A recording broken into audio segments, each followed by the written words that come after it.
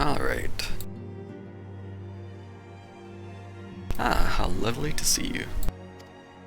If you're not in too much of a rush, I was about to make a pot of tea. Would you like a cup?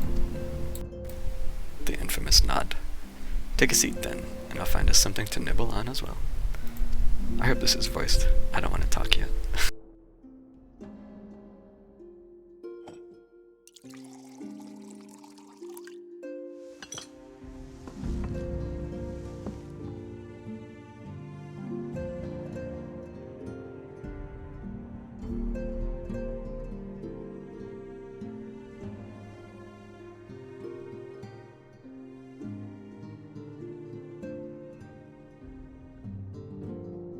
It's so much quieter these days without everyone around.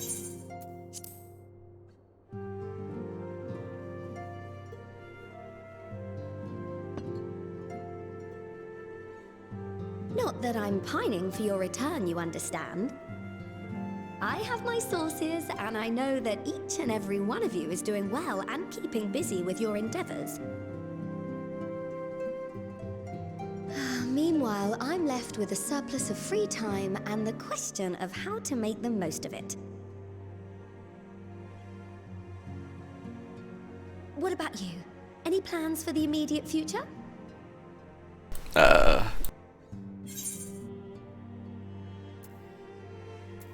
New adventure, of course.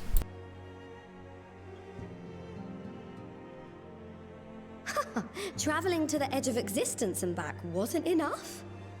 Well, if that's the case, I might have a suggestion for you. You fought bravely and selflessly, helping those in need and saving our star from unimaginable threats. For your deeds, you've been hailed as the champion of Eorzea and a host of other incredible things. But why not put those titles aside for a while? Acquit yourself as a simple adventurer again and travel the world in search of wonder.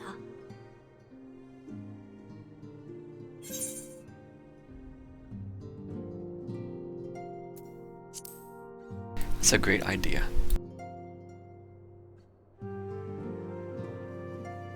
Oh, with so many exciting places to choose from, it's hard to narrow it down. But I believe I have the perfect destination in mind. Thavnair. That's where you should go next. I doubt you were able to squeeze in a proper tour of Radzatan the last time you were there. What with the burning skies and rampaging monsters and so forth. And I'm sure Ritra would be pleased to see you. Then there's the bounty itself. The Empire's presence in the region was always a deterrent to exploration.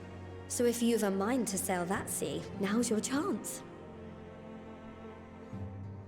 Just think of all the new experiences you could have. Yep, I'm excited.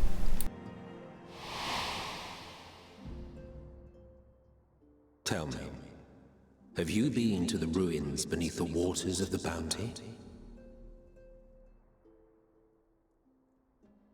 As the bearer of Azem's crystal, you may consider your duty to see at least that much.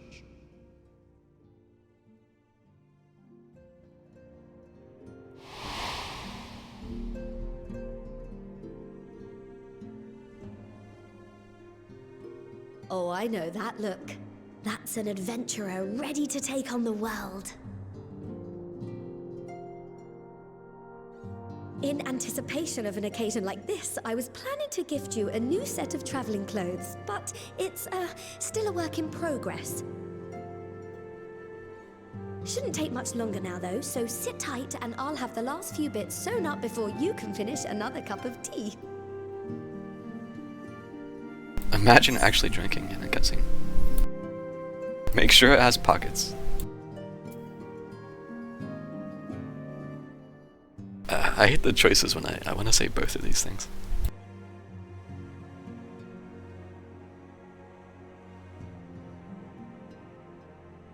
I guess I'll be nice to Tara.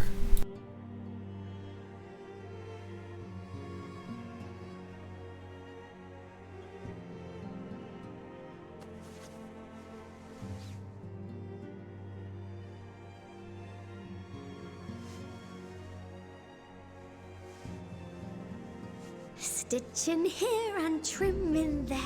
Knot the threads with love and care.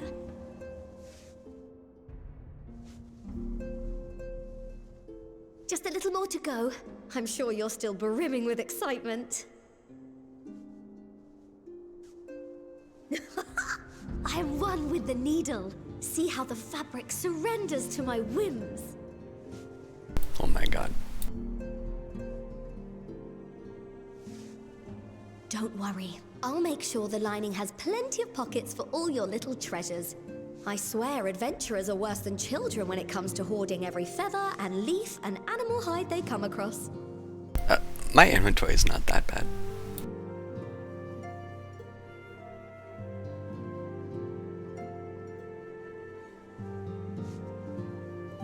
Oh, we mustn't forget the waterproofing. Gods forbid you forget to disrobe before plunging into the sea, or a river, or a piping hot bath. That's true.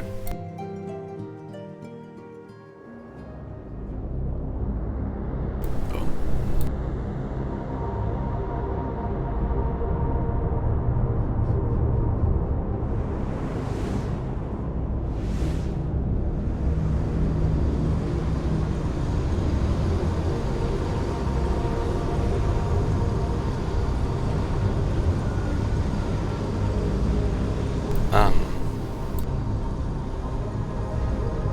That looks like Xenos' avatar. And this I am returned.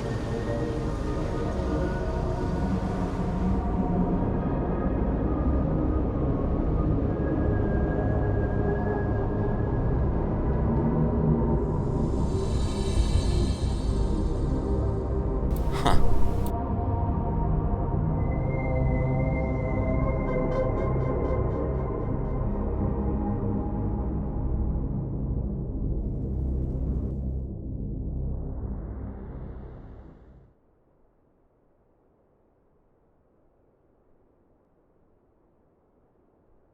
Ah, you're awake.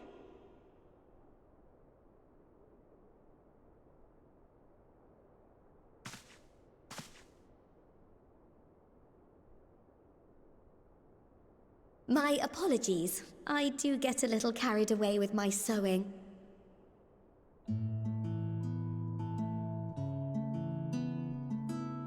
You seem awfully cheerful. Pleasant dream? Or are you just looking forward to the next chapter of your grand saga? Either way, I promise to provide you with new apparel, and so I shall. If you'll accompany me to the Diamond Forge, we can put the finishing touches on your outfit. Shall we?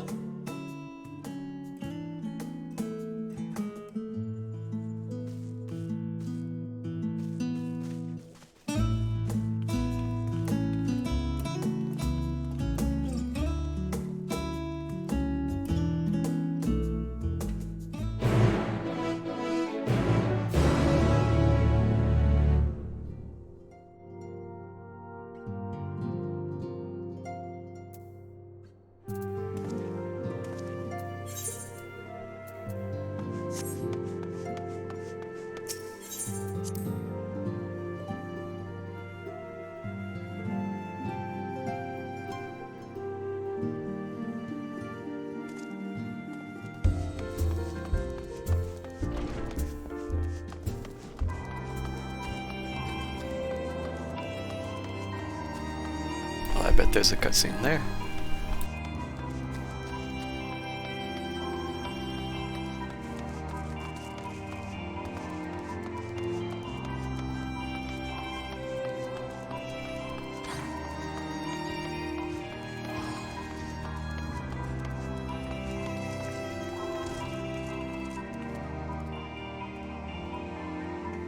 I don't know if I've ever walked in here.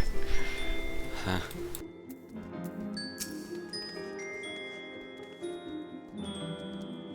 Observe as the artiste refines her piece into a masterpiece. And no napping this time. I only need a moment. You'll see.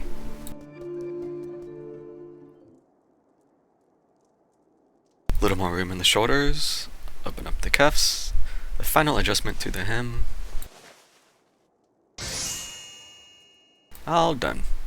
Let's see how it looks on the mannequin. Well, what do you think? Doesn't it just scream, ready for a bold new adventure? It's aight.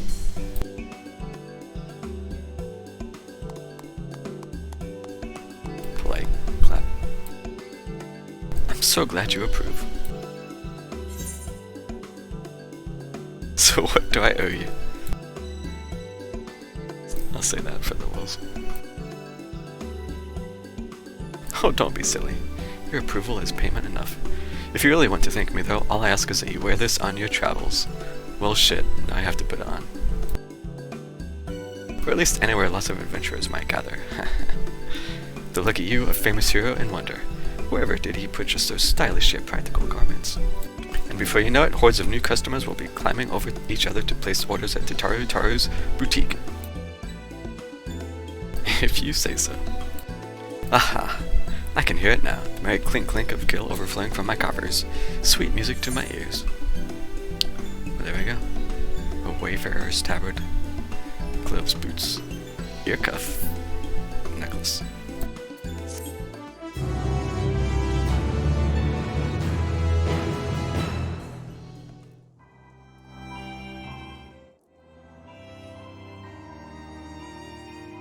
Ahem. Burgeoning mercantile enterprise aside, you must be excited to start in a fresh chapter of your life. New places to go, new people to meet. I often wonder how you remember all your experiences and exploits without taking at least a few notes. I take thousands of screenshots. Oh, maybe you should start doing just that. You never know when some odd past detail might become relevant, or if one day you'll take a blow to the head and forget the better part of the past decade. Wow, something to keep in mind in any case. Collection expanded, the unending codex. Alright, I remember they shared this. How much is here? That's a lot to read. Do I want to read this right? Ugh, I'll look at it now. What else do we have? Scions. Final days. Alright. Let's take a breath and read this. Though publicly known as the organization's receptionist, Tataru also serves as the Scion's cornkeeper, a role she executes with an enthusiastic cunning that borders on the terrifying. Born to Uldan merchants, the young Tataru had everything a Lalafell could ask for, until her family lost it all to bankruptcy. Plagued by debt and still smarting from this abrupt introduction to the harsh realities of the Sultanate, she apprenticed herself to a lapidary at the age of 12, and henceforth supported the household with her meager earnings. It was during this period that she met Minfilia, a miner come to sell gems and ore, who would later recruit Tataru to oversee the path of the 12's finances. Tataru, in turn, resolved to use her newfound position not only to accrue personal wealth, but also to serve others. Indeed, when the path of the 12 relocated to the Waking Sands, pray return, and her role was expanded to include secretarial duties, she used her considerable social acumen to build relationships and increase its influence. As the organization slowly but surely grew into an association of like-minded and gifted souls, she was instrumental in seeking out potential members blessed with the Echo. After the 7th Umbral Calamity, when the path of the 12 merged with the Circle of Knowing to form the Scions of the 7th Dawn, Tataru continued her tenure as secretary and coinkeeper combined. When the political situation in Ul'dah drove the Scions from their headquarters for a time, she journeyed with Alphino and the Warrior of Light to Ishgard, that they might there regroup and rebuild the organization. Later she accompanied a contingent of Scions to the Far East, where she established ties with the East Aldenard Trading Company's Kugane branch in order to fund local anti-imperial resistant efforts, one of her many laudable adventures on the Scions' behalf. Privately, Tataru has long regretted her inability to assist her comrades in martial endeavors, and thus sought to train as an arcanist. Alas, these efforts met with misfortune, including the escape of her Comborgal companion. I still need to do that quest. And so she has since resolved to provide financial support through trades such as mining and weaving. In so doing, she has become something of a master artisan, going so far as to establish her own boutique in Ard Charlayan. Yet she always manages to find the time to fashion new outfits for her Scion friends when they stand poised upon the threshold of journeys new.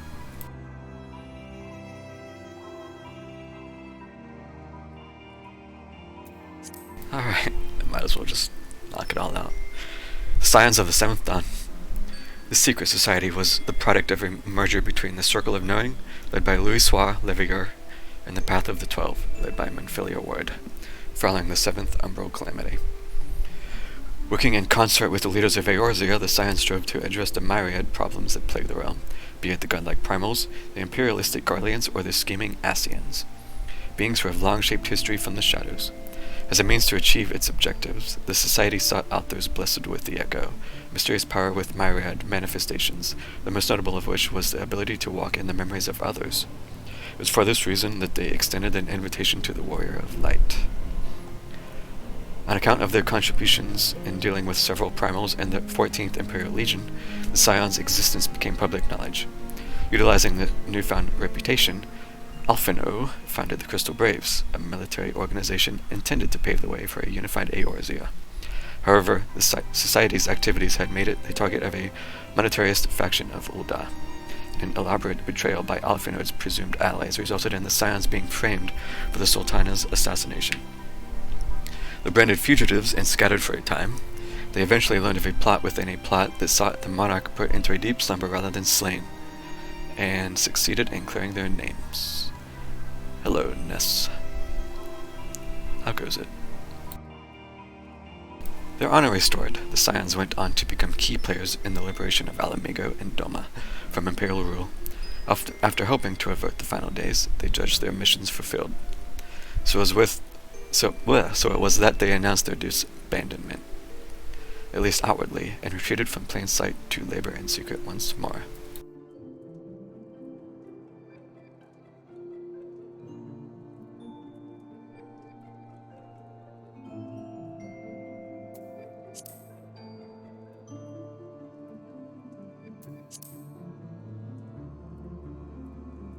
Have you played FF14 at all?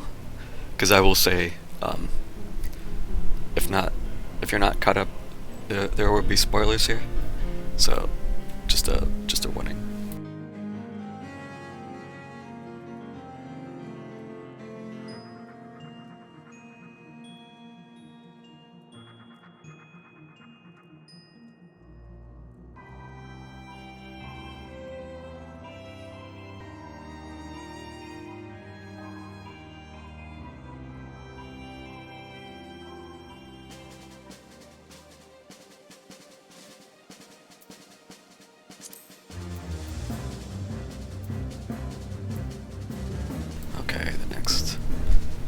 Alright.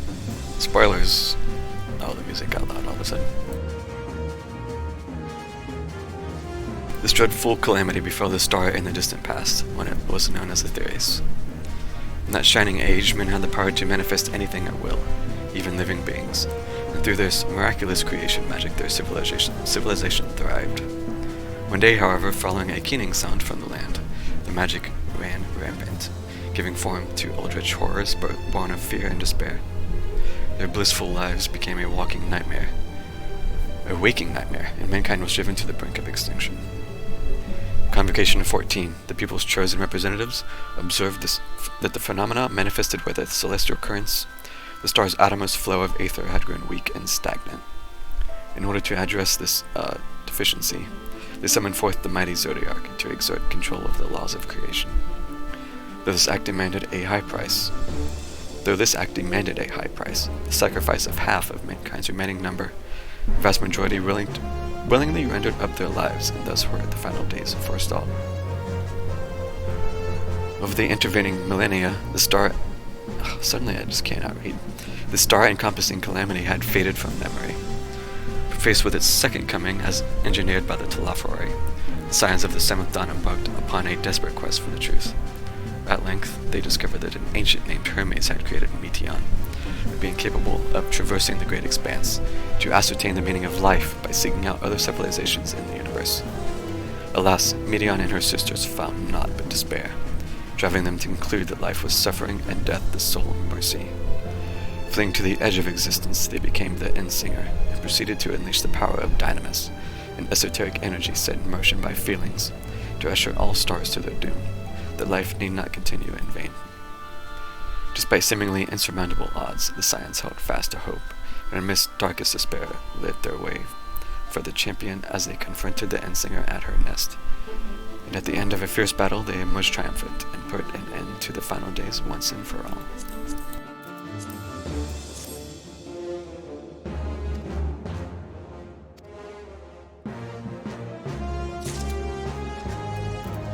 Okay.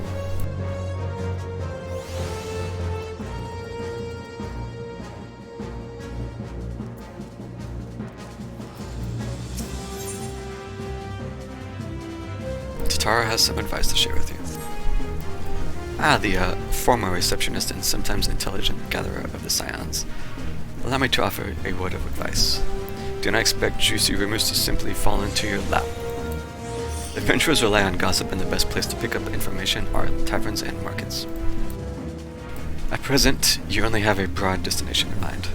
When you arrive in Thavnir, I suggest you explore your options at Merihide's Mayhan, the finest drinking establishment at Razadhan.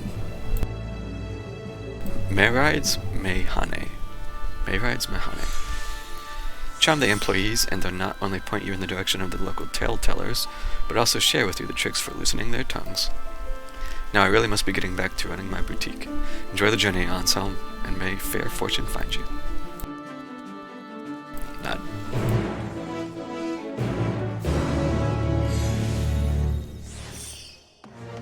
Alright. Do I glamour that gear that she gave me?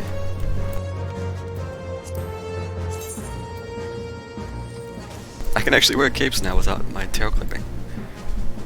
Nice. Can you? Yeah, you can dye it too. Nice.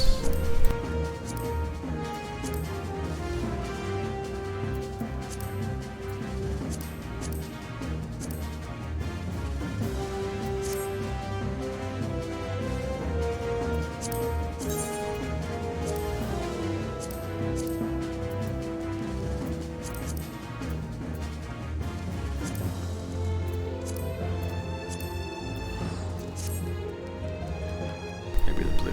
I kind of like the blue.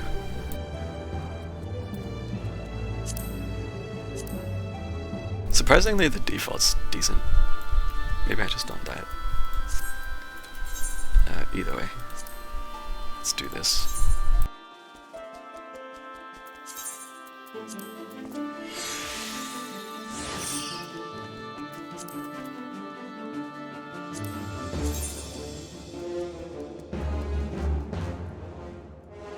I might keep my gloves on.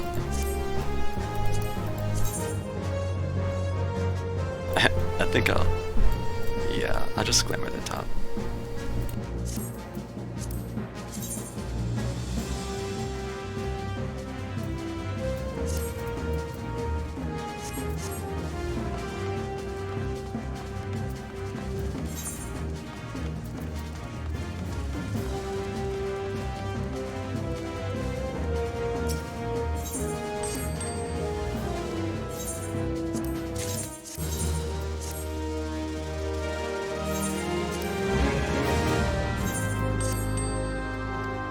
First venture coming back, and my tuner's already stealing somebody's furniture.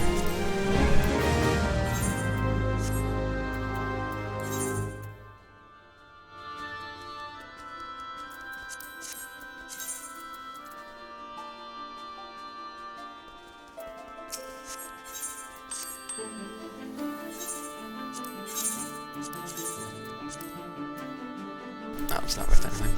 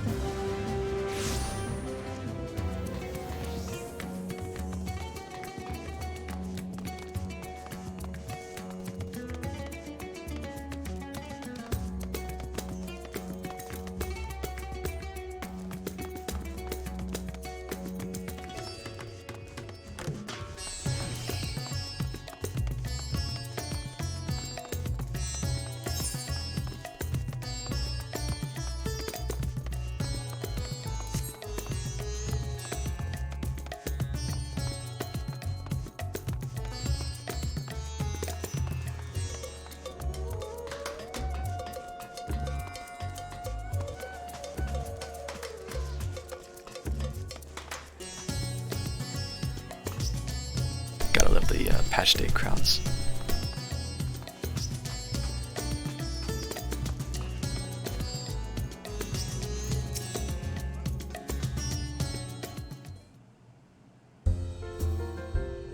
Welcome. Welcome. I remember her the first time I came here. Oh, hello, I did not recognize you at first. Are you alone? Let me find you a table.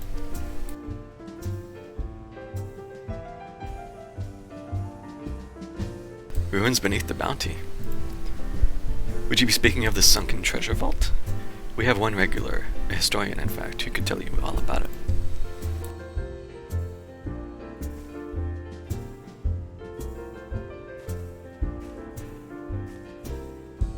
Ah, there he is. Professor Jalheen. I thought I saw him come in. Although a somewhat private sort, the professor is quick to befriend those who share his fondness for the Mehane's unique beverages. Offer him any drink from my selection and he should happily share everything he knows about the vault you seek, and a few other odd bits besides. But if you buy for him is on the house, by the way. If found out I took coin from Thavnia's savior, she would have me scrubbing pots for a week.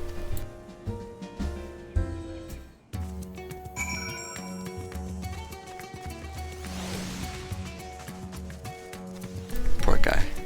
Just swarmed. Alright, there's a lot of people here not in the adventurer stuff. Tisk tisk. Here's like, there's a bun boy. There's one.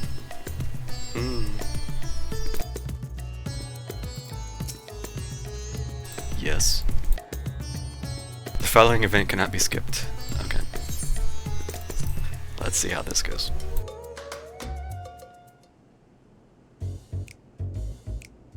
Oh, the cape looks really bad sitting. Oof. And what may I do you for, my Aeosian friend?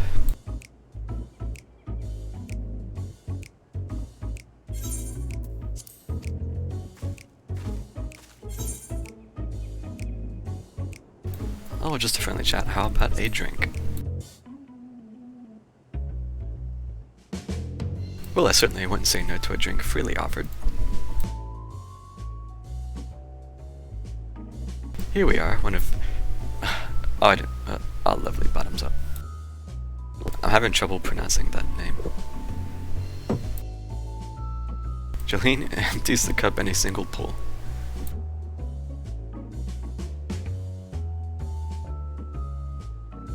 That was very kind of you, sir, but I know when I'm being softened up. What is it that you want from me? Ruins beneath the bounty?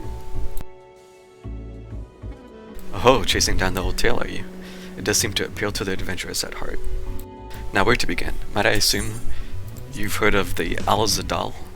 He was king of the Ari tribe, which sailed to Thavnia from the mainland, and a key figure of the history of Razatan.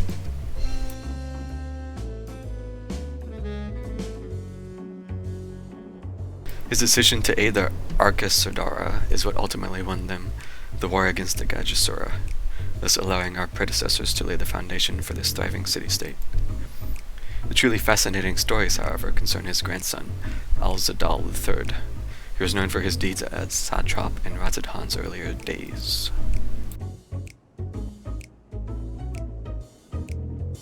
Flamingos. Some attest that this man traveled to another world entirely, and returned with glimmering riches, others that he brokered an alliance with a certain worm of the first brood. Then there is the tale of the sunken vault, the one you seem most curious about. According to this legend, Al-Zadal claimed a small island somewhere in the middle of the bounty. There he built a structure reaching clear to the bottom of the sea, a deep and secret storehouse, and locked all his worldly wealth within. In the centuries since, whenever a natural disaster or hardship befell Razatan, folk would remember the tale of hidden treasure. They would remember that tale of hidden treasure. Hardy souls would set out to claim their fortune, but precious few ever made it home. Would you like to hear more? Apologies, I have a slight tickle in. Oh, my cup appears to be empty. Another round. If that's what it takes.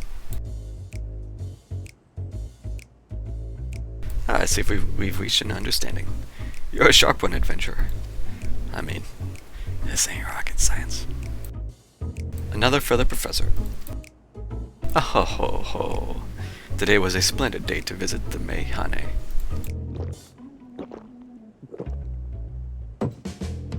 Gulp. Gulps down his newest drink with gusto. Where were we? Ah, yes. Those who did return from seeking the treasure vaults refused, I mean flatly refused, to speak of what they saw. Did this discourage others? Nay, quite the opposite. Such accounts only served to feed the legend, and the golden lure grew stronger than ever before. That reminds me of something Azhama was saying. Azhama's fellow connoisseur of spiritus potables? Spiritus potables. Yes, he is. Anyway, he was saying that one of his acquaintances went after the treasure himself. Hasn't been seen since he set sail, I hear, but he did have... no, I can't say more. You seem a generous sort. What kind of man would I be to encourage what is clearly a foolhardy quest? If my words sent you to your death, I could never live with myself. I am no stranger to peril. Is that so? Perhaps it's your turn to tell a tale, then. What manner of dangers have you faced? A lot. The very edge of existence? From anyone else I'd struggle to believe it, but I recognize you now. You're the hero of the final days. A drink. I need another drink to settle my nerves. Mahil. Malil? There's an L in there. Malil. More of the same, if you please. As you wish, but this one is on your coin, Professor.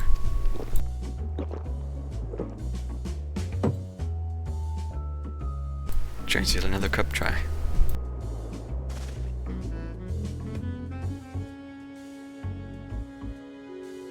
Bro, you doing okay? Anyway, you being who you are, I suppose it wouldn't hurt to share a little more. This friend of Azhama's, he was desperate to buy a treasure map. One which showed the way to the entrance of the vault. Seems he could only get it from some merchant. What's his name? I forget. Let's drink to a toast to you, my new best friend. Malil, more drinkish. That's signal for water.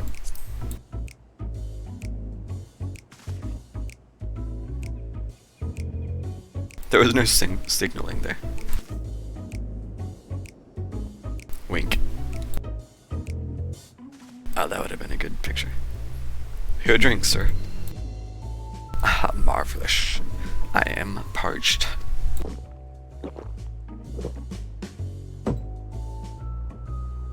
Gulps down the cup of water.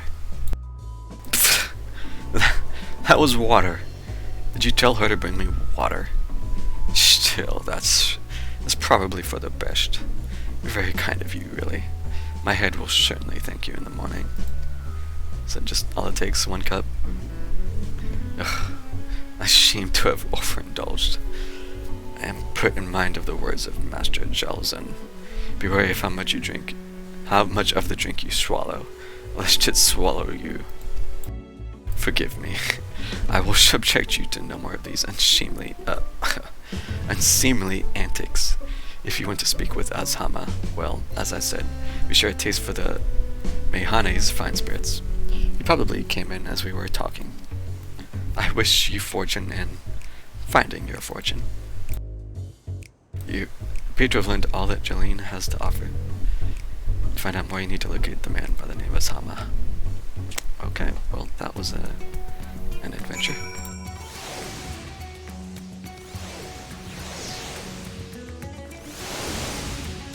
Suddenly, everyone appears.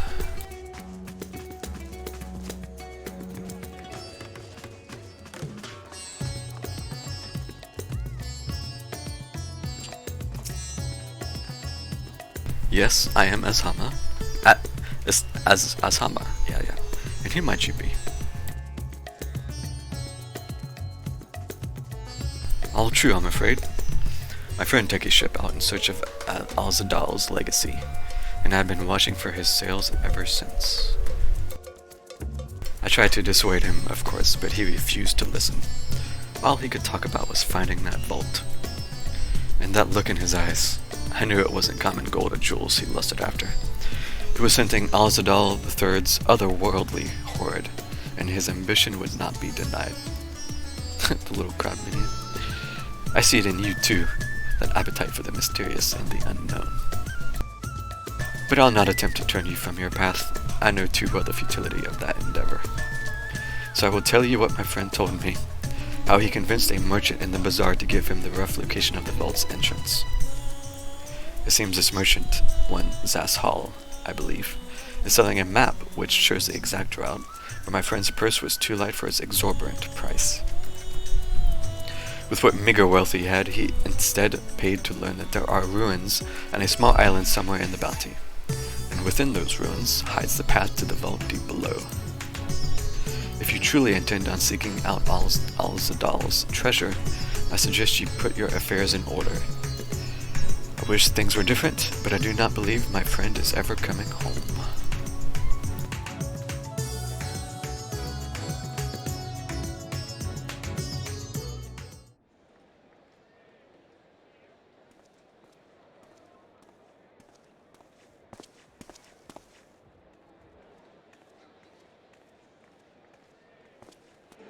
Please, Ashal, please! You must let me have that treasure map!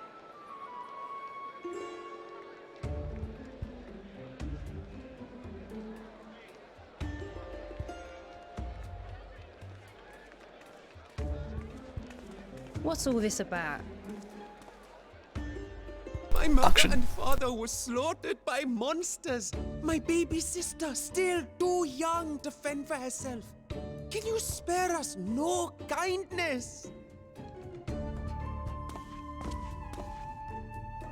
So, you hope to find your fortune? And what? You expect me to surrender my wares for pity's sake? This dude sounds like Thancred.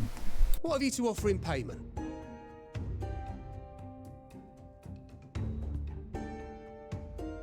As I thought.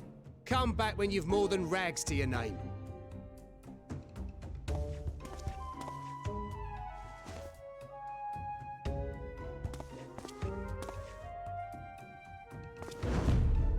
This is no mere treasure map. It is a guide to the vaults of Alzadal III, one of the great satraps of Radzat Han, and a direct descendant of Alzadal Khan. A map to Alzadal's legacy? So he says. So he says. This is no fake. The parchment is marked with an arcane glyph of passage. You may find the ruins Please hidden in put the your arm mountain, down, sir. but you won't be setting foot inside without this in your possession.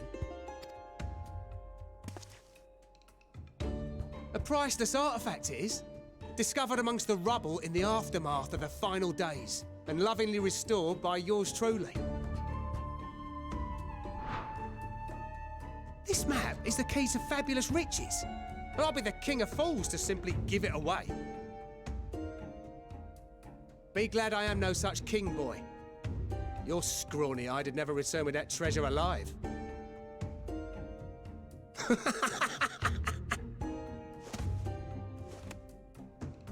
Oh, cruel fate! Why must you tempt me with wealth I am powerless to claim? How I shall envy the one who purchases that precious map. Whatever This they is, say will be he's but in on it. pittance against the golden hoards they stand to uncover. They've got a scheme going.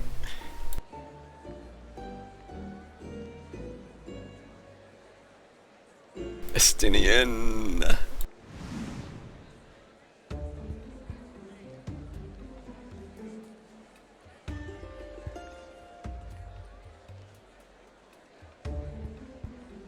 What of you, sir? Fighting man of your stature would surely relish the challenge of recovering Alzadal's lost fortune.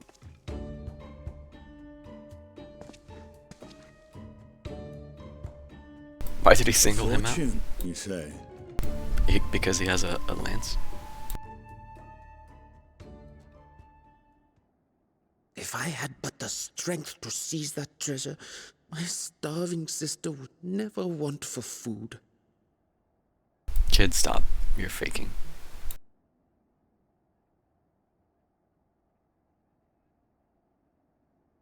I'll take it. Will this cover the price? No, Estinian.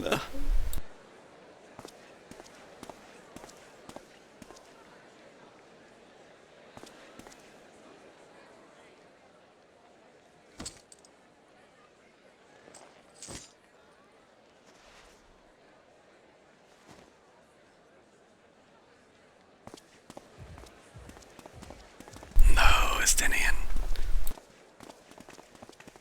I'm about to call you out. Well met, my friend. I mean, yes, it's good to see you, but you just got played, buddy. Someone is dressed for adventure. But why Favner of all places? Knowing you, I suspect there's more to your plans than sightseeing and shopping.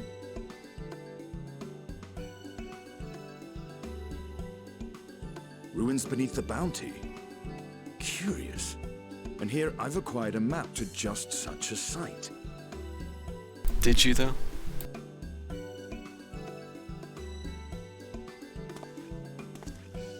With that sale, I do believe I've earned the rest of the day off. Thank you for your patronage, sir, but if you'll excuse me. Please don't let him leave. Mind us.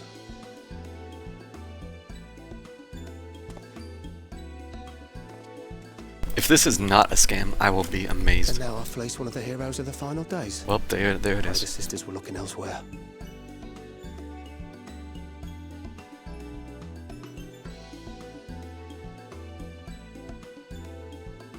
This map may or may not be genuine. Either way, we'll need a ship to find out for sure.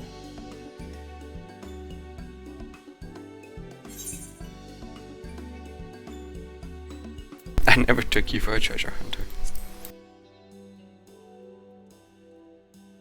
Lest you misunderstand, I seek the treasure not for myself.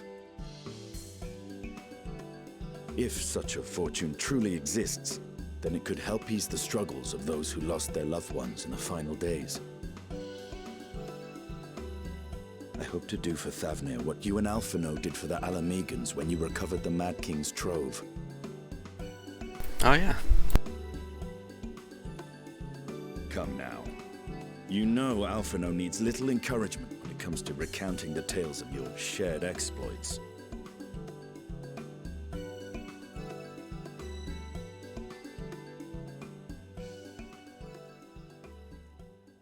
Speaking of precocious lads, that boy in the bazaar was clearly an accomplice. Okay, thank you.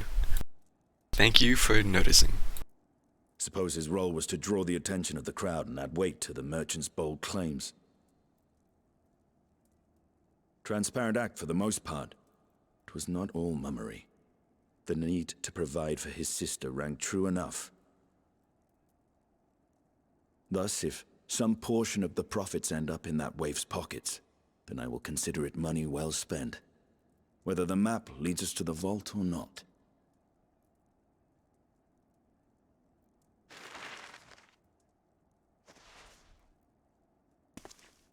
You are coming along, yes?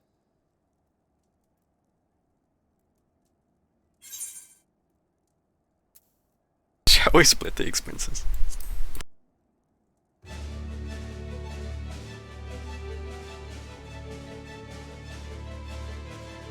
I appreciate the concern, but one thing I've learned from my time with the Silence is how to better manage my coin purse.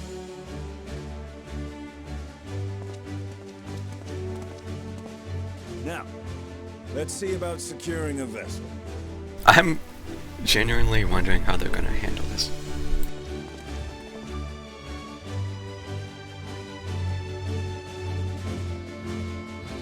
Because in order to be a new adventure, it has to be somewhere we haven't been yet.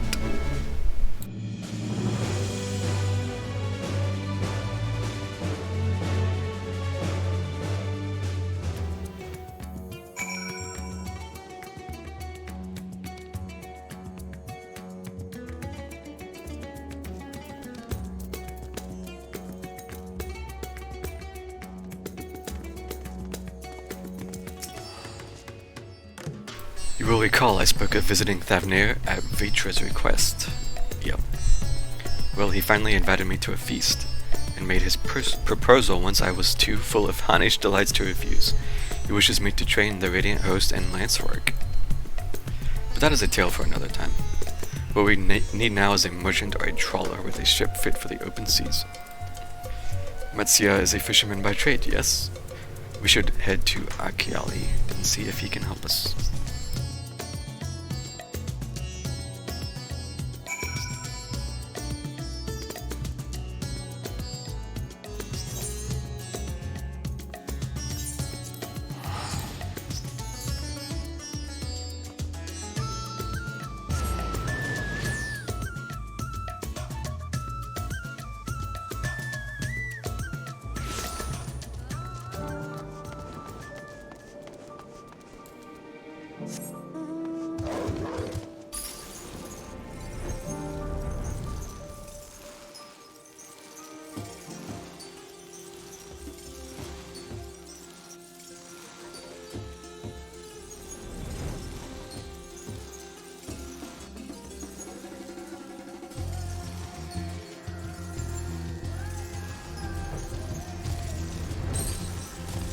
Oh, we got another long cutscene, probably.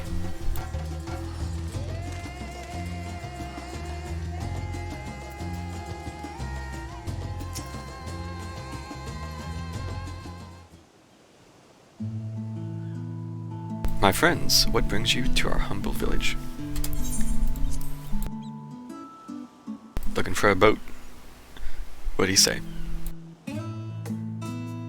So you need a seaworthy vessel to seek these ruins. Considering it was your deeds which allowed us to return to fishing, I should think everyone would be glad for a chance to repay the favor. Wait here, and I will have a boat stocked and ready for you in no time at all.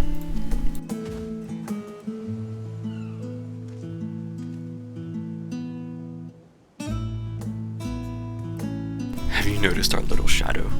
He's been following us since we left the city. We see you there, boy. Show yourself. Boy.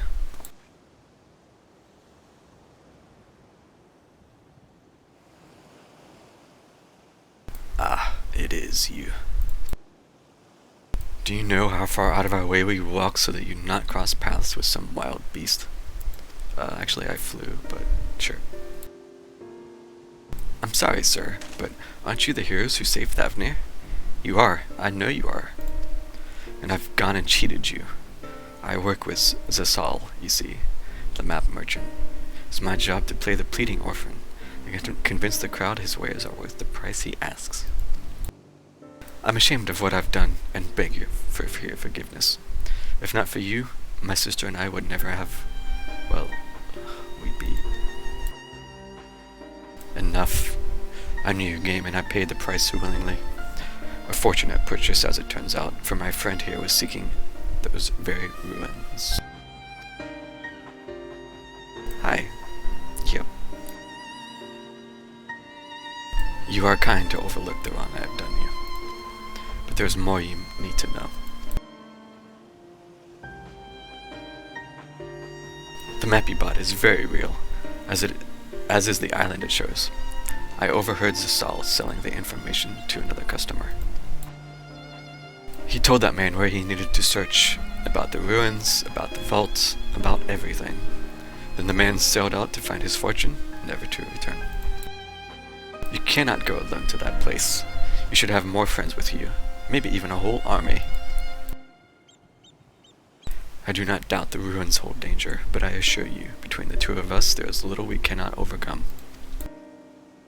Please, I cannot bear the thought of...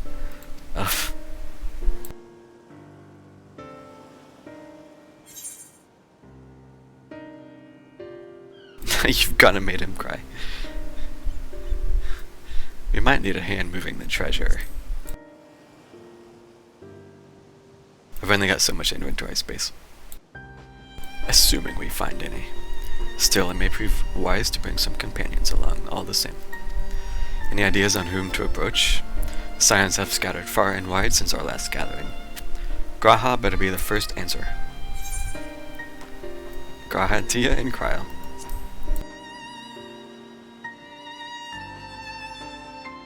Aye, Cryle may have her hands full rebuilding the students, but if you reach out to Graha, he would surely leap at the invitation. Will that set your mind at ease? Yes, if that man is as strong as you. Is he, though? Strong, I mean? Nod. What is your name, boy? They all have such names. Murad, sir. Murad. Well, Murad, your life is yours to live as you will, but I suggest you find a more honest trade if you truly wish to keep your sisters safe. I'm not proud of what I do, but what choice do I have? We need to eat, and everybody's too busy rebuilding their own lives to bother with two grubby orphans. Wait, boy. I didn't take this roundabout road just to see you end up in some creature's belly. Let me walk you back to the city's gates. Thank you, sir. Call me Estinian.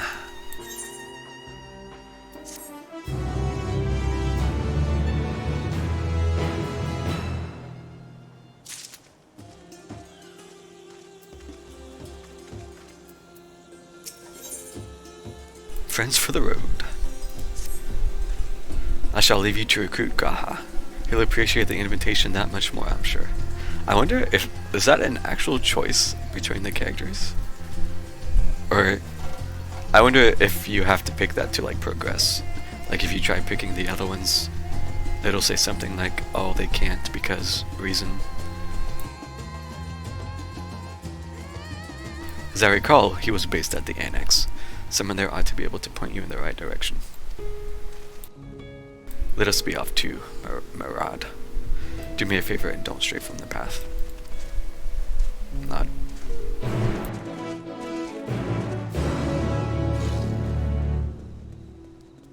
Alright, I'm gonna go to the bathroom real quick. Be right back.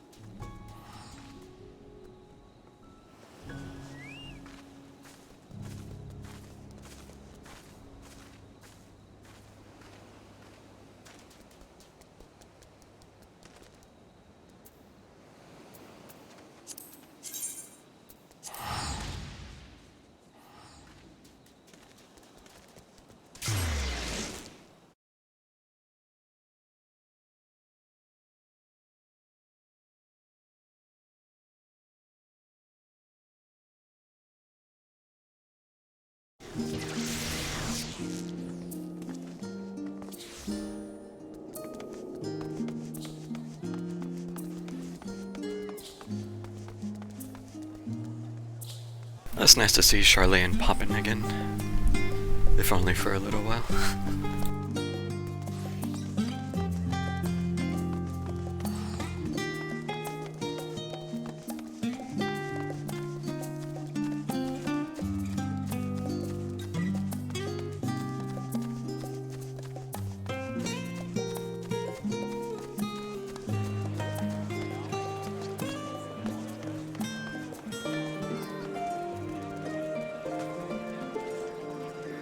So we've got a cutscene here.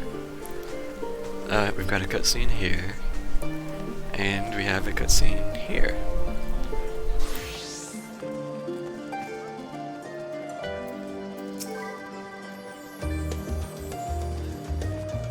I wish to speak with Grahatia. They've been holed up in there for days.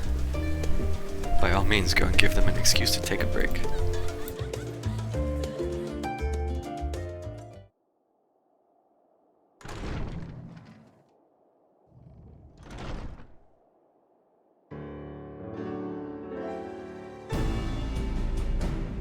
I love this song.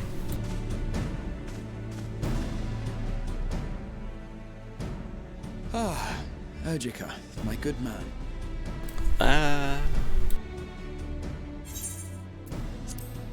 Would you be so kind as to... Oh, isn't this a pleasant surprise? Yeah, it's been a couple months. I I wish you had sent word ahead. I thought I was having visions for a moment there. I look a little different than the last time we talked. How is the restoration coming along? Slow and steady. Raha and I have been compiling old records of the students' activities. I should turn the voices up a little bit. We located several accounts in the archives of Numenon and added them to the collection we recovered from the Isle of Vow. And judging by the progress we've made thus far, sorting this pile will keep us occupied for days to come. Well, about that. But what brings you to the Annex, my friend? Surely you haven't come all this way just to watch us shuffle dusty papers around? We got an adventure, bro. I need you to come. The treasure vault of Alzadal III. And you're looking for companions to join you on this expedition.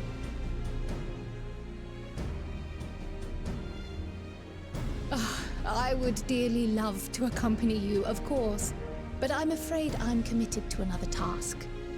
On the subject of which I had hoped to ask for your assistance. Well, depending how long it takes.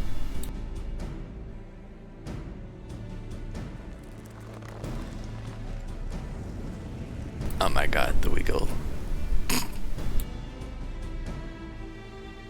Then again, it's not so urgent that it can't wait until you've returned. You should go, Raha. I'll stay here and mind the shop, as it were. Are you sure? I'd hate to leave you short-handed. I'm sure. Just try to be back before too many moons have passed. Well, I guess we're off on another adventure already.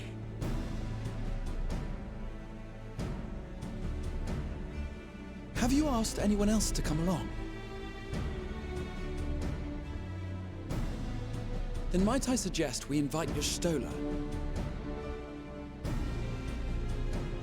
I suppose. Ever since the Scions disbanded, she's spent most of her time cloistered within the Great Google Library, hoping to piece together a method to traverse the rift.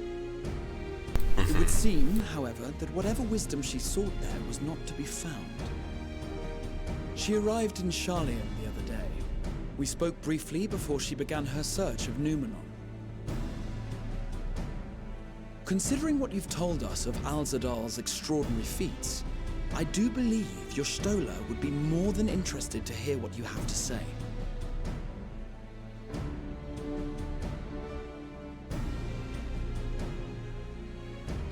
Splendid! Then let us head to the archives at once. Wait, before you go. I have another potential member to volunteer, if you've room to spare. Urianger. Yep, we need at least 4 so we can trust the dungeon. He sent the students a request for materials, you see. Treatises on the architecture of treasure vaults and the like.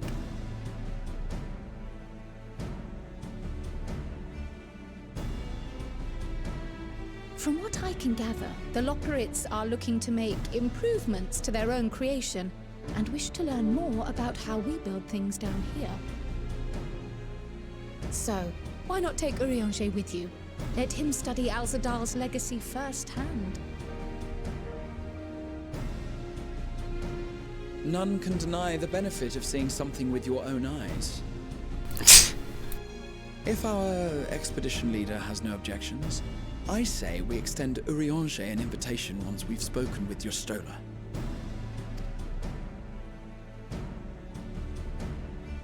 So basically everybody but Thancred and the twins. Safe travels, you two. But don't forget, I'd still like your help with that other matter I mentioned. Right. Then it's off to the library.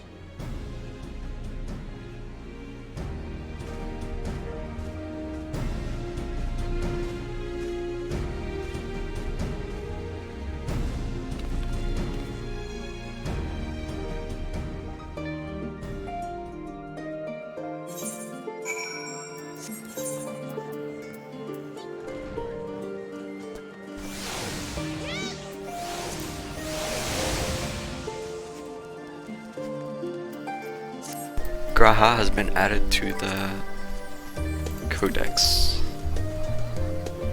Where do I look at that?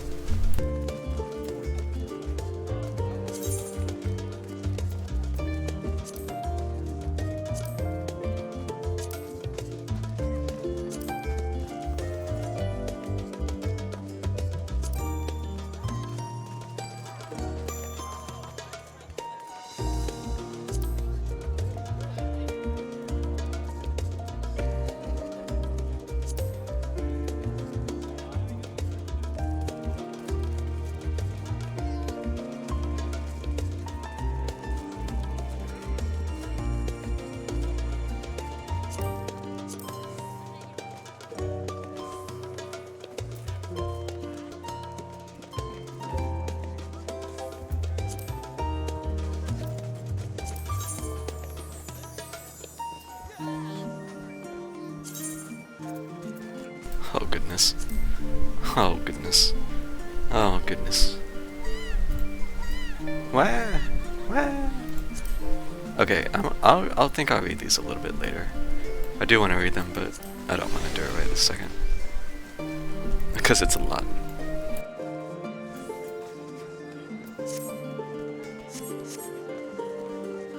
Alright, speak with Ishtola. She's down here. Okay, I'll just walk.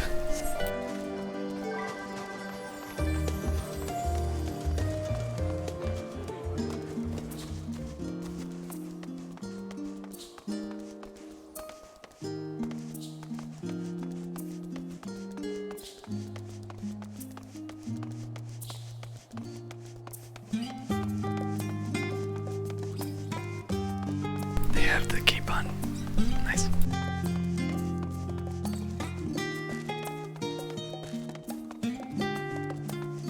I think I'm going off course. Yeah, it's down this way. Oh wait, it's a... what am I talking about?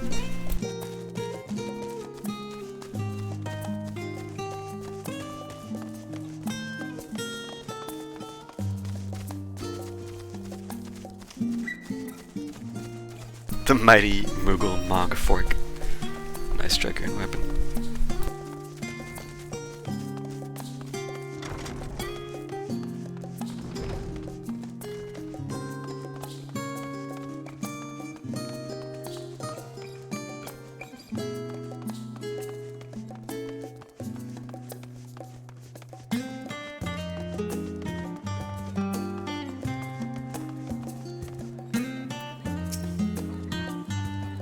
Well, she wasn't hard to find at least. Well, I mean, Debatable. There she is.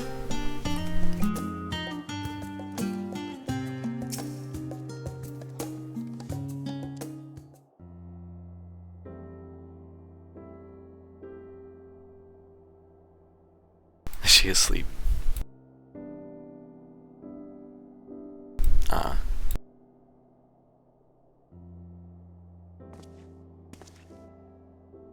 I've never known Y'shtola to doze off in the middle of research before. She's getting old.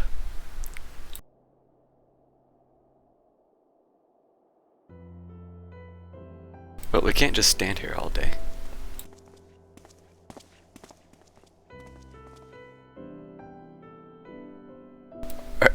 Or maybe we can.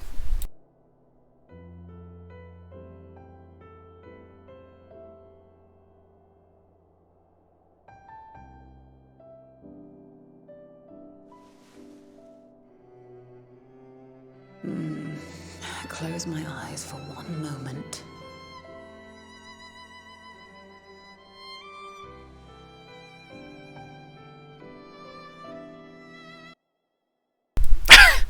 The music.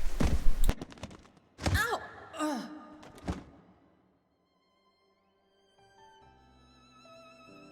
Wow. How long have you two been here?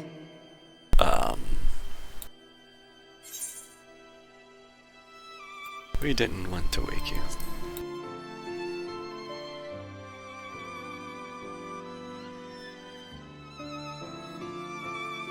Nor did I want to fall asleep.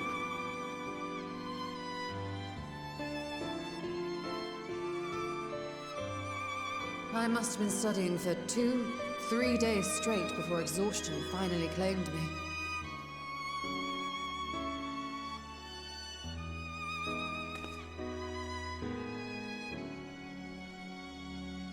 As you know, I've been researching ways to travel from the source to one of its reflections. Mm-hmm. Well, looking for hints at least. I don't expect to find a simple set of instructions tucked away in some dark corner of the library. So I've been skimming through the stacks, hoping to uncover even a partial mention of any similar feats in the past. A means to travel between worlds exists, and you can be sure I will find a way to employ it. So I promised Runar, but 'twould seem I've set myself a nigh impossible task.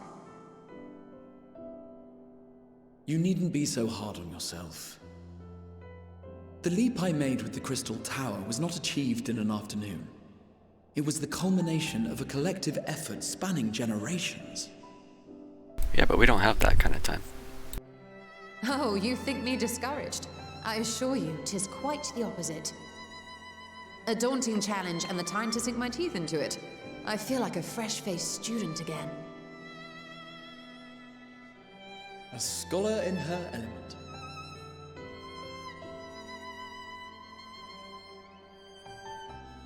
Indeed.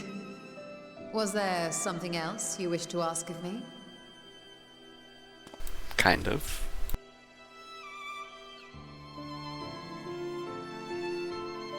Alzadal is no minor figure in Harnish history, and much is known about his family. But this is the first I've heard of a descendant surviving a trip to another world. If those tales are true, then he may have left behind some clue as to how it was accomplished. Mm-hmm. An invitation to delve into one of the world's lingering mysteries. As if I could refuse. And whence do we embark upon this expedition? Right? After we find At Kiana, Urianger. by ship. But before that, we thought to extend an invitation to Urianger as well. He was in Thalmazane, last we heard. Then by all means, let us recruit him and be on our way.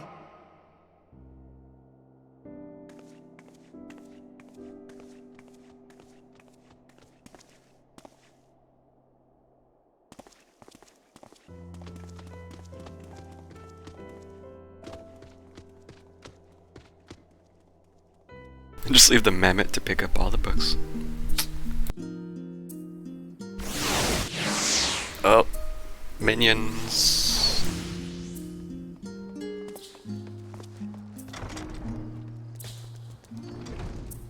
The Reflections has been added to the Codex.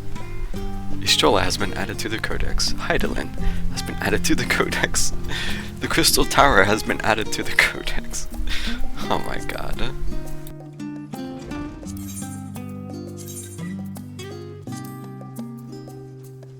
There is a lot to read in this. Damn. We've just gotten started.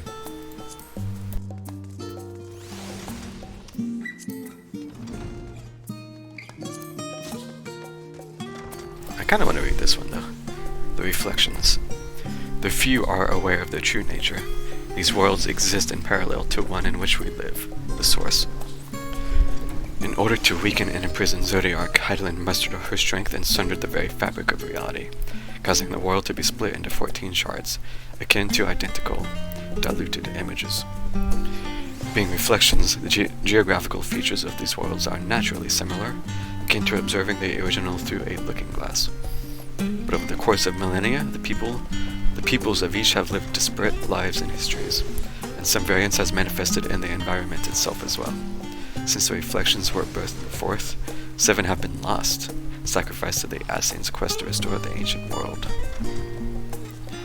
Curiously, while the Reflections are displaced from each other, boundaries between them are not uniform. Certain worlds, such as the 1st and the 13th, are more readily accessible from the Source, while others are not.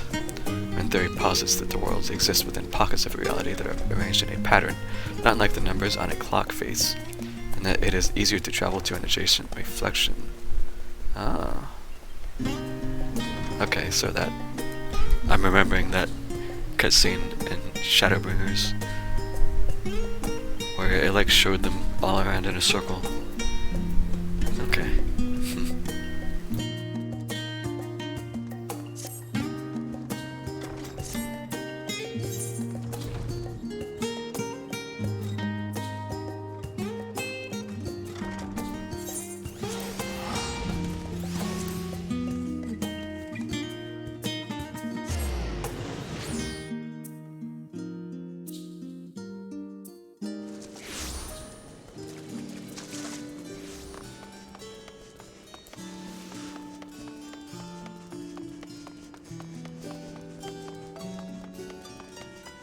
Wait a minute.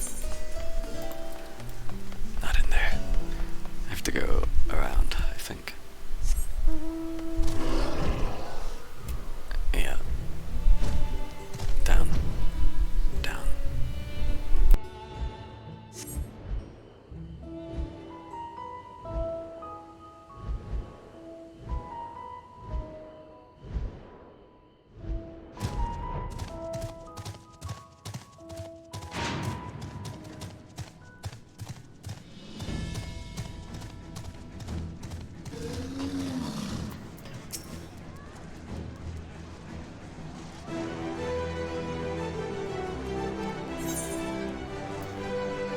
What kind of place is this?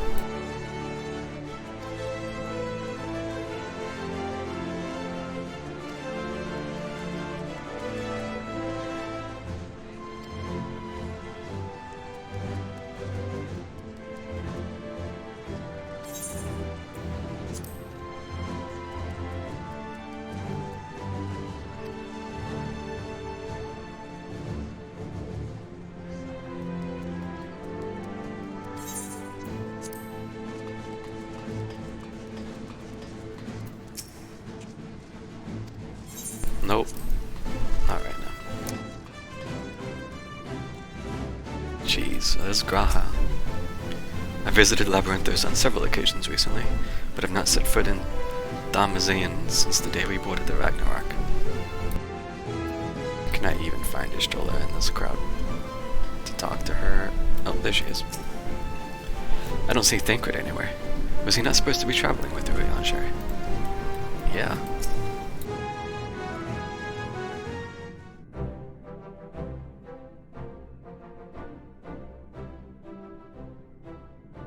Ah, our illustrious champion. Cloaked in the mantle of the common explorer, fame set aside in thy pursuit of simple adventure. I am told a new expedition is in the offing. Who told you? We just got here. Wasn't Thancred with you?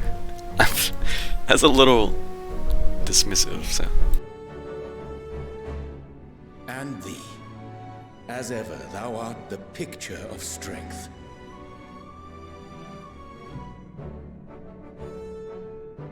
You've been keeping yourself busy, I trust?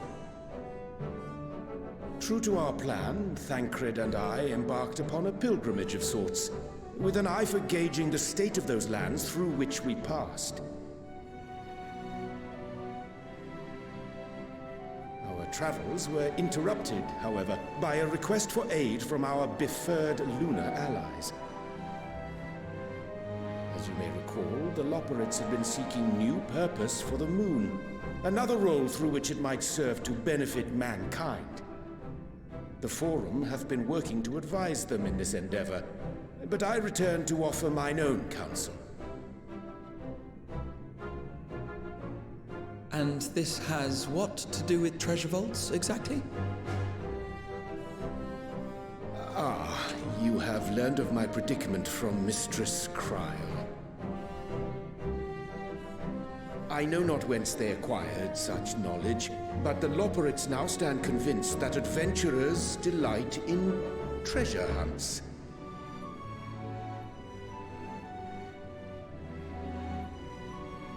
Thus, with their newly built wonderland of riches and mystery, do they hope to entice all manner of daring delvers to the moon.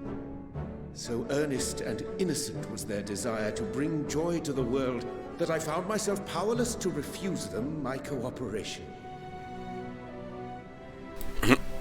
But what of you, my friends? Why are you come to Labyrinthos?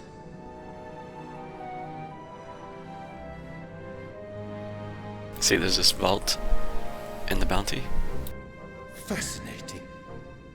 This is indeed a most fortuitous opportunity. I should be honored to accept thine invitation.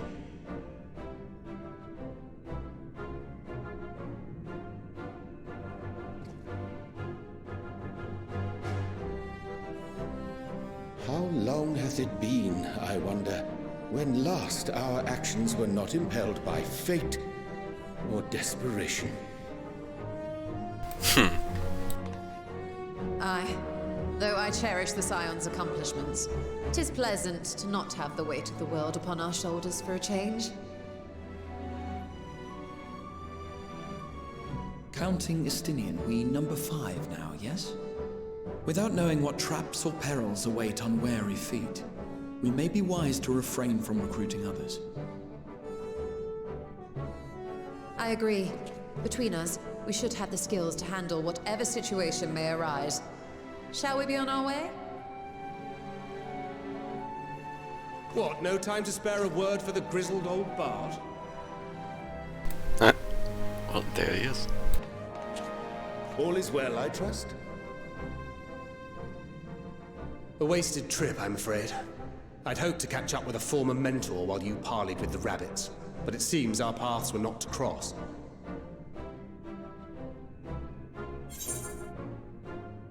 How was your pilgrimage?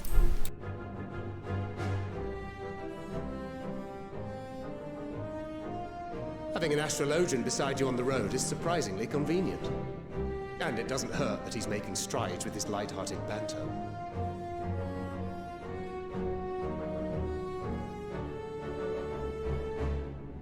In any case, as we made our way around Ilzabard, we saw that much of the continent was in various stages of chaos.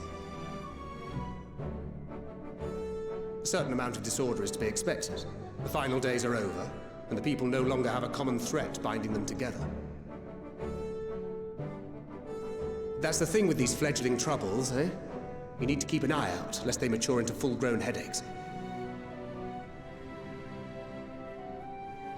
So, for what reason have so many esteemed personages seemed fit to gather?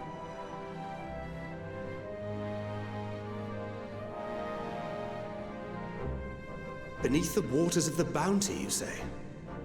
I see you've already stolen away my traveling partner with the promise of unexplored ruins and scholarly glory.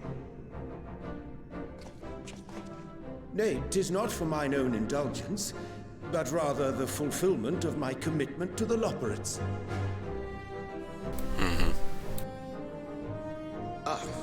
Of course.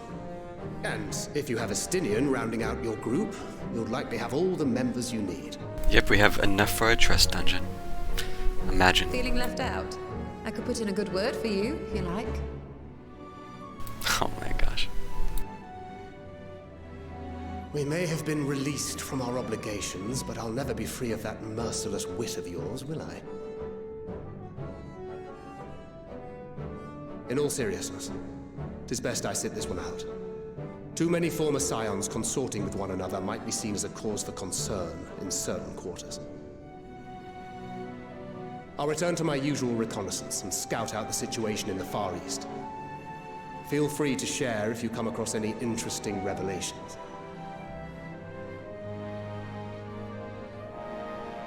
Till we meet again. Bye, Thancred. Shall we also hasten our departure? Sir Estinian will wonder what hath become of us.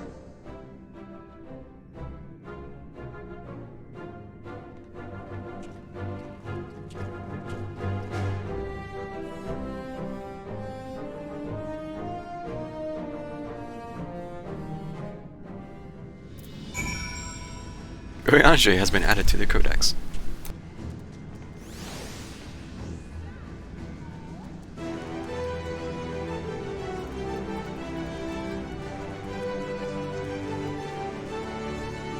And we got some more people with the top on. I see a lot of capes.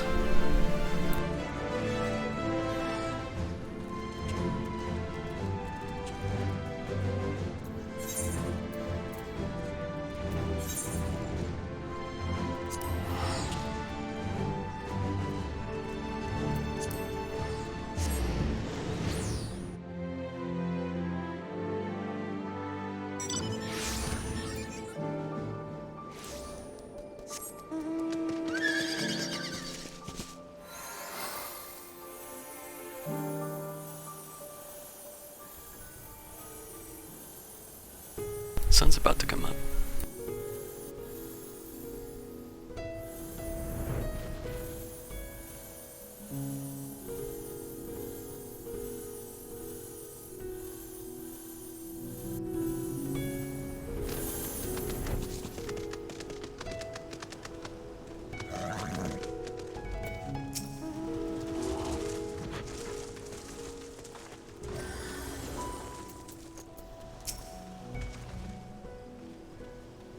I send you to recruit Grawhide, and you return with an entire survey party. I hope Matsia's bolt is sturdy enough to carry us all. How is this gonna work? Like, surely, like, this whole place is not just gonna be a dungeon, is it? I missed what that said. Istola, what he means is, we are grateful for the use of one of your precious fishing vessels. We are more than glad for the chance to provide it. I ask only that you take care to steer clear of the reefs in the shallows there. Aye, we will keep an eye out. Giant potato pancakes. Baked alien soup. Sicon salad. It's over. Well, this is skill speed, direct. Spell speed, direct. Tenacity, dead. I guess.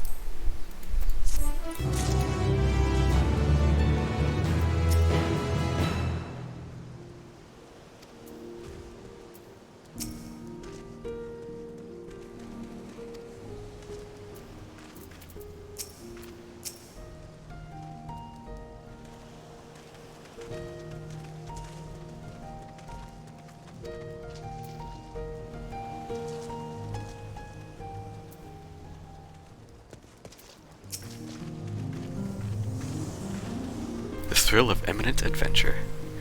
I never tire of this feeling.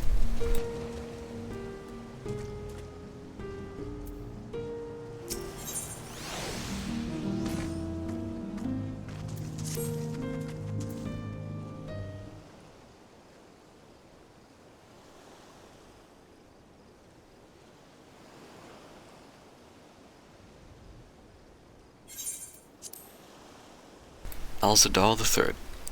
I confess I am somewhat embarrassed that the tale of his journey to another world escaped my notice. Could it be more than simple folklore? The music.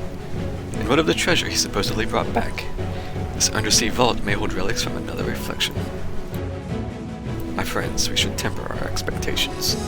The map doth promise ruins, but beyond that we know not what we will find.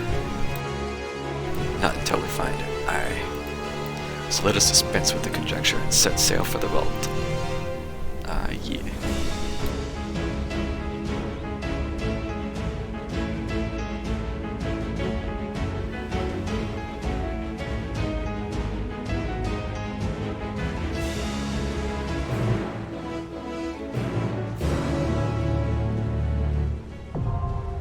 It is a dungeon.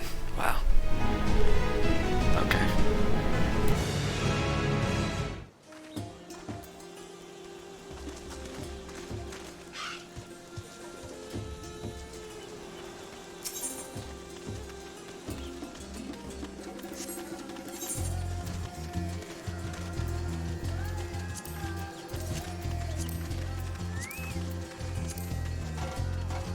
Since the days of old, the imagination of the Tapnerian people has been captured by a persistent legend. The promise that somewhere, beneath the shimmering expanse of the bounty, lies hidden the treasure vault of Alzadal III. Yet how might one claim the fabled satrap's hoard when so many other reckless souls have been tried and fallen? Will Estinian's dubious map lead you true to the rumored isle and its moldering ruins? Oh my goodness. Whatever peril awaits ahead, it is certain to be an adventure.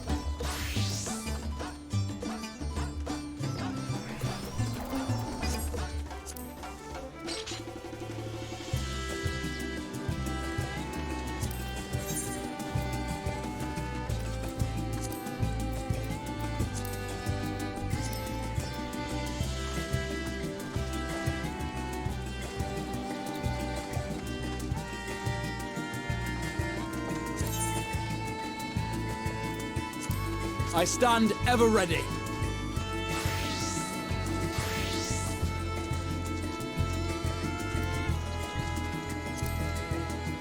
I guess we're going like this.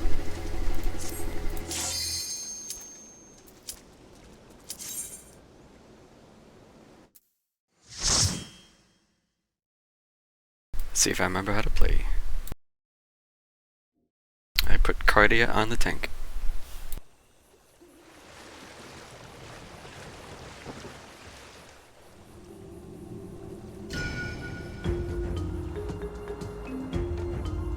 Foggy.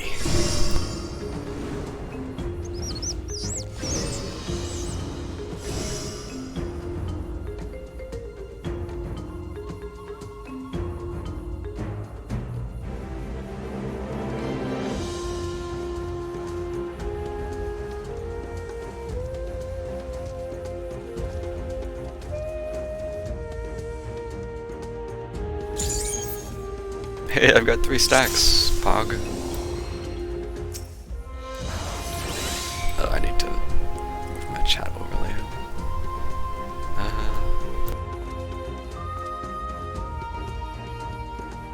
Let's put it over here. Okay.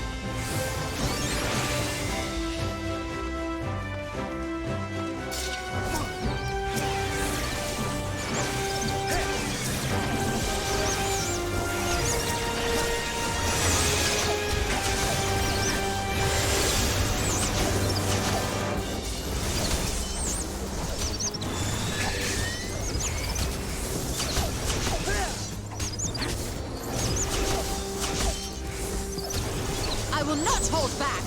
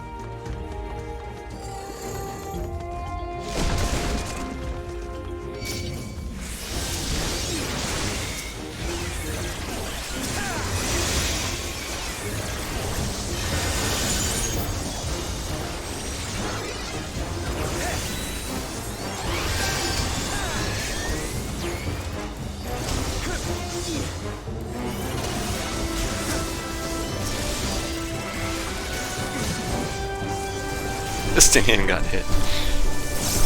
Okay.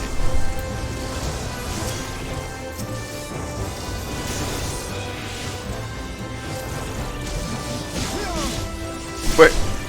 That's... Hold still.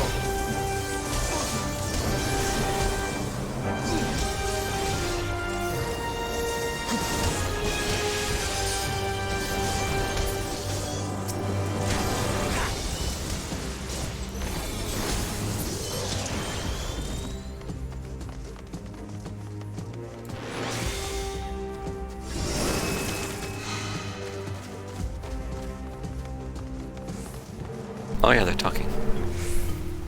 An invisibility spell removed, mayhap.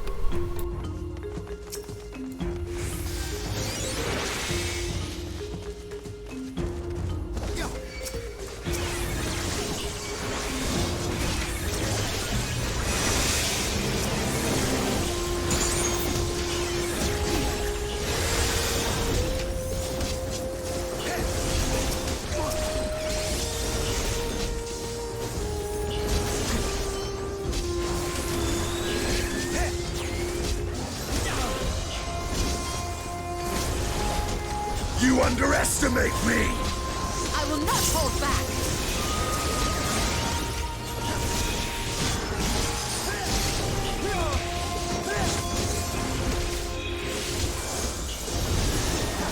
Does this Moorball just not have bad breath? Kinda lame ass Moorball doesn't have bad breath. Is that too complicated for a dungeon?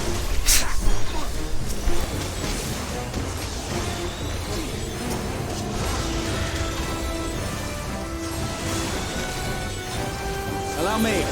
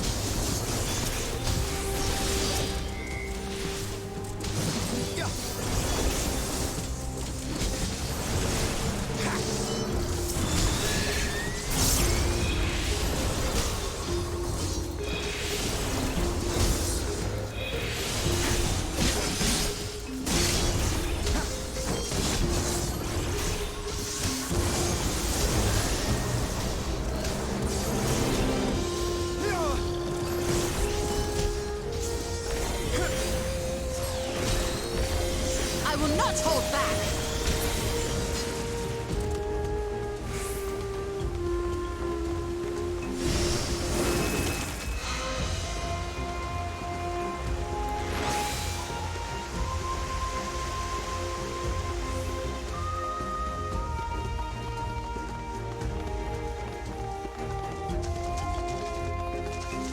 Ambu Jam.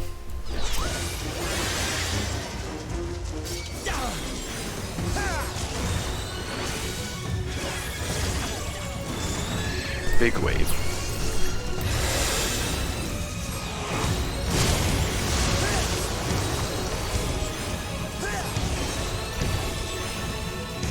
Tentacle David.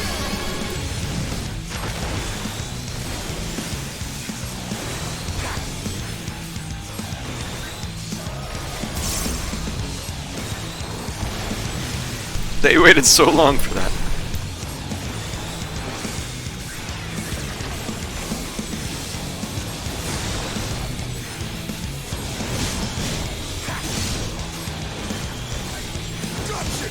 I will not hold back.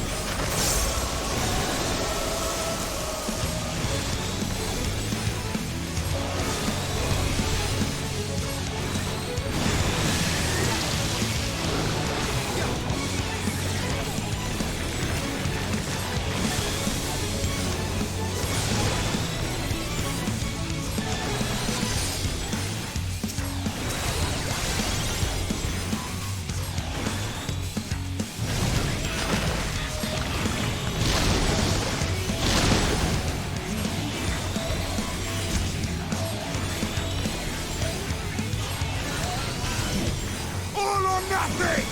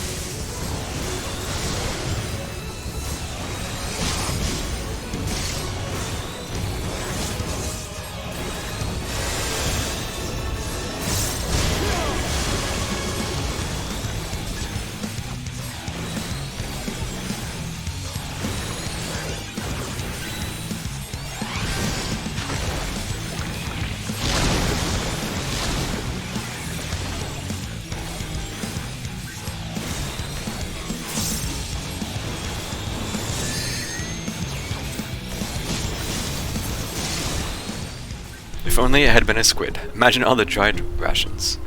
I'd rather not. Oh look, is that a teleporter?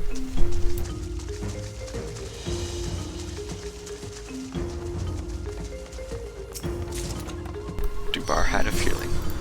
Oh my god, I can use hats again. Wow, what a hat.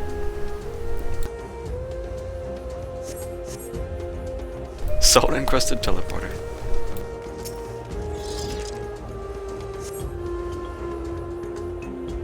Oh, we're going underwater. Oh shit.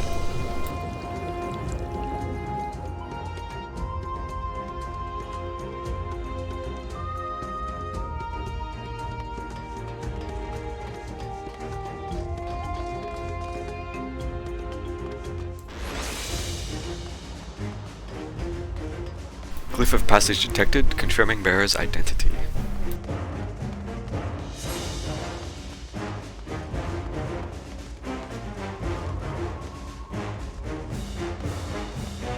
Then our map was no fake after all.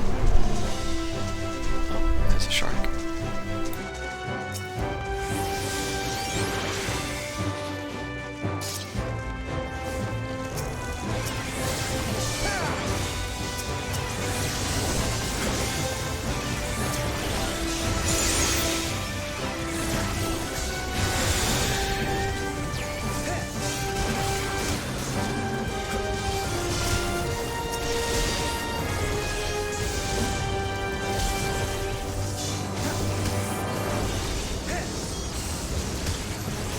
Flush.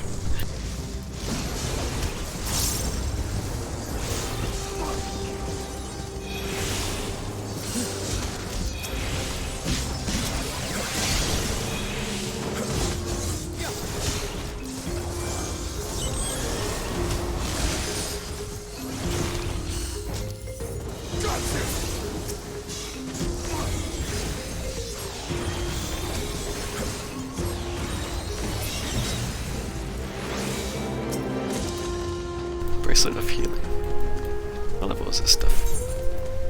575? Oh. I'm 580. Yeah. Oh. Unrecognized ethereal signature. Brazen thief, you will proceed no further. Reinforcements. We got a fish, we got a squid, and a manta ray.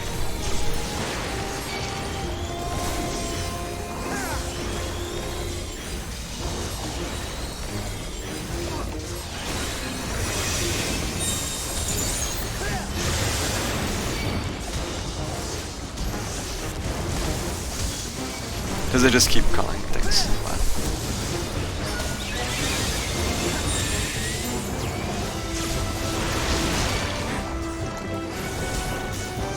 No, it stopped.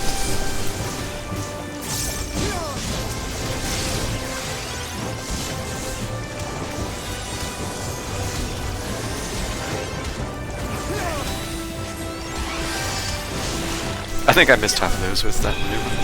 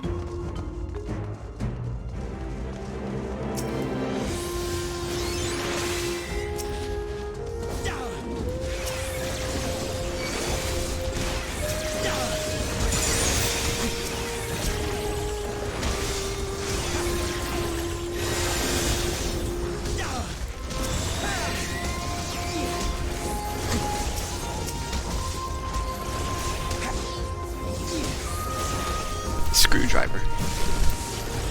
I will not hold back.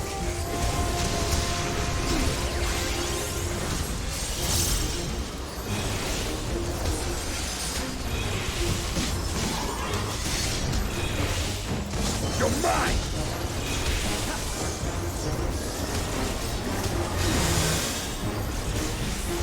Hold still.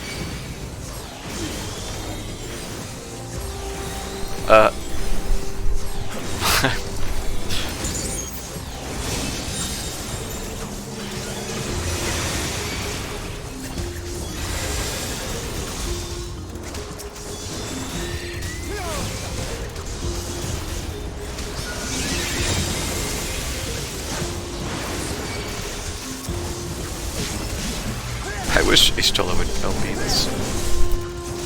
If Alize was here, she would do it.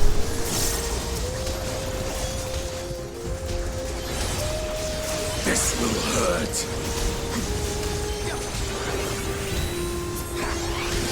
Hold still.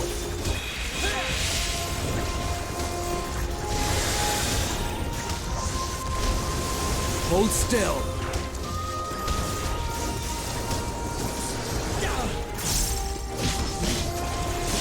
Hold still.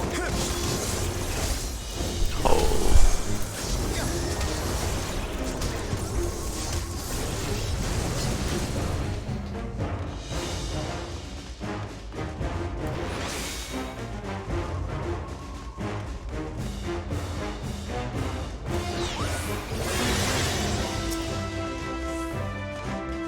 I will end this far. Now she does it. Turn back, treasure seeker, or this vault will be your tomb.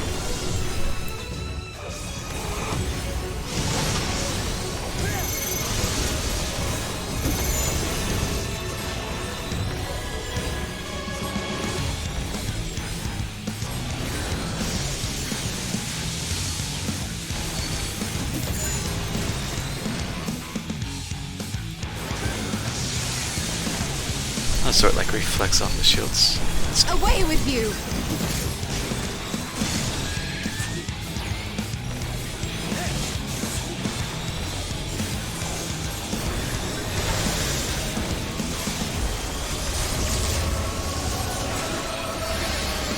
I will not hold back!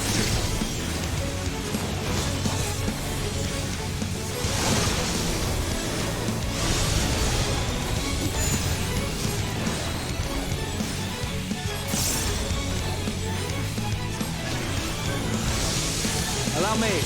That is tight.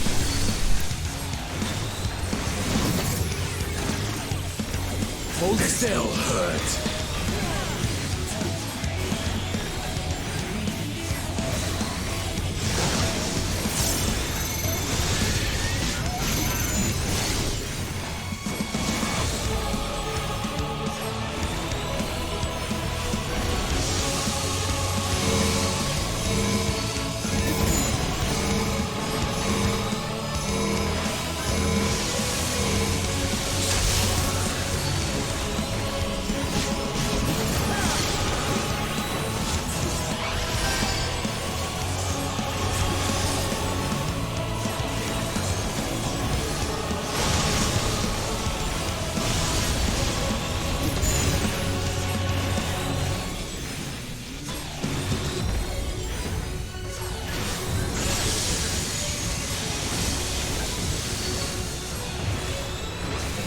Allow me.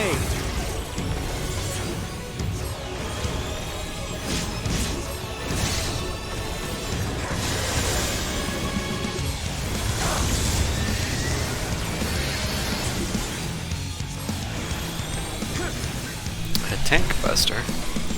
I see how much it does. Barely anything. Surprise.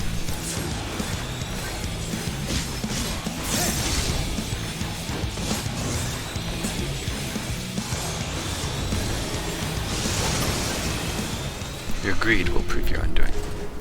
Another obstacle overcome. Now on to the next.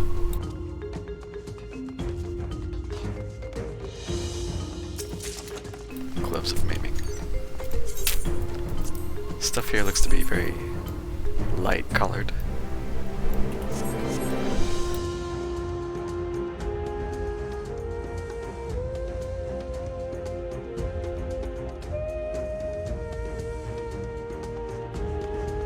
That's a big ass squid.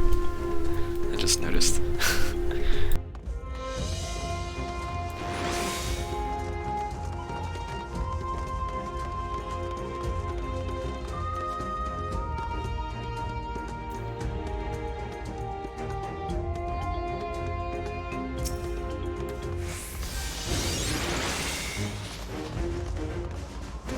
Alright, this should more than cover the price of the map.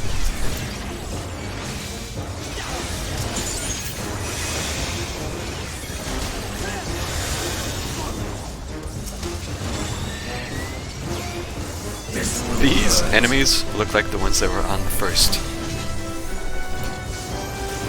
Like on an Amarang. But it could just... I could be overthinking it and it could just be reusing those assets. You underestimate me. I wonder if there's a connection. Allow me. Guys, shh. Shh. Tommy.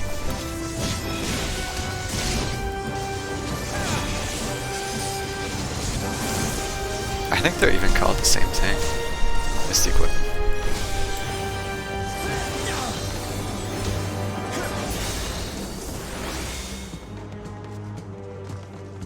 Damn. How much did you pay for it anyway? The map. Yep. Just gave him a big old bag of gil.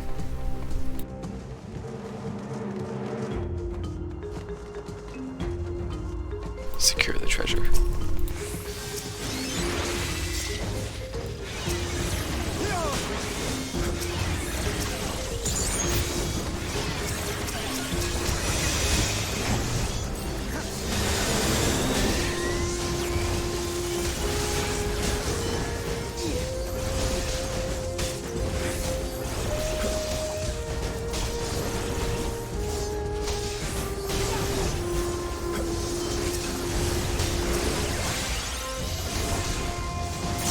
Earth Shatter.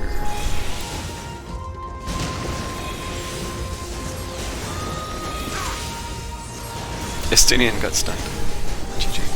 Oh, that's a long stun. Wow, what is this? Overwatch? Getting stunned by Earth Shatter.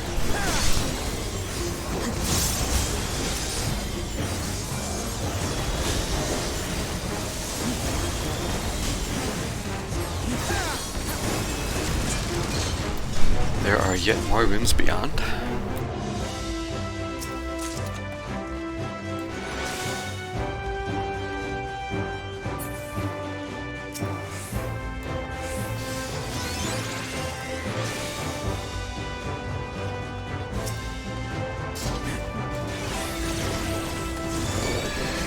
Mimics! Nice.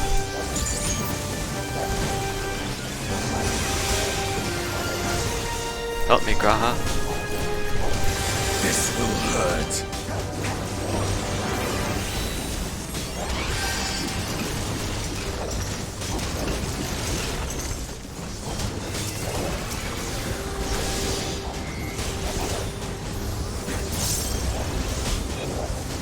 The mimics finally make it out of Palace of the Dead.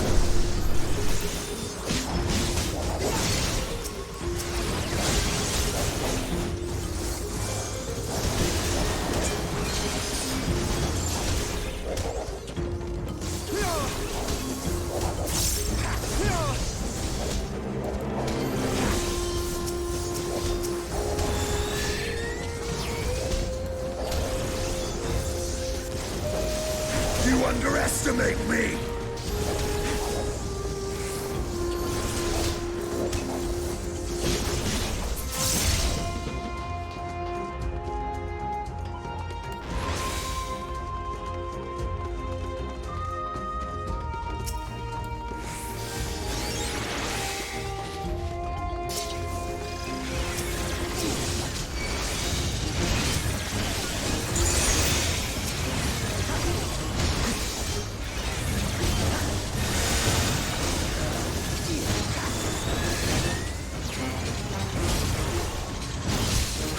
I guess I waited too long.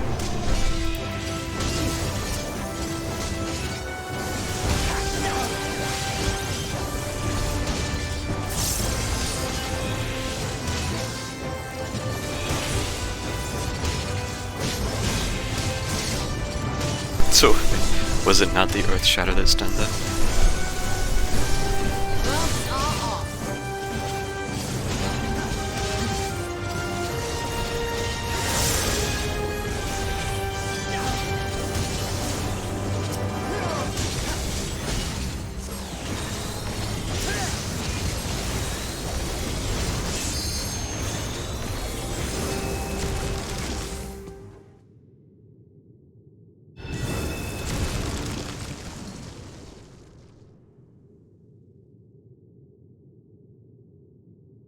Oh, this.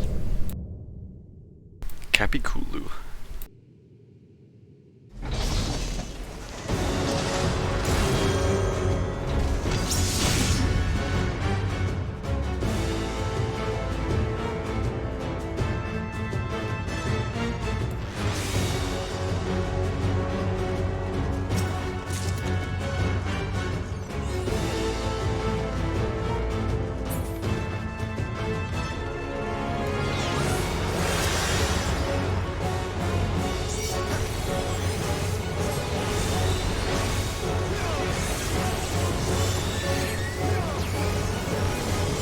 Wonder if the tiles on the floor have some meaning. Probably do.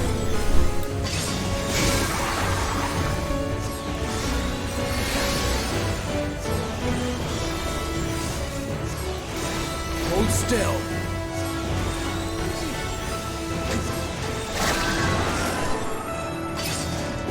Forced downtime. Wait, oh, this is...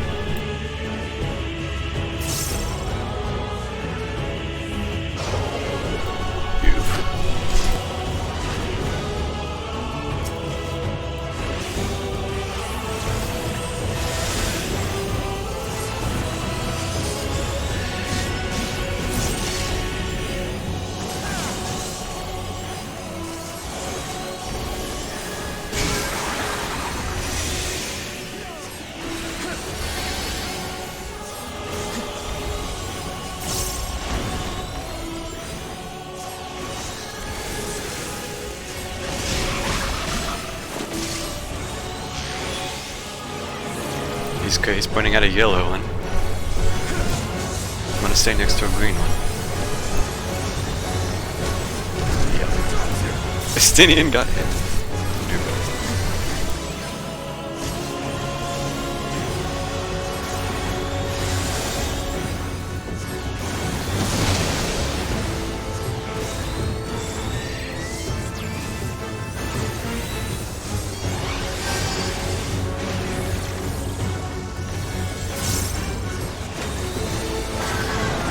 This isn't... The force downtime is...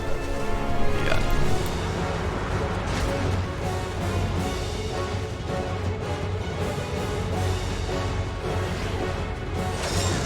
Okay, that hurts a lot. This is so long, bro.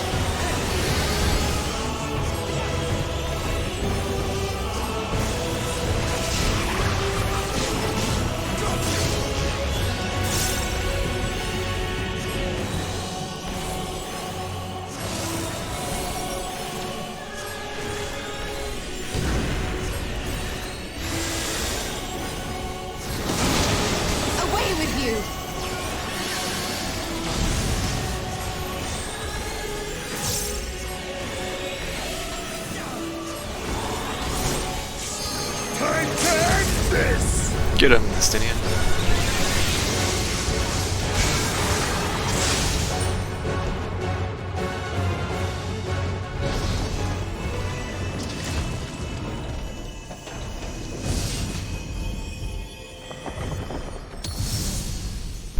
Hello, Skline.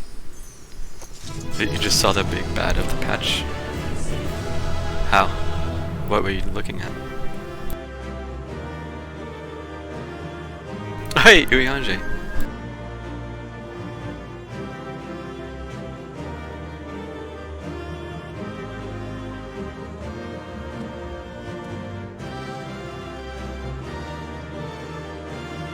Oh, you mean that? I thought you would. You phrased that as if you got spoiled by something. I forgot about that. A fitting sentinel. What is this place? A hidden room with a hidden vault. You found all the treasure. Well, I just finished the dungeon, so spoilers. Also, hi.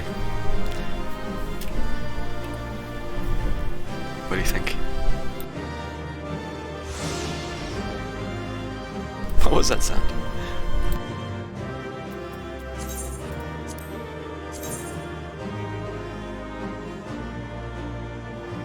Look, I have hats again. Pog.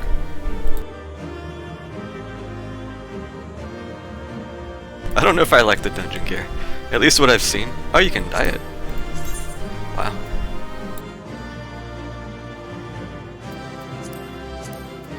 That's not normal.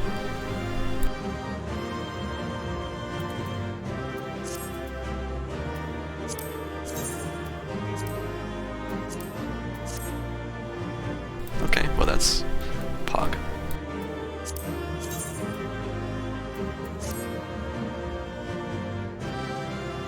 Did you say you look on fire because I'm a redhead? Is that the joke?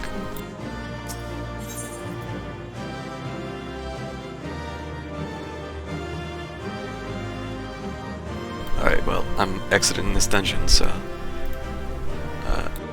you know what that means.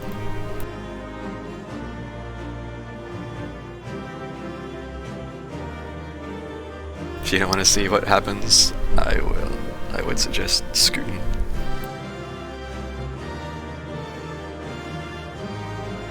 You haven't been watching. Oh. Okay, well. It's up to you, bro.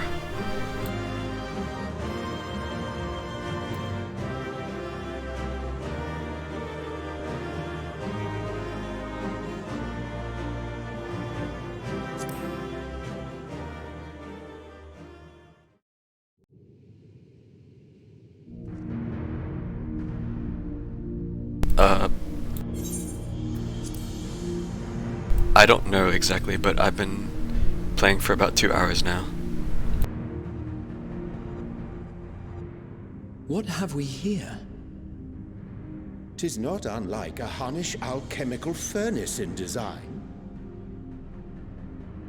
Well, there is one way we might find out. I don't have enough helmets now, dude.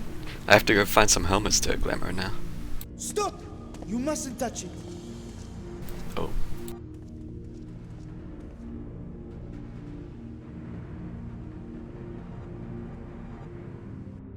Vritra!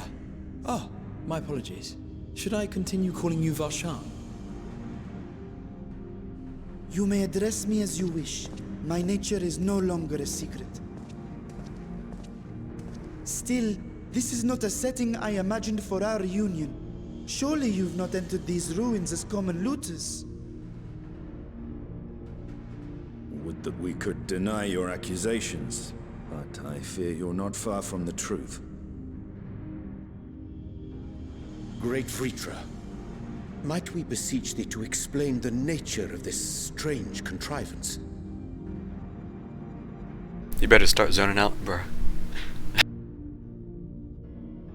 And yes, that's why I don't have that many helmets. It was crafted by our alchemists at my behest, for the purpose of sealing something away.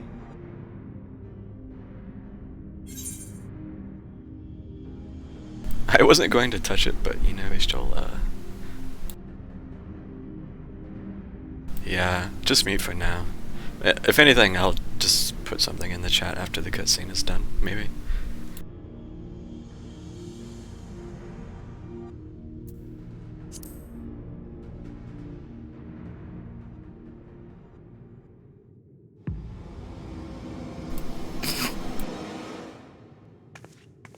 You and I will speak later.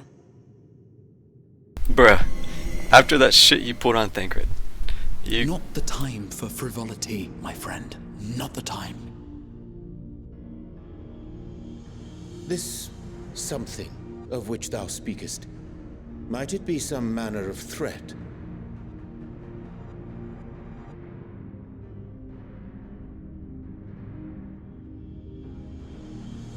Perhaps I should simply show you. Okay. I feel like this has got to be something to do with the 13th. Because also it showed Void sent Guy back.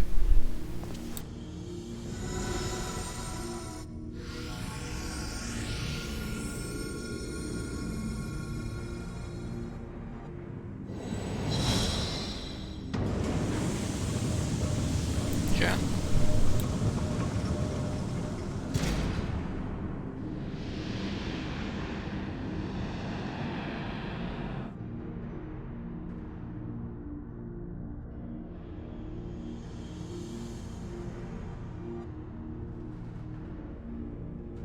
Her smile. She likes it. I have lifted the seal, if only for the moment, by an authority only I possess. A planar fissure? No, my friend. Small though it may be, this is a functioning gate into the void.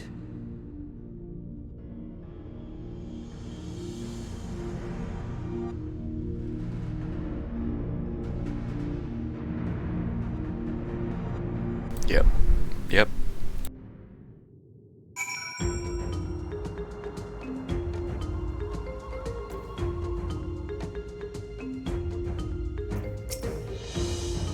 I came here in search of something that might further my research. I did not anticipate a fully functioning void gate. For real. Can such a tiny portal truly be so dangerous? Yeah. Even in this learned halls of Charlayan, 'tis forbidden to throw wide the gates to the abyss. The peril is far too great.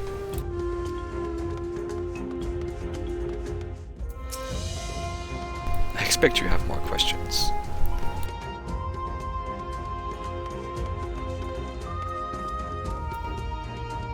I'm actually gonna go to the bathroom really quick. One sec.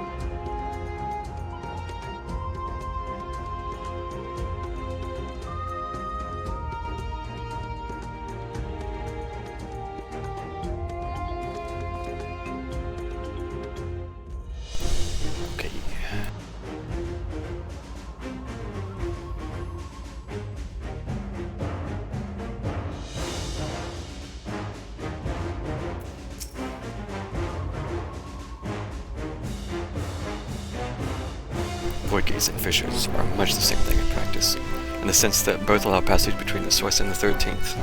Difference in terminology refers to the circumstance of their creation. A fissure is an incidental tear in the fabric between worlds, whereas a void gate is a product of deliberate action. I suspect this is the latter, judging by the elaborate mechanism put in place to control it. To think that our search for material riches would lead us to this priceless discovery. That swirling emptiness, it puts me in the mind of old friends, not to mention old foes.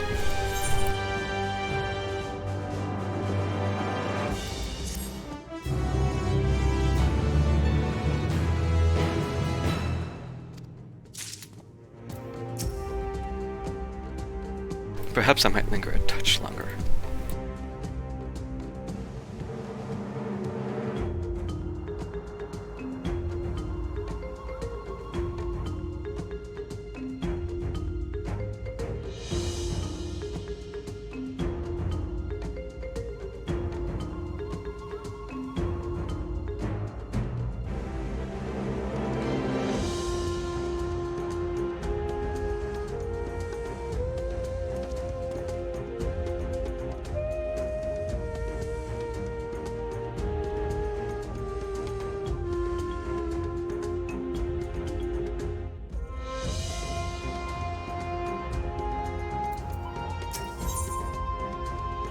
Stola is appraising the Void Gate with a scholarly eye.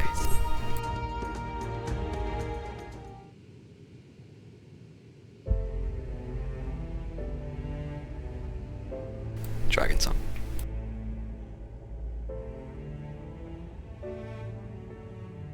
I must admit, I am deathly curious to know how a Void Gate came to be hidden in the depths of these ruins.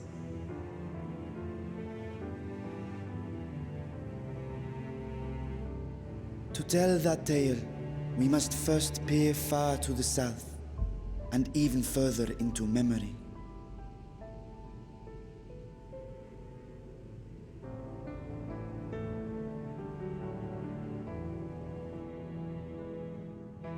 An age 5 millennia passed when the Algan Empire sent an invading force to the shores of Merasidia.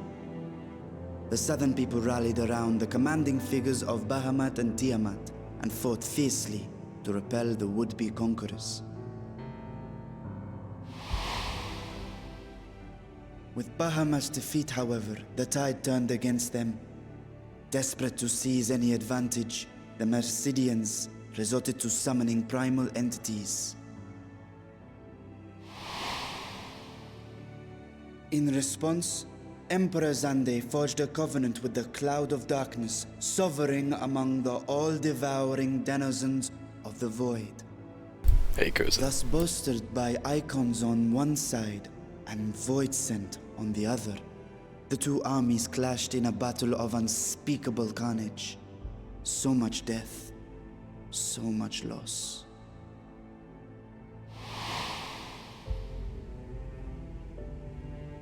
I consider myself well versed in that period of history, yet you speak as one who witnessed it happen. Indeed, I did. I heard Tiamat's roar of defiance and sped toward that war-torn land.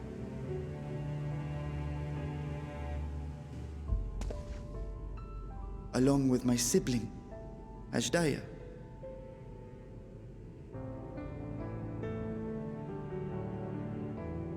We dragons are not male or female as men are wont to classify, but elder sister is the closest a mortal tongue can come to describing what she meant to me. Okay.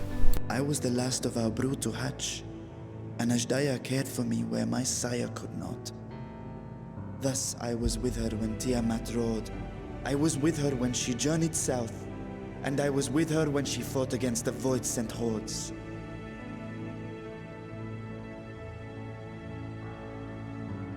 Yet no matter how many of their vile fiends we cast down, more rose from the abyss to take their place. Faced with an unwinnable war of attrition, Ashdaya risked her all on a final gamble. She plunged through the Void Gate itself to strike at the root of their strength. Oh. I tried to follow in her wake, determined to lend what aid I could. But even as I came upon Alag's glittering tower, I saw the rift close behind her. And Ashdaya has been lost to us ever since. Damn. I find I must retract my earlier claim of historical knowledge. Nowhere in the Crystal Tower's archives did I see mention of such noble sacrifice. That does not surprise me. To Allagan eyes, it must have seemed as if a lone dragon, driven to madness, simply dove through the gate and did not return. For my part, I spent long years searching for the means to reunite with Ashdaya. Until I could search no more. Until Alag was dust, and the art to open a void gate large enough to accommodate a dragon forever lost. Yet you have the beginnings of a gate right here, under the control of a harnessed device. My discovery came before Radzat was founded. Though I scoured the lands for a method to cross the rift, it was beneath the sea that I chanced to find a natural planar fissure. It was, however, far too narrow to admit a worm's bulk. Only after our city rose upon the rock, and I could enlist the aid of our talented alchemists, did matters take a favorable turn. Their dedication was beyond reproach. Tirelessly they worked to expand the fissure, and after decades of toil, it finally grew to a size that a child might pass through. Did he try, or... Clearly not yet, right? Not long ago, you told us that you called out to your kin, that Ashdaya's answer was silence. I suspect the conclusion to your tale is not a joyful one.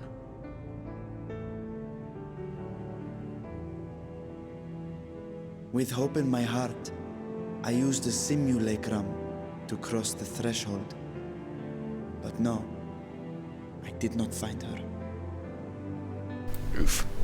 What I found was a host of voidsent, clamoring around the opening they had sensed. 'Twas but a moment, but enough.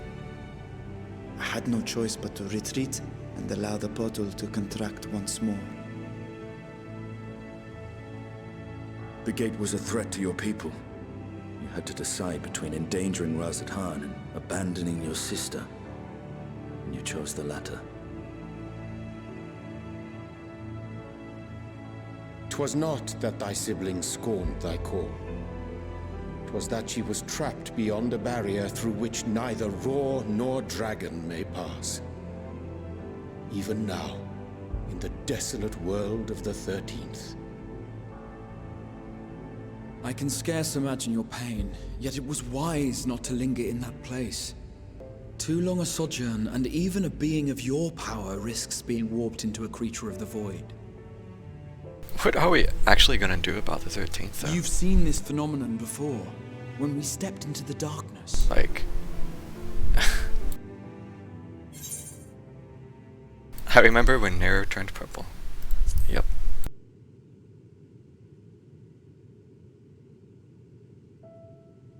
Turned purple?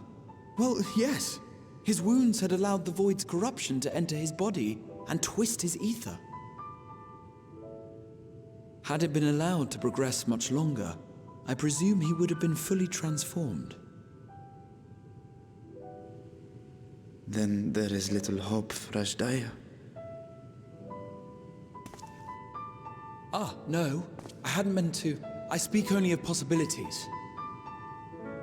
Ah, the music, though. The scales of the first brood are extraordinarily resistant to ethereal fluctuations. They are the protective talisman's core components after all, and even the corruption I described would struggle to overcome. Of course. With the warding scale in one's possession, one could conceivably survive a stay in the 13th without being warped by its energies.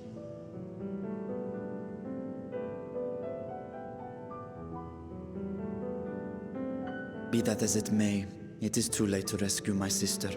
5,000 years too late.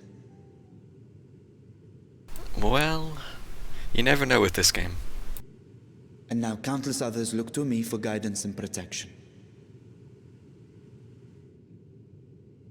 Hey, chair. I'm smack dab in the middle of MSQ right now. So when I sensed intruders in the ruins, I came only to ensure that the gate remained closed.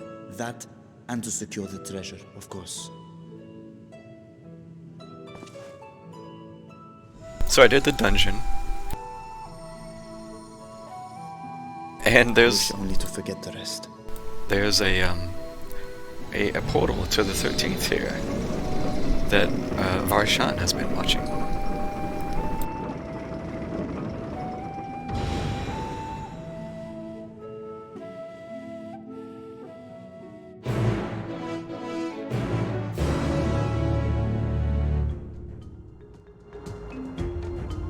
The first brood has been added to the codex. Aether has been added to the codex. So, they added this codex. Let me show you. Oh, wait.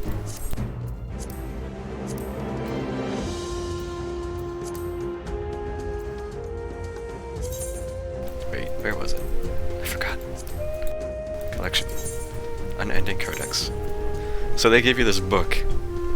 And just during the MSQ so far, it's given a ton of stuff to read about, like Tataru, Scions, Final Days, Estinian. Like, there's a ton of stuff to read now. Graha. I haven't actually even read all of it yet, because there's just so much. Cryo, Ishtola, Heidelin, The Reflections, Crystal Tower, Urianger, Fritra, The First Brood, Ether.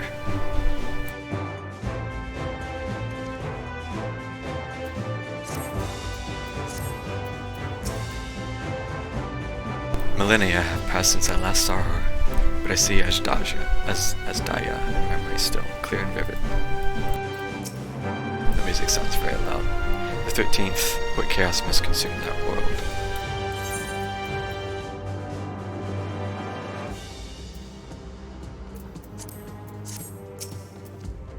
Reacher's grief for a lost sibling will be no mystery to Estinian. He hath been a life entwined with sorrow. His hath been a life entwined with sorrow, even before he became a host in Nidhogg's essence. I wondered how one of the first brood could simply vanish and leave no trace of her passage. Now I have my answer.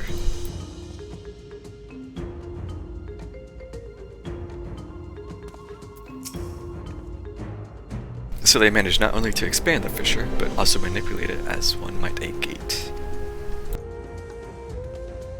Astonishing. Is there any chance I could learn more of how this feat was accomplished? I will tell you what I can. First, however, I must return to the High Crucible, and arrange to replace the Guardians you so handily destroyed. It will not do to leave the gate undefended. Ha, my apologies. We were perhaps a touch zealous in our rush to uncover the vault's secrets. If the constructs can be repaired, we would be happy to offer our assistance. That will not be necessary. Much as I retain spare vessels for myself, we keep duplicate guardians on hand for such eventualities. In any case, we should return to Radzatan.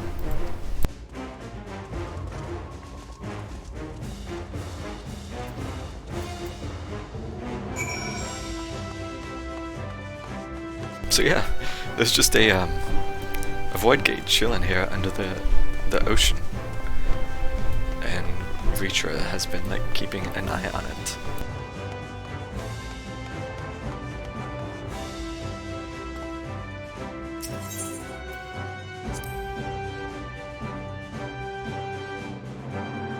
The dungeon was alright.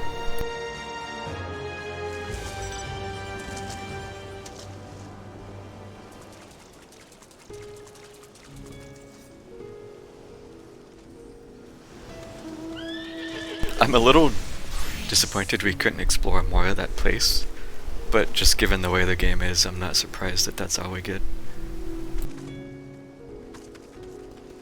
Because the game's not just gonna suddenly throw out a whole new zone for you to explore. As nice as that would be, they don't do stuff that crazy. So, okay. Back to Rods of Time.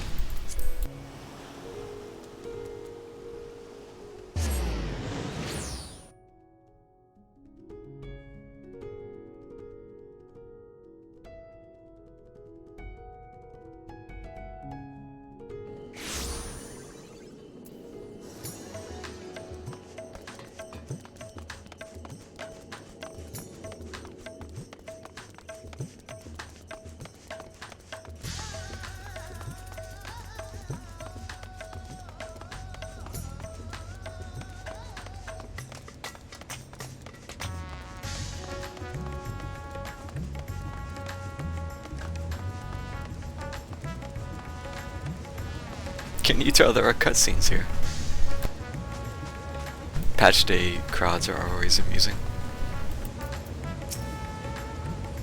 While I am loath to keep Kral waiting much longer, I cannot bring myself to leave before hearing more of Vitra's tale. 'Twas a most enjoyable expedition, for which I am grateful. As for mine evaluation, I shall impress upon the Loperids that a treasure vault is incomplete without daunting sentinels to test thy mettle of any would-be intruders.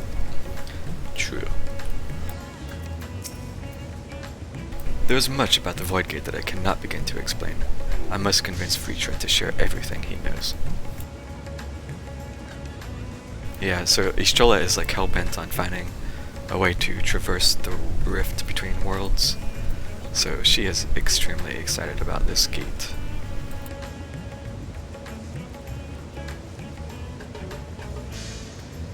Vitra speaks as if Asdaya is a lost cause, but I wager he feels differently in his heart of hearts.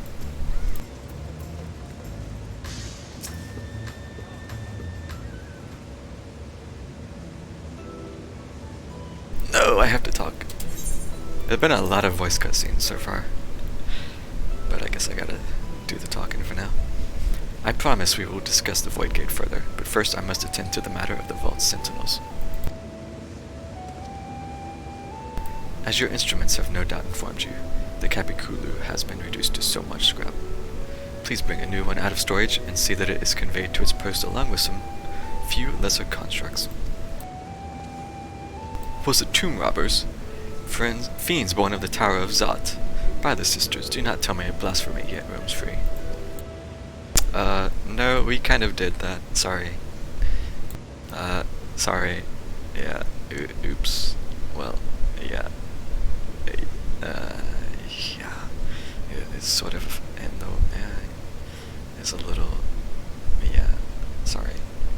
Oh my gosh, how long is this going to go? It's so awkward. Oh, we're sorry. Please forgive us. Why such guilty faces? Surely it wasn't you who were responsible for it. Oh. Well, the details aren't important. I shall see it done immediately.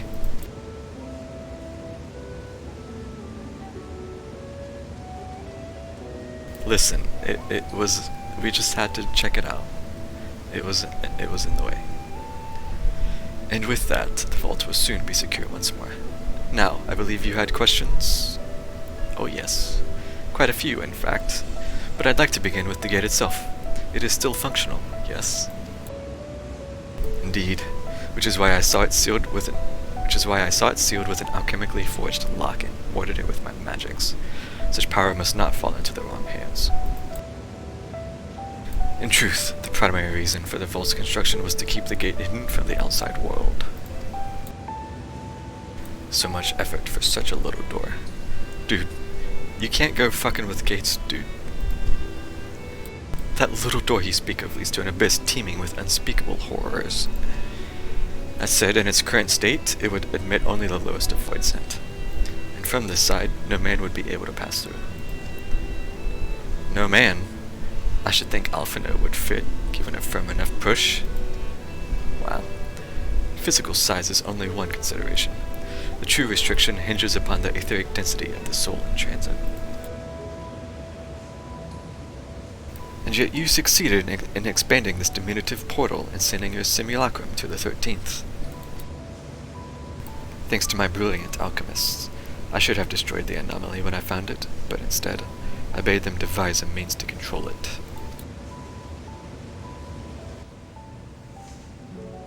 After much experimentation, they accomplished the impossible. A method was conceived by which my magics could manipulate the fissure and transform it into a serviceable gate. But the process has long since been forgotten. Once I had given up searching for Asdaya, there was no need to preserve such esoteric and dangerous knowledge. Thus has the gate lain dormant for years and counting.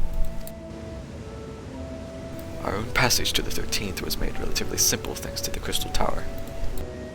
An ancient mechanism channeled the tower's vast stores of energy to open a void gate, when bound to a covenant made with the Cloud of Darkness. I'm trying to remember the details of this, it's been so long ago since I've done that.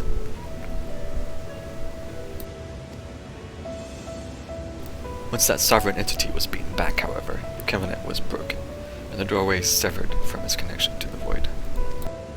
Theoretically, it should be possible to reconnect the gate by forging a new pact with another voidsent. Such deals usually end in betrayal and death. In any case, we should attempt to gain an understanding of the Bounty Gate. Mayhap you could resume the search for your sister. As I have already explained, I put those futile hopes to rest centuries ago. My place and my duty is here now. I had meant to ask, what prompted you to search for the vault in the first place? It was all Estinian's idea. To see if the legends were true. It was partially Estinian's idea, not all his idea. As you have seen, the fabulous wealth from the stories is quite real, if not its rumored origin. But I'm afraid I must assert a prior claim. I've been adding to that trove for years, little by little, but the time has come to spend it that I might alleviate my people's suffering. Then we are of one mind. We had no intention of taking it for ourselves. Isn't that right, my friend? Not. Ishtola is thinking. Your Excellency, would you object if I were to conduct a closer examination of the gate? I will make no attempt to open it, of course. I owe you and yours a debt that can never be repaid. Whatever boon you ask of me, you shall have it. You are most gracious. I shall take full advantage of your permission. Would that I could join thee in thy study, but the Loperites will be anxious to receive my report. I beg my leave of you. I cannot do a good Urianji accent. His voice is too different. And I must be off to Charlayan as well. Mistress Kryl was eager to speak with you about that request, so please come back to the annex as soon as you are able. Farewell for now.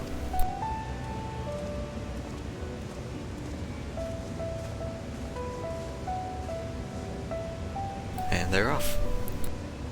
We can discuss my findings once I return. You'll not be rid of me so easily. So is she just gonna spend like the next patch checking this gate out like she was with a Niter back in Shadowbringers? Oh, we may now undertake the chronicles of a new EraQuest series, Myths of the Realm. Speak with a fresh-faced student at the Baldician Annex to accept the first quest. 24-man hype? I hope you enjoyed the expedition, at least. Otherwise it was a heavy purse to pay for the minions. Otherwise it was a heavy purse to pay for a treasure map leading to a treasure we couldn't keep. The difficult part in all this will be deciding how best to put those riches to use. Will you lend me your assistance in these deliberations? Of course. I'm not going to apologize for breaking this stuff. Thank you. Anselm and I are in this together. I will follow his example. A brother's grief.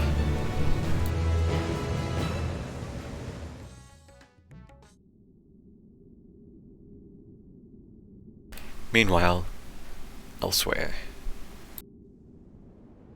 I'm guessing back on the 13th.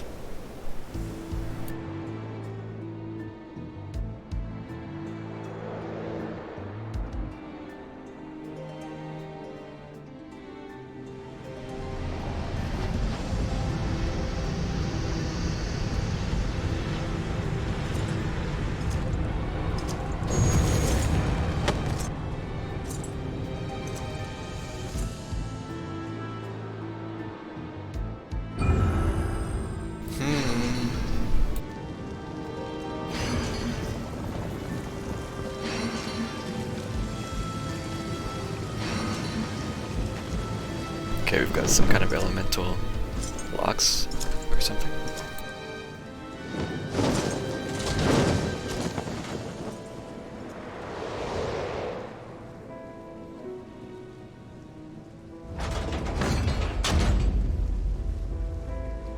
I like the armor.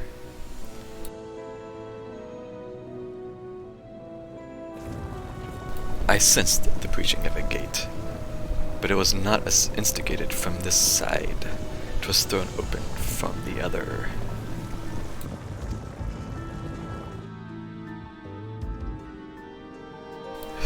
I too felt it. A rare occurrence, yes, but such a tiny portal is beneath our notice. There are more pressing matters at hand. An opportunity is upon us, the coming of which we have waited for nigh on 10,000 years. We dare not let it slip our grasp.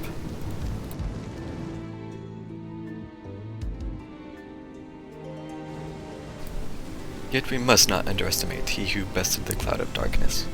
Even restrained by a covenant, the cloud was no feeble wisp to be dispersed by some flesh and blood mortal. Bah, let him come. I will drown the world and watch this fleshling gasp for breath in his final moments.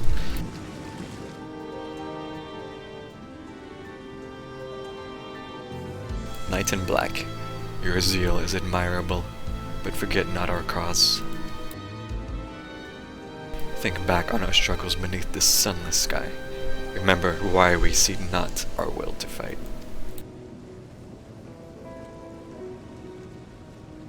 'Tis time we sent the war in motion, and when redemption for our star. To be continued.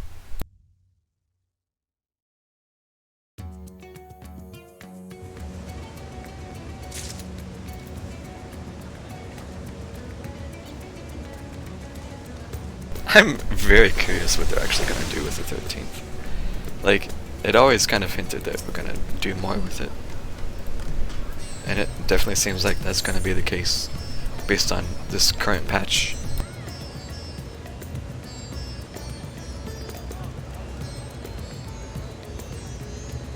Oh. Upload, please. Upload, please. Just be normal, please.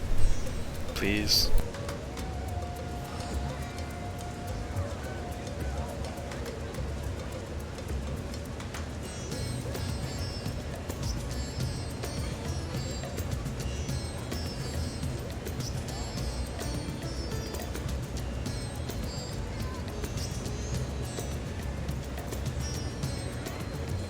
Varshan wishes to discuss the distribution of the treasure.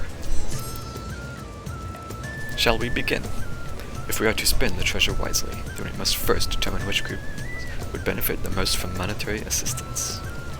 Some of my citizens may find it intimidating to speak with the satrap directly, so I would ask that you act in my stead. Anselm, you are to visit Akieli and... I don't like this name. Yedlimad. Speak with Matsia and his people and listen to their grievances. There are so many hard to pronounce names in this place. Vestinian, I bid you do the same at Pelika's stand. I will be conducting my own inquiries at the Gaian grounds. Once you believe you have ascertained the needs of the populace, we can reconvene at Megaduda.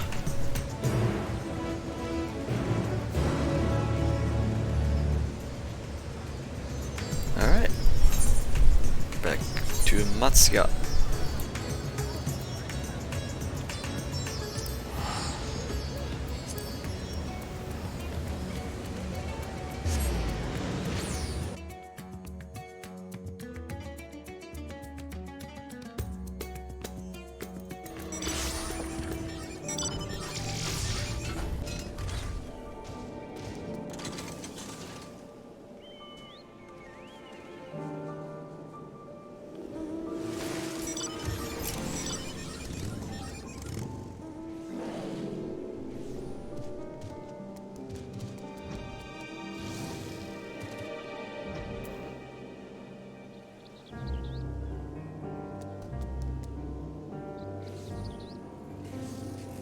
Whoever early pulled, not cool man.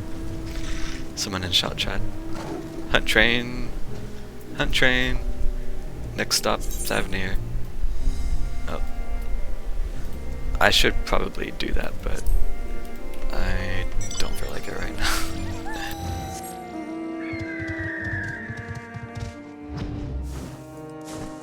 I don't feel like just joining a party and just doing like a hunt. But I should probably get back on doing some hunt trains at some point.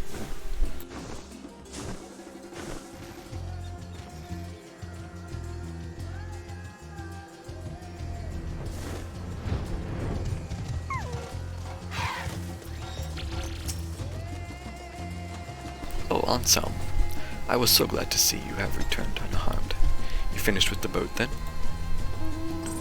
This is a 200-person train. You can wait. Some things never change. Trying to... Oh, this person is Tataru.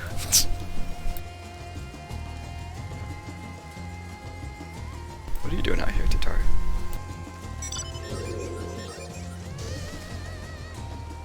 Anything the village desperately needs. Well, I suppose Kazal's loss hit us the hardest. I've been trying to find buyers for my fish, but although I sell a few here and there, it's so much more difficult than it was before. Everyone's still struggling to rebuild their lives. For now, we're just banding together as best we can.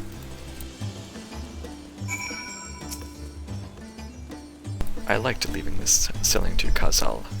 I could just catch the fish and not have to talk to people into eating them. How many fish did you sell, chat? If anybody's still listening. Way back at the start of Endwalker, I sold 2 fish and failed 1.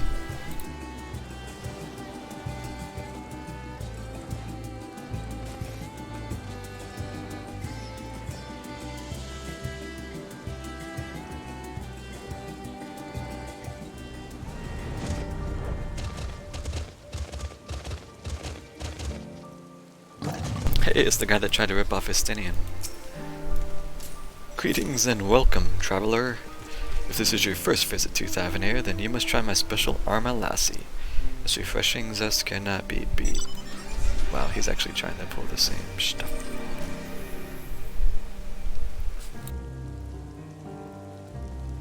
What could such a wonder cost, you wonder? Normally I part with 3 bottles for the generous price of 19,800 gil. But for you, I'm willing to go as low as even 10,000. You'd be practically stealing from me. I am not Estinian.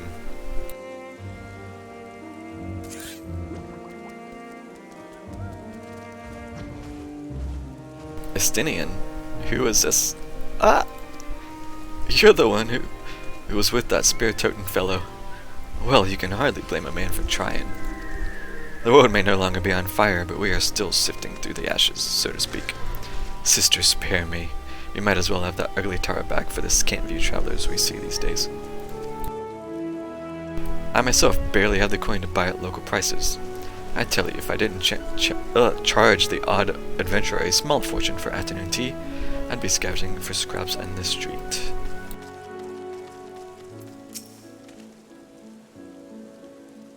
Are you sure you wouldn't care for a slightly overpriced lassie? Sorry, bro.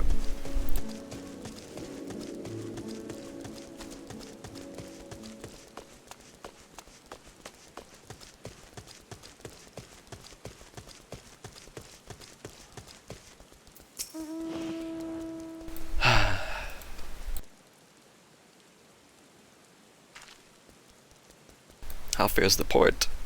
Well, it's in shambles, isn't it? Trade routes are open once more, and that the danger has passed, certainly. But no small number of merchants have had to sell their ships to make ends meet in the short term. Add to that the sailors we lost in the final days, and it's little wonder the flow of exports is no more than a pitiful trickle. If Khazal and his consortium were still with us, I'm sure he'd have found a way to turn our fortunes around. Now that was a man who was good, who got things done. Gods rest his soul. Spoken with key local figures.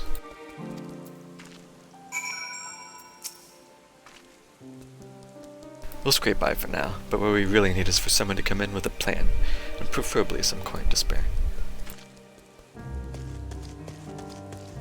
Yep. Okay. Back we go.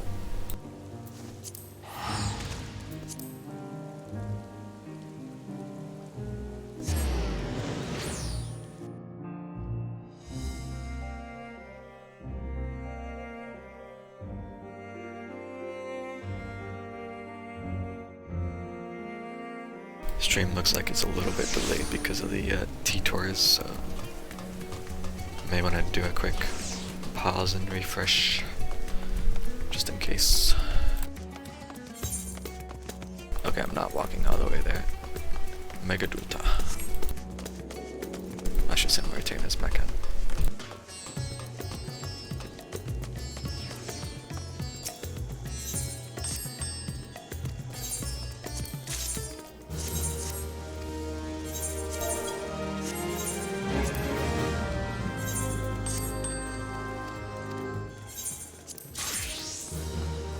Okay.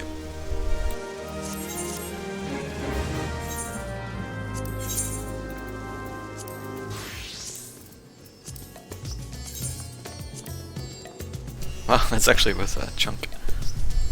Damn. Also, I can amusingly wear it now. Wow. What an outfit.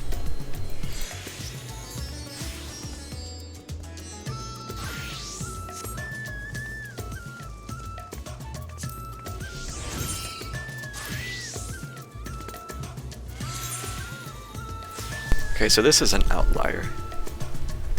I'm just gonna put it up for 4s. It's not high quality, but that shouldn't matter for a glamour item, but to some people it does for some reason.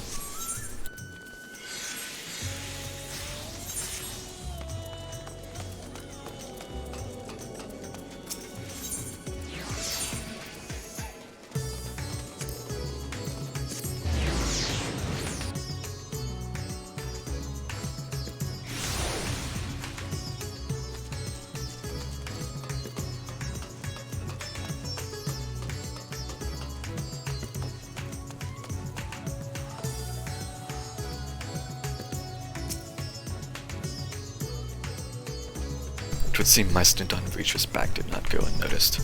I couldn't take 2 steps before another Thavnarian was thanking me profusely for saving their home. Nice.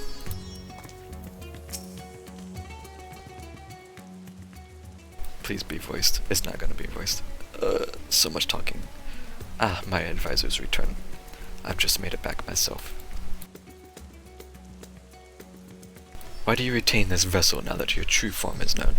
You could have flown across the island in a fraction of the time. Be that as it may, the sight of a massive creature descending from the sky can be startling, to say the least. And there are a few places I can enter comfortably without the risk of flattening some cart or stall. Fair enough. As for my inquiries, the people of Pelika's stand were unanimous in their reply. They are surviving. Resources were stretched to the limit when refugees were pouring in, but they persevered with some assistance from Idlimad. From what I understand, they have always been an independent community, hunters and foragers and the like, and I was assured that the jungle provides for their needs, for the most part. bleak as stand has weathered the disaster before, better than most it seems. I myself heard good news and bad. The quarrymen were cautiously optimistic, having just sold a full wagon of giant skull to a foreign trader. Such visitors are few and far between. Compared to our best years, the weight of stone leaving Thavnir has been light indeed. Our nation is small and isolated, its prosperity dependent on a steady stream of exports. We must identify any obstacles to the flow of trade so we may begin working to remove them. Tell me, what did you learn in Achiali and Yerdemad? They need some money and a plan. That's what someone said. I see. Without a dedicated buyer, the average fisherman must struggle to offload his daily catch. Which is why I believe we should first address the lack of ships and shortage of able-bodied sailors in Yerdemad. I am reminded of a child I spied as I made my way back to the palace. His father lost at sea when the beast sunk their vessel. So many variations of the same tragic fate, repeated over and over. So many lives lost. Satch.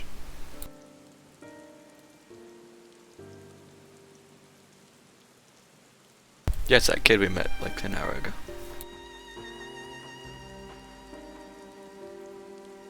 Enough grief to drown in if we let ourselves be overcome. But we will not. Anselm, Estinian, I will consider the perspectives you've brought me and devise a plan to help my people confront this adversity. Come, I would like you to be in attendance when I announce the proposal to my assembled functionaries.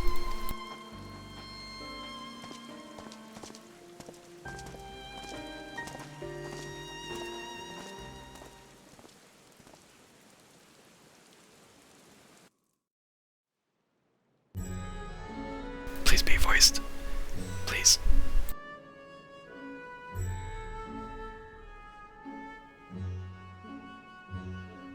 I thank you for your attendance.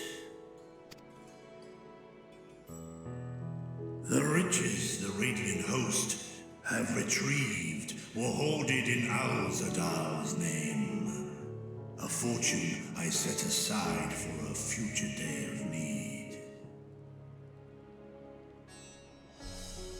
And lo, that day hath come. May it aid our wounded city in reclaiming its vibrancy and vigor. In better times, I would leave such a task to our capable Ahawan. God's rest his soul. Finding myself bereft of his counsel in the here and now, I will assume the responsibilities of mine office directly. Firstly, the treasure shall be sold for more convenient currency. Thence, invested into the trading port of Yedlamad. Our merchants must have their operations restored, their ships rebuilt. Commerce must flow once more. None were spared the tragedy of the final days. Of this, I am well aware. But an absence was created by the loss of Kalzar's consortium.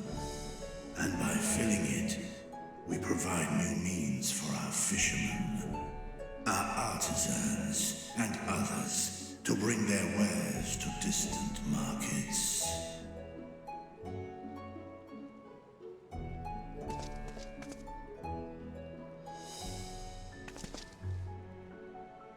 And what of the children who were left without family to care for them?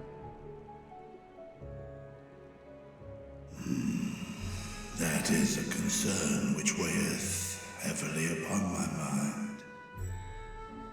A simple gift of coin will soon be exhausted, leaving these young souls adrift on the fringes of our society. Nay, A proper solution is needed, one which doth guarantee their welfare for years to come. Thou hast surely seen how other nations rise to meet this challenge, adventurer. What dost thou deem the wisest? Well, we've come across a few orphanages now.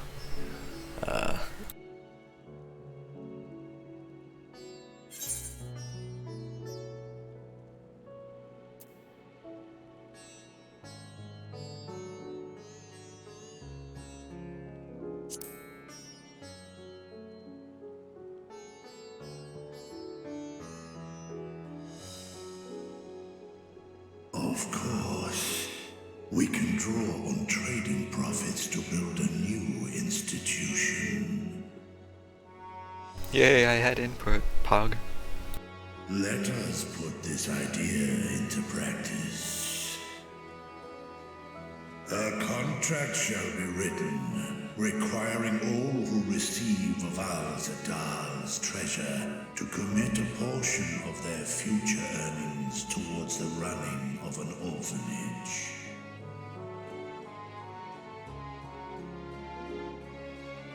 Now, such an influential policy is deserving of a worthy name.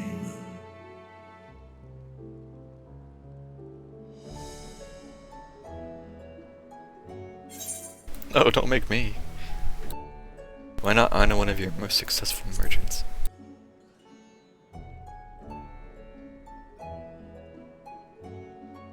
A successful merchant? I believe I see thy reasoning. Kalzal should be remembered, not as the blasphemy which terrorized Thavne, but as a hard-working and generous man who brought much wealth to our shores. Do any among you object to this proposition? Many here lost loved ones to the beasts. In that time of strife, any one of us could have broken. Any one of us may have been taken by despair. When I think of Kalzal, I feel no hatred. Only a stinging regret that we could not save him as well. For some reason that voice... Isn't that right, men? Sounds very strange to me. I wasn't expecting that.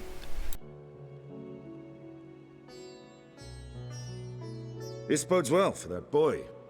Mirad, was it? Perhaps he can cut ties with that shady peddler.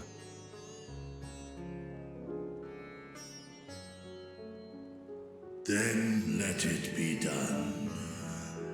Henceforth, this initiative shall be known as the Kalzal Foundation. Nabdeen, thou art to assemble a patrol and ensure that no child in this city liveth in squalor.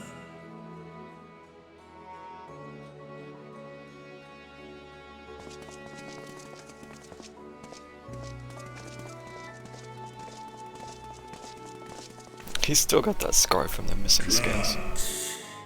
See to the management of our funds and make haste.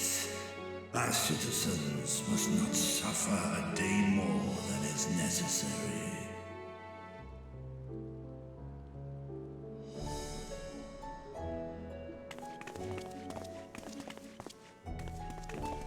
Dragon and man, side by side in pursuit of a brighter morrow. I'm reminded of Ishgard. Nod.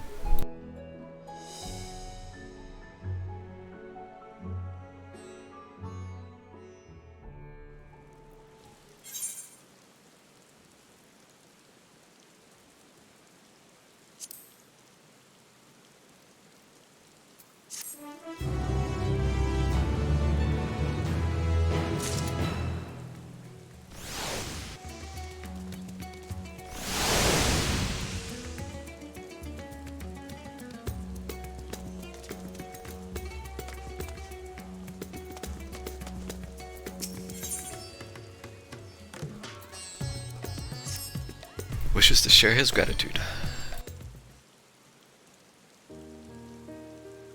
Thank you for putting forth Kazal's name. Those whose lives he enriched will take comfort in seeing... No, Those whose lives he enriched will take comfort in seeing his legacy honored. You will forgive me for not speaking sooner, but I bear a message from Archon Y'shtola. She asks that you meet her at the High Crucible at your earliest convenience. Understood, thank you. Y'shtola must have finished her study of the Void Gate. Wow, so fast. It's barely been 20 minutes. Shall we hear what she has to say then? I will go with you.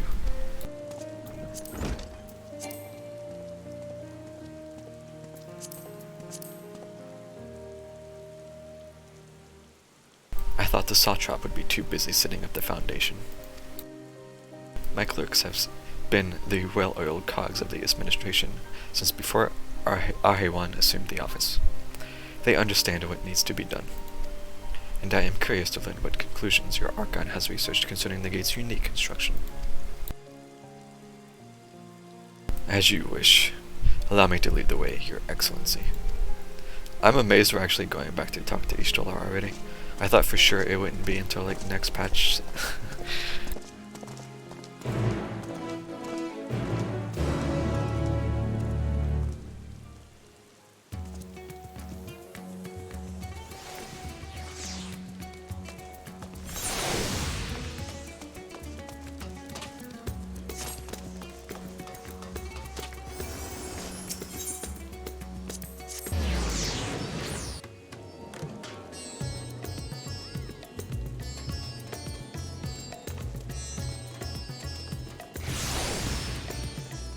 The loading times are actually a little slow, just because there are so many peeps running around. Not that I'm complaining, it's just funny. I don't see that too often.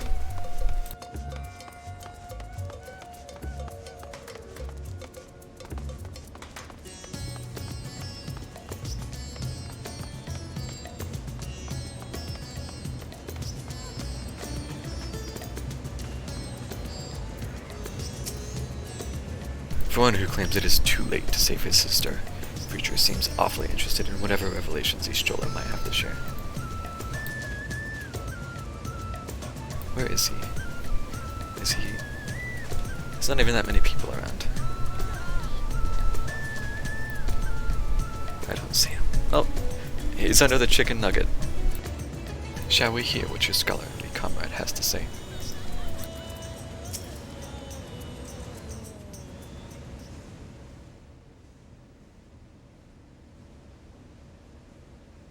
Right, here we all are.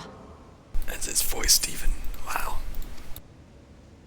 You discovered something new. I took a closer look at that device. I was able to determine how it keeps the Void Gate sealed, but not how it might instead be employed to expand the opening. For that, I would need to reference the technique developed by Vritra's alchemists, no records of which appear to have survived the intervening years. Well, he'll just have to tell us. So why have you sent for us? Have you learned aught of value or not? This like enough of your cryptic shit. Patience, good sir. One must introduce the subject before launching into specifics.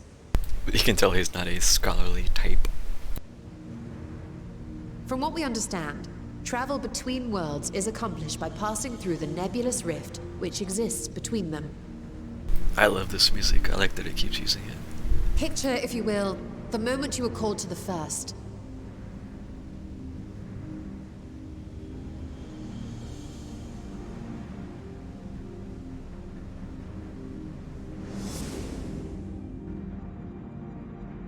You touched a focus of some kind to help the Exarch pinpoint your location. His summoning spell then channeled the energies of the Crystal Tower to begin your journey to his world. Yeah, that cog. The magics tore a hole in the wall separating source and shard, and cast you into the intervening nothingness. In that place, the laws of nature hold no sway.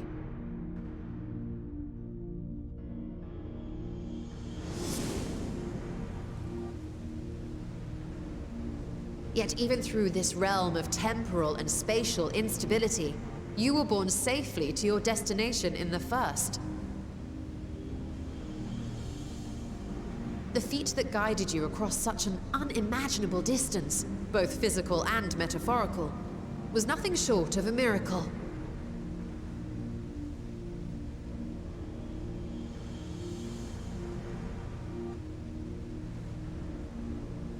Then what of the many void scent found in the source? Who guides them here, and how? An excellent question. Though there are several methods by which the Void's denizens might intrude upon our world, the rituals of summoning are the most typical. For example, let us consider the Gargoyle, a creature of middling power.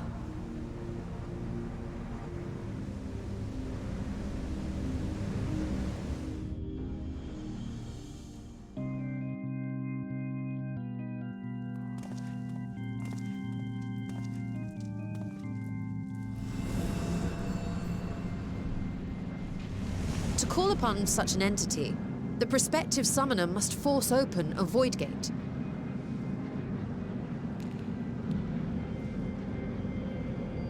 The portal lasts but a moment and is relatively small, allowing only an imp or other lesser being to squeeze through with their physical body intact.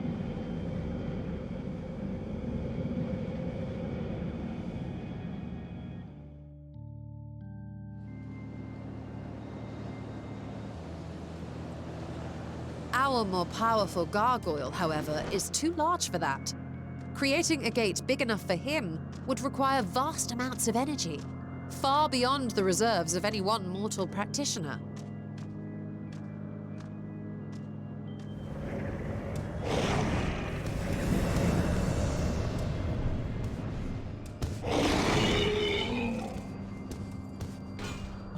Instead, 'tis far more common to bring over only the entity's soul.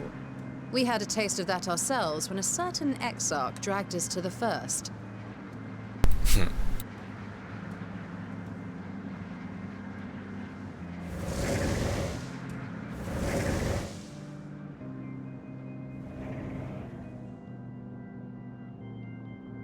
And just as our bodies remained in our world, the Void Scent's physical form is left behind in the 13th.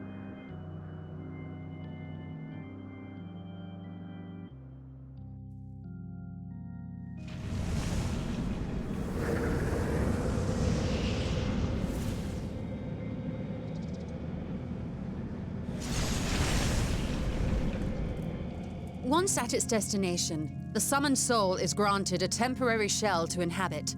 In the gargoyle's case, a stone effigy has proven a suitable vessel.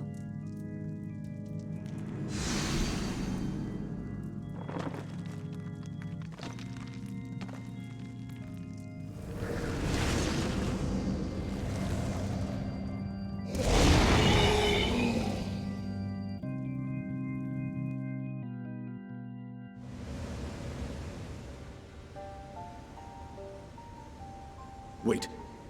You said that void scent must be called here deliberately by someone in the source, reeled in like a fisherman with his catch. Exactly.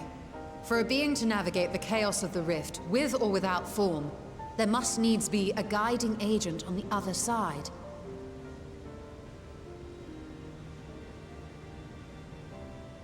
When the hordes poured forth from Alag's Great Gate, it was the technologists who drew them through. Though to my knowledge, planar fissures are in essence natural passages between our world and the void, which require no such guidance to traverse. Why is only the boundary between the source and the 13th so fragile? So much so that it often tears open of its own accord. I believe solving that mystery is key to understanding travel between the source and its reflections. And how do you intend to get your answers? No. The danger is too great.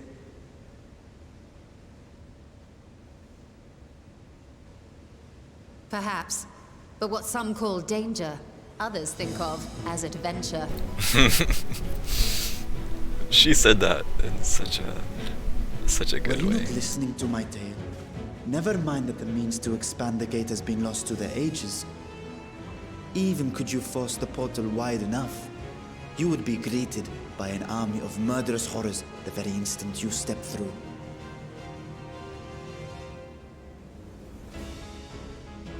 I assure you I was most attentive. And I agree that to go alone would be certain death. But if I were to bring along one who has already braved the 13th and humbled the Cloud of Darkness, well, I imagine my chances would be much improved.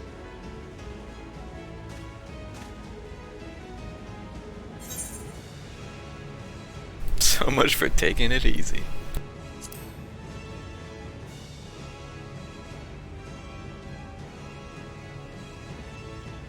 Since when were you one for the quiet life? I have IRL for that. Once again, I put my life in your ever-reliable hands. That said, as much as I would like to march straight back to the Void Gate, there is the small matter of being unable to open it without the Satrap's personal authority.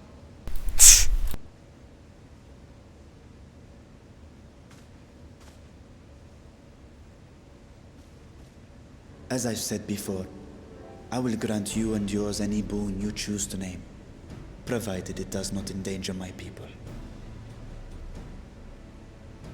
You have my word that we will take every precaution. Not a single void scent will be allowed to threaten Radzat-Han, assuming we manage to expand the portal in the first place. You have a plan. Actually, I had hoped you might help us with that. I presume the alchemists you retained supplied you with some explanation of their methodology. That they did. House Daimir was overseeing the project. Daimir. Ah, yes. The family associated with the great work.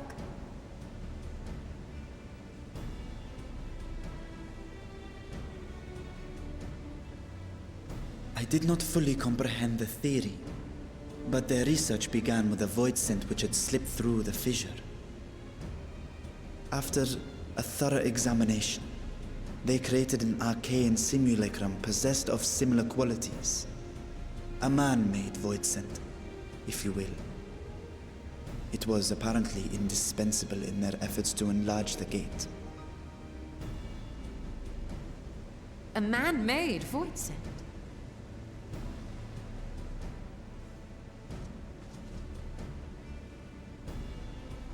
Yes. Being great admirers of the Archons, House Daimir submitted detailed notes to Charlene's official committee. They expected praise and accolades for their simulacrum, and were thus devastated to be informed that their work had been classified as prohibited material.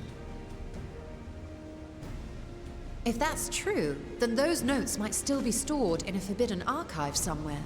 Not Google, of course, since that library had yet to be built. Which leaves us with...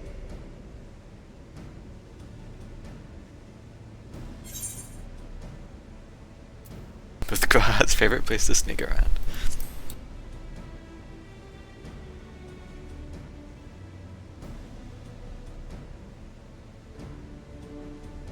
Indeed. Numenon's restricted stacks may very well hold a copy. In which case, I say we head directly to Charlene.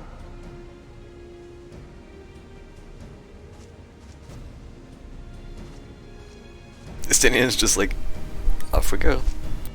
Unless you anticipate needing help to reach the high shelves, I see myself being of little use. Go on ahead. I still need to find Mirad and tell him about the Khalzal Foundation. Mirad. Okay.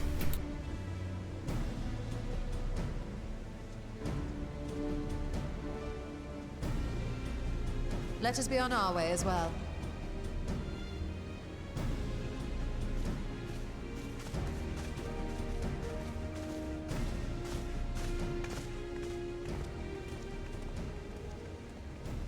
They are resolved to venture into the void. Do I sit idly by?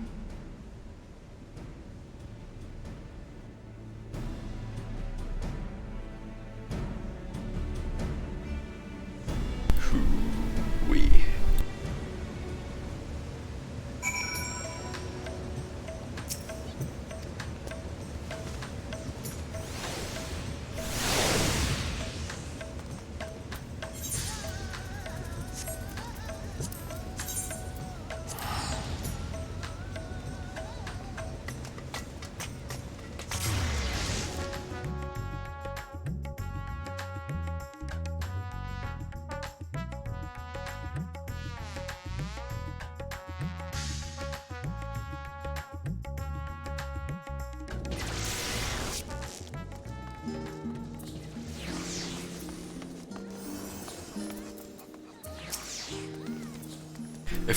If we're to enter the Numenon's restricted archives with a minimum of fuss, then we must secure the permission of the Forum.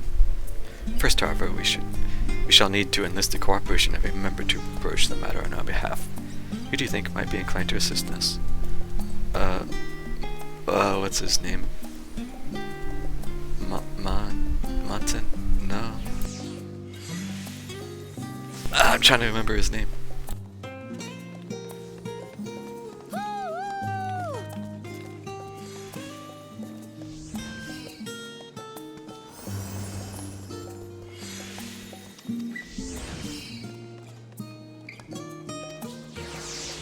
Montashane.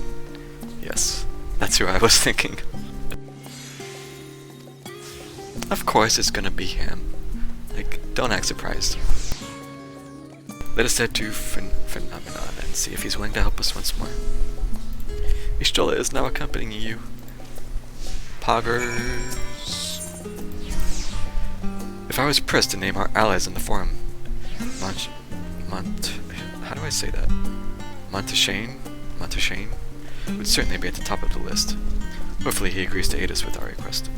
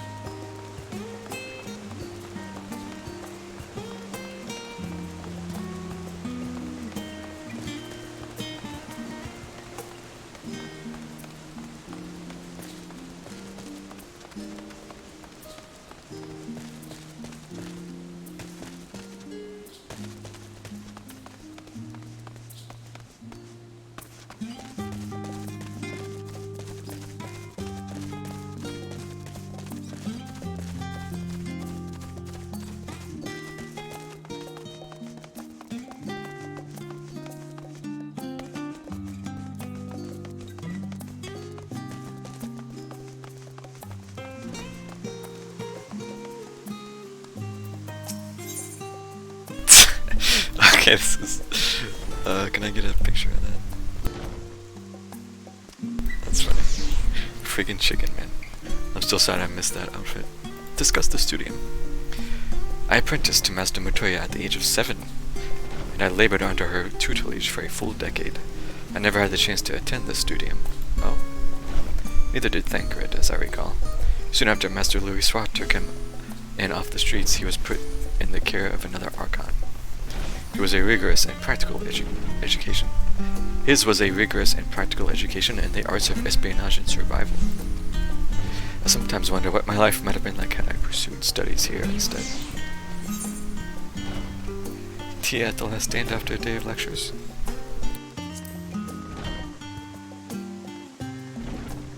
Oh, that does sound lovely. Afternoons with friends spent sipping tea and debating theories. Still, I wouldn't give up my time with Master Montoya for the world. The dank cave I studied in was about as far from the bright, airy horrors of academia as one could get, but it was a wondrous, magical childhood, nonetheless.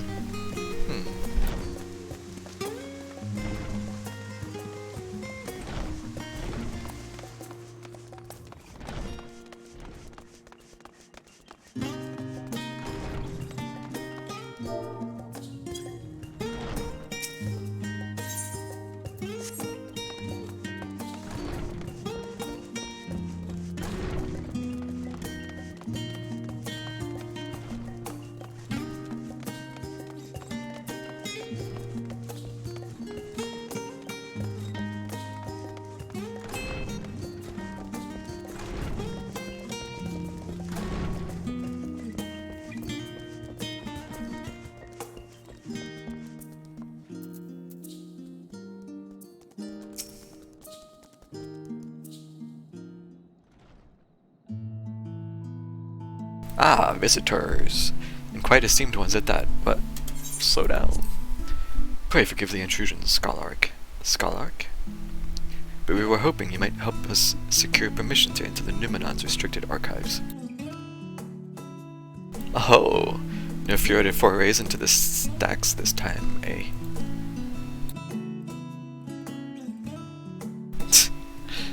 I applaud this newfound sense of propriety. Yet in all this wide world of comparative serenity, what so compels you to disturb a vault of forbidden wisdom? It's so wordy. Well, we kind of need to enter the void. Yeah, it's a whole thing. So fascinating. I had no idea such a technique existed. I would have been surprised if you had. If my assumption is correct, then the research left behind by House de Mere has lain dormant in Charlane's archives for many centuries.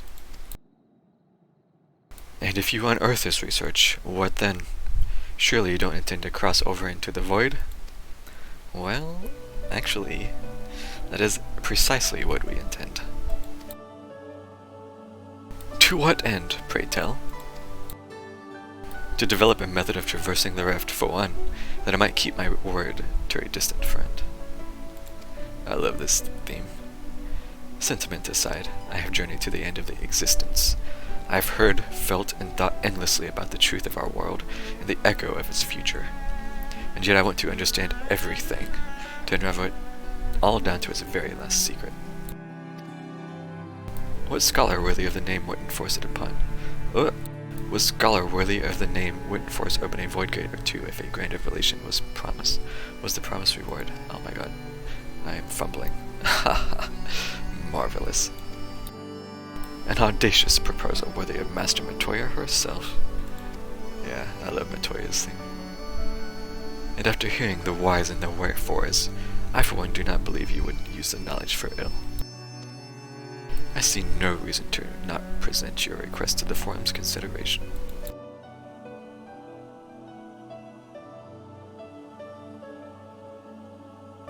Although, your petition would be better received if you also had the support of another well-placed acquaintance.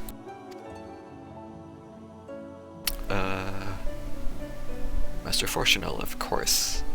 He can hardly ignore an earnest request from his dear children's most treasured comrades. I was hesitant to approach him directly, but there is no denying that having Master Fortuno on our side would tip the balance in our favor.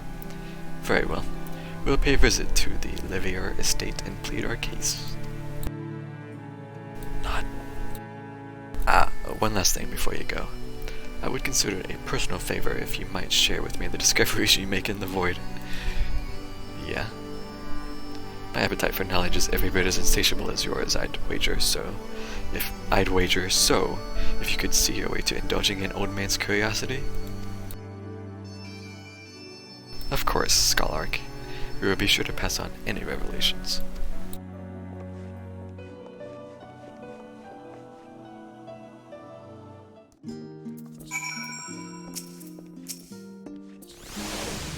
form can be cantankerous at best, a cantankerous beast.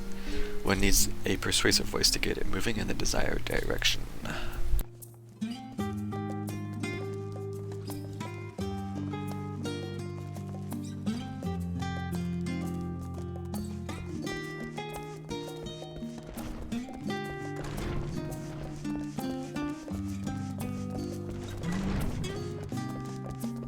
Ishtul is still following me.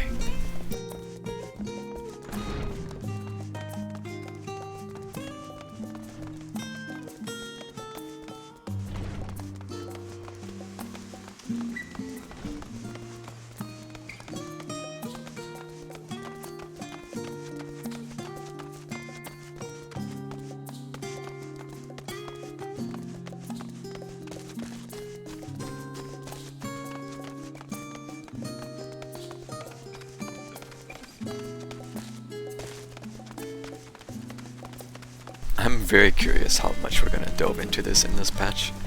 I keep waiting for the inevitable "thanks for playing, see you in 4 months."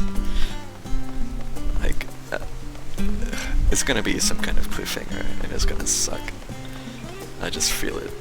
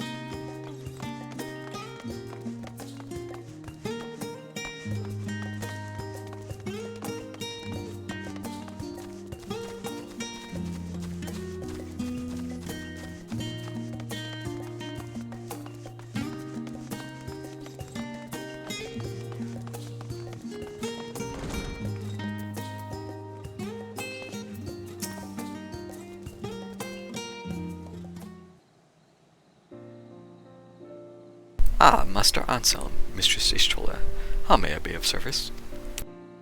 You've come to speak with Master Fortunal, if he is home by any chance? Yes, the Master is in residence. I shall inform him that he has guests.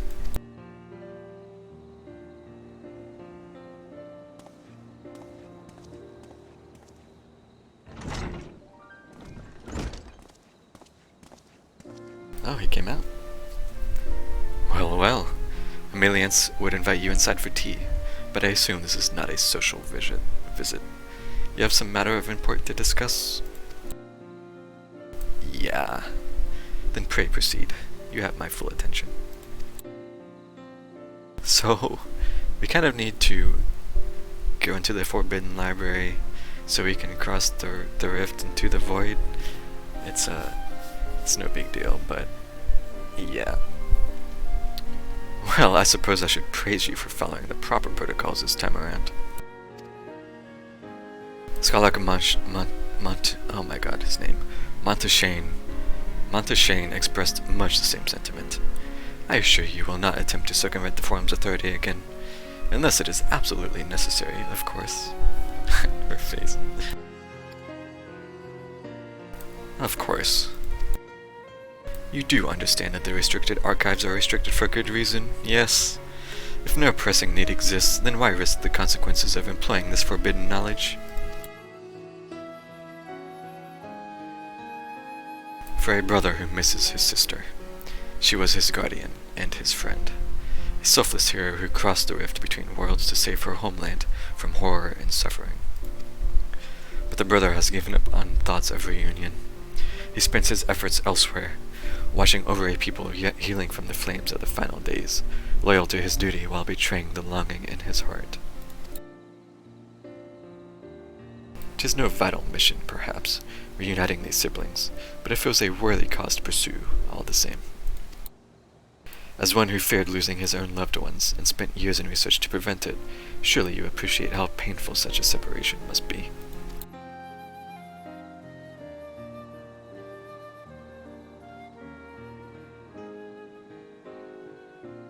Reflections are still very much a mystery to us. Offering to share your experiences in the first should constitute a fair exchange for our cooperation.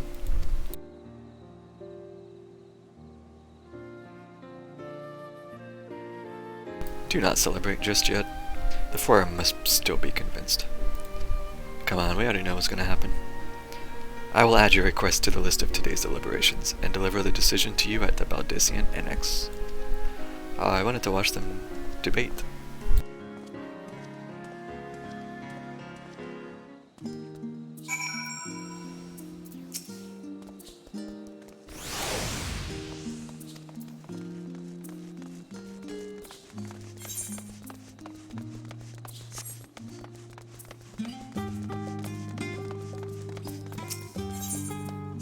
I forgot to talk to her last time.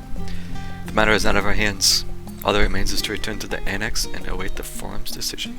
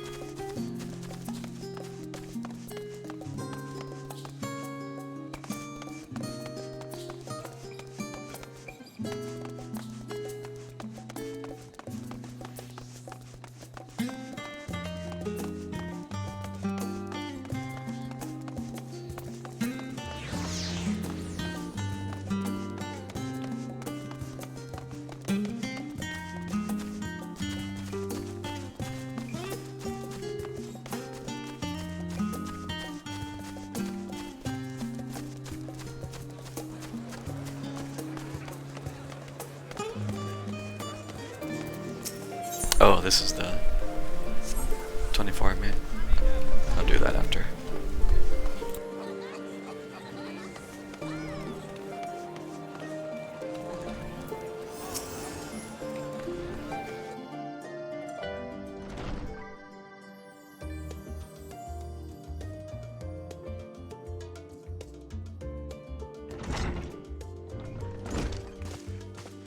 They're just completely saying fuck the passage of time during these quests. Like, she apparently just sat and figured out that gate in 20 minutes. We're just apparently gonna say that a day has passed and the Forum has already deliberated, even though it was literally not even 5 minutes ago. Like, they're not even trying to hide it this time. It's a little weird.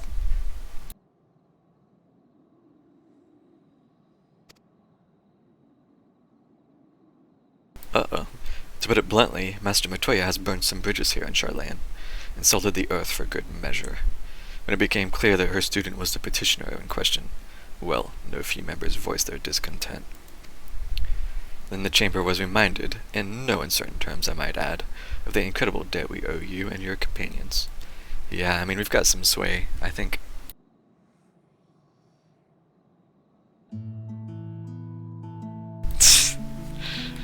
That served to silence the grumbles and stiffen a few spines, and it was agreed that allowing you entry into the archives was the least we could do in return. That is wonderful news. Thank you both for speaking on our behalf. Yes, well, as I am sure you are aware, this permission was not extended lightly. Forbidden knowledge is to be treated with the utmost caution, and there will be repercussions if it is not. I wish you well in your endeavor, and bid you good day.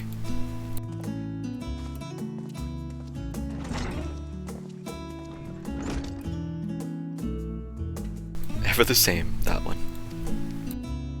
Uncompromising. Aye, but that very stoicism is exactly what Charlayan needed to get it through not one, but 2 exoduses.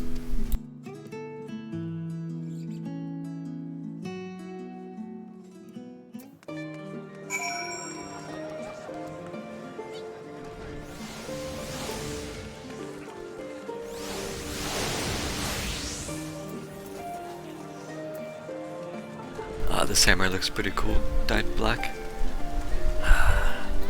It's too bad I'll probably never get that. If I were but 5 years younger, I'd cast aside my lectern and join you on your adventures in a heartbeat. That'd be interesting.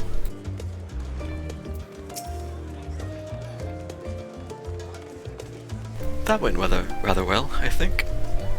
As a child, I dreamed up any number of schemes for getting my hands on those forbidden tomes. And now I can simply walk in the front door. Walk in through the door. Our focus will be on finding House Damia's research notes, of course, but the thought of so much knowledge at my disposal has me feeling a little giddy. Bridging the rift. I'd like to set out as soon as you're ready.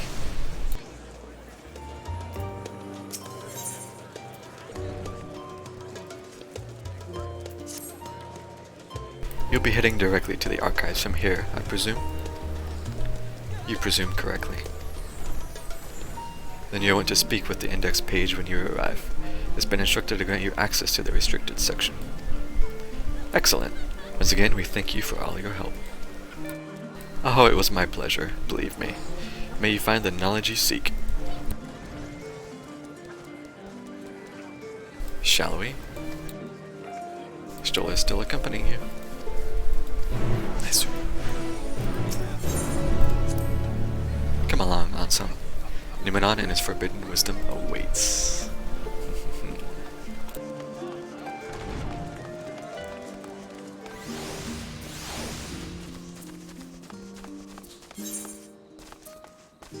Alright, back to the library.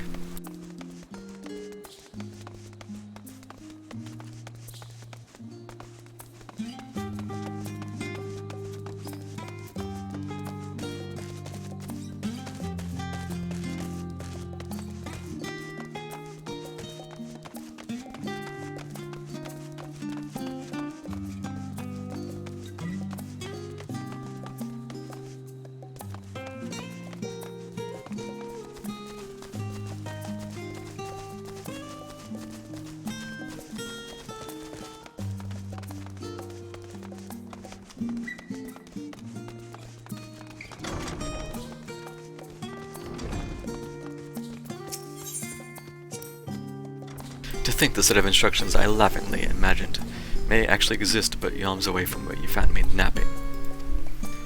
If I had known Alzadal's the third exploit sooner, I could have well saved myself days of research.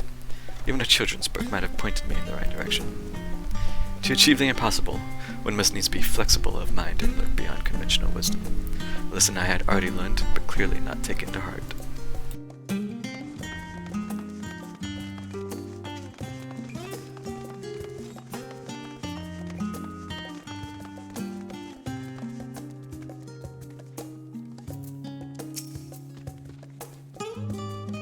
Archine, Ishtola, and Guest identified. Do you wish to proceed into the restricted archives? Yep. Follow me if you would. Watch your step, and please note that the use of naked flames is discouraged.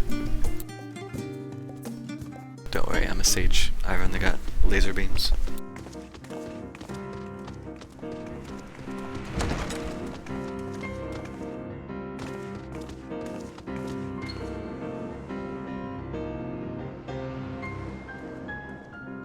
What is this music? I don't recognize it.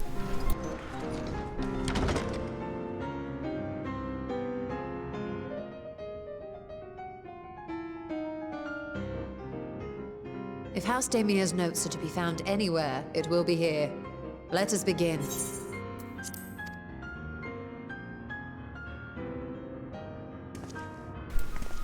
Ma'am, there's a lot of books here. What are these shelves? This is so impractical. What? Why would it get wider as it goes up? Oh wait. This is a remix of a song. I know what it is now.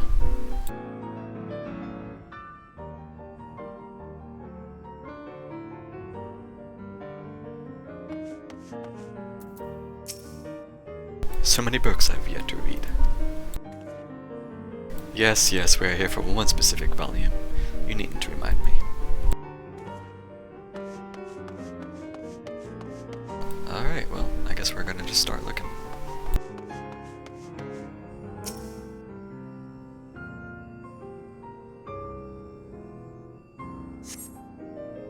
You have temporarily returned, having seen the end of the dungeon. Right, so did you see what I put in chat about? Did you ever do that final roll capstone in Shadowbringers? Because that might be it's not necessary, of course, but it's kind of slanting in the same direction where the story is going. You did not? Yeah, the Shadowbringers one with the Shadow Keeper. Did you do the whole thing with Unugalai? That? You think so?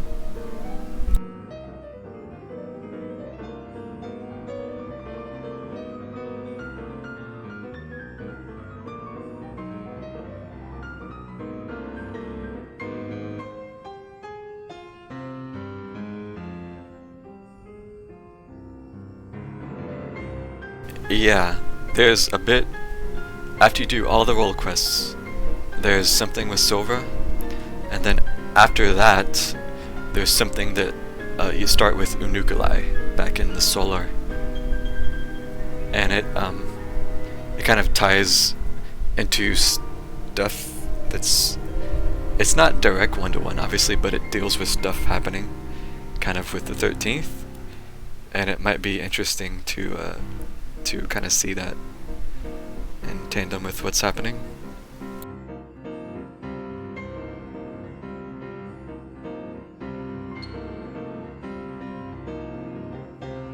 It's not too long. It'd probably take maybe more than maybe about like an hour. I forget all the exact specifics in the quest, but it is definitely some interesting little like lore tidbits and stuff. And yeah, depending on where this patch is going, definitely could have some implications, but I won't say more on it.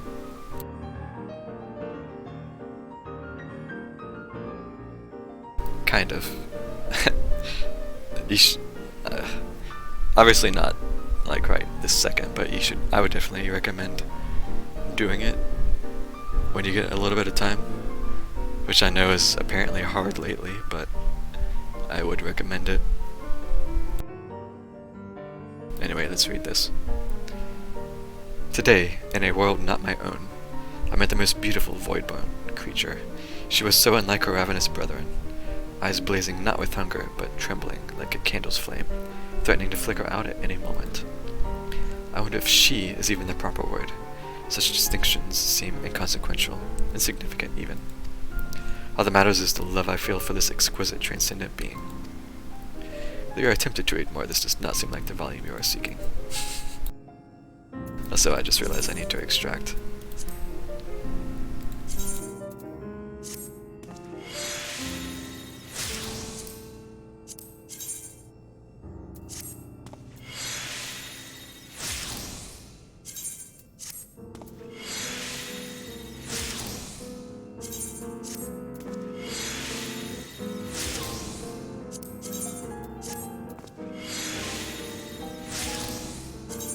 It definitely feels like the story is gonna turn a specific way, just based off this patch, and based off that questline.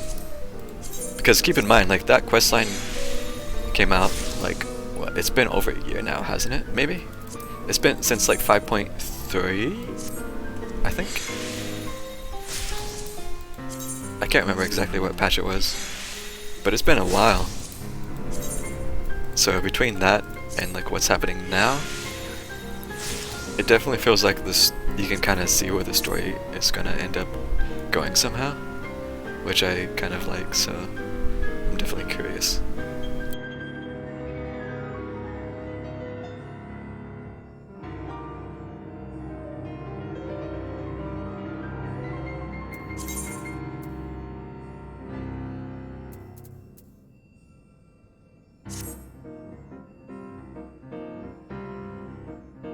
But yeah, I'm gonna,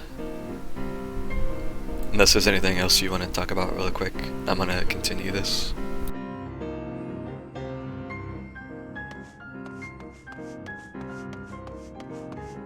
Actually, how late did you think you will play tonight? Like, do you have to be up early tomorrow?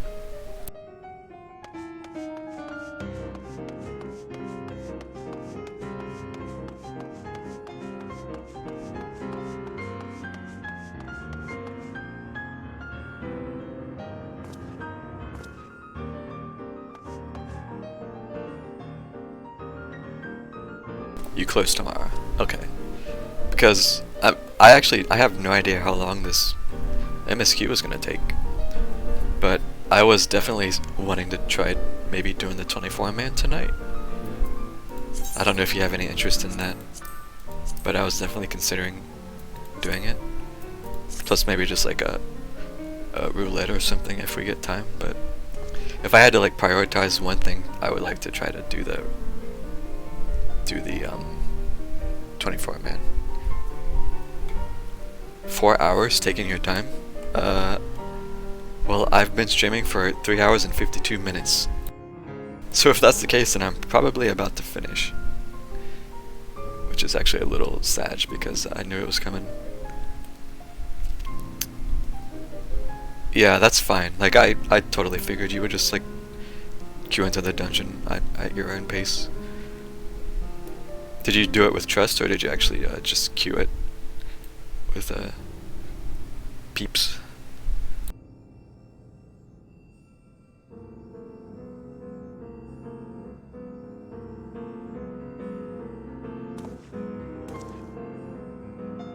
Because you will get to the point where you can unlock the 24-man stuff shortly, so.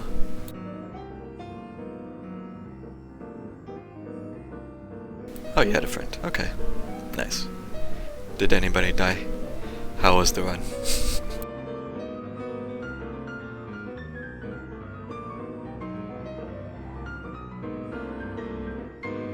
Nah, it's fine, dude.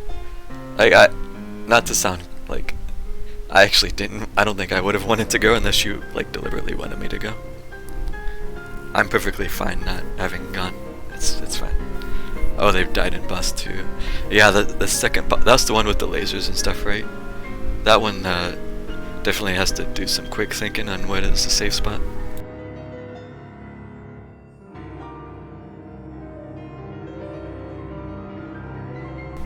Yeah, Warrior does chat things and doesn't care if healer dies. Yeah, that's definitely one I'll need to eyeball a little bit better.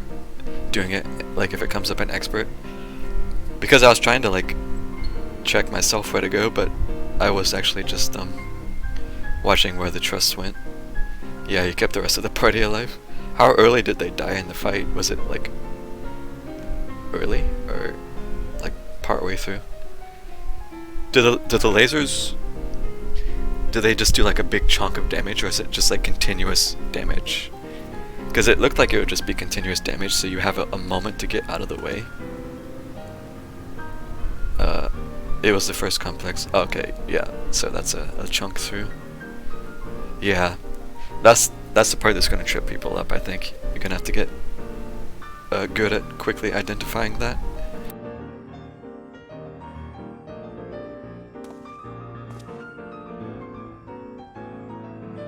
Oh, they were deep in the lasers. Okay, yeah.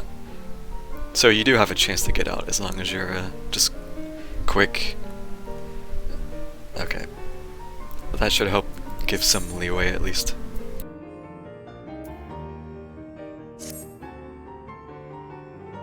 And as Sage, I can just fly to whoever gets it right. Right?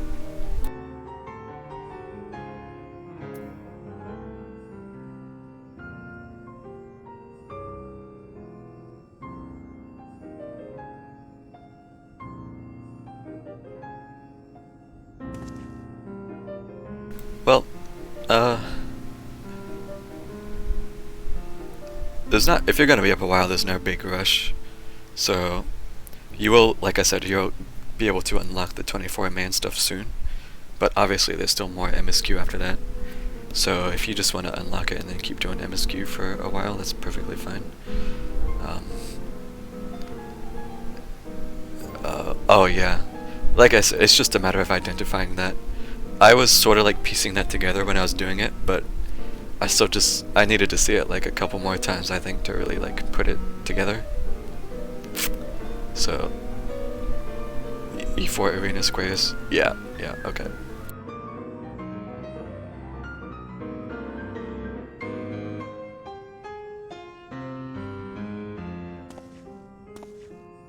I probably will want to eat at some point over the next couple hours, maybe? I'm not exactly sure when, but squeezing it in at some point would be nice, and you probably might want to eat yourself, so... And also it depends on maybe if like some other people are maybe interested in doing it. Like I don't know if anybody like will be on. I see Ben, Kyle, Trin. I don't know if, well, Trin might be doing the EX you mentioned, but maybe if anybody else wants to try to queue up for it as well.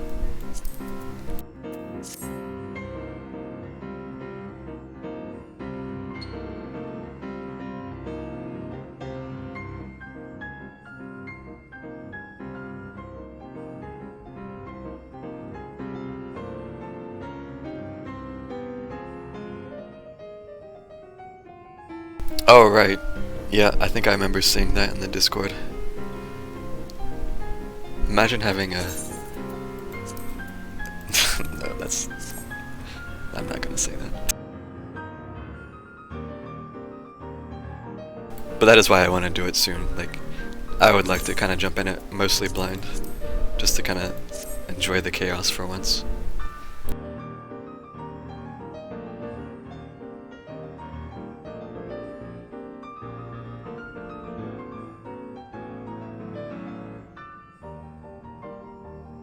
That's not exactly what I was gonna say, but in a similar vein.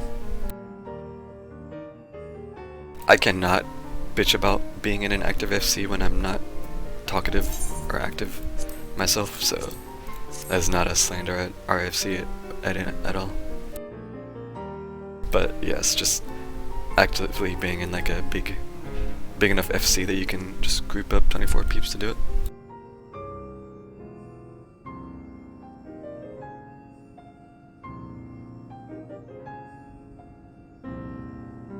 I know some people were doing it earlier in FC, like I saw Levy talking about it when I was doing MSQ stuff.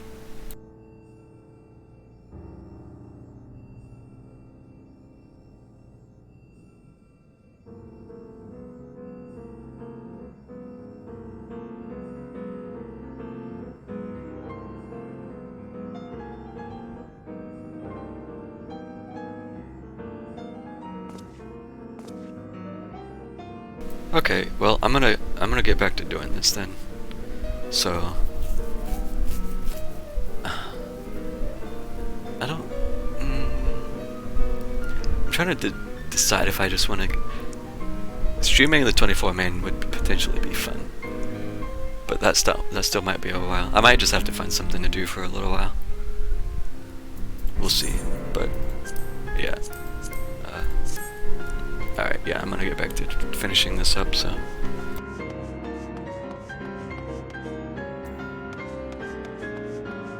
We'll figure it out in a bit, once you get caught up.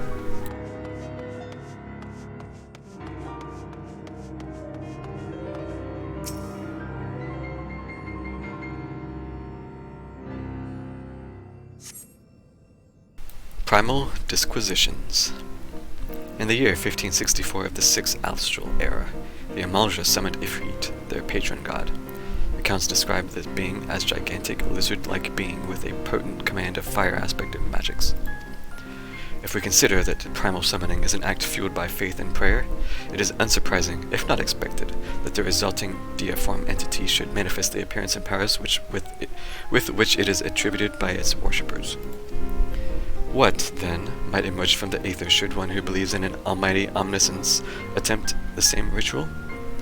Or the scholar himself grace us with his presence, some other embodiment of divine sagacity?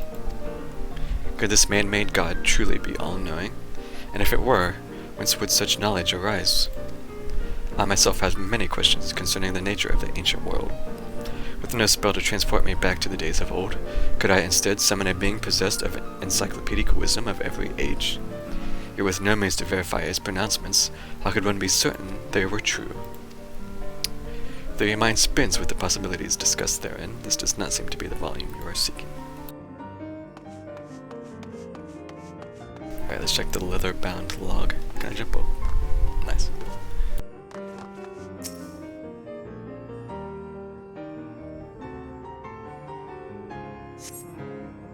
Epiphanies of House Daemir. The following pages detail an advanced method for manipulating rift spanning apertures, as devised by Nuhashan, the 9th patriarch of House Daemir. We present these research notes to the faculty of Charlayan Studium as both a token of our friendship and an expression of our boundless admiration. You appear to have located the forbidden volume you seek. You still will need to make the final confirmation. Wait, can I jump on those? I have to try.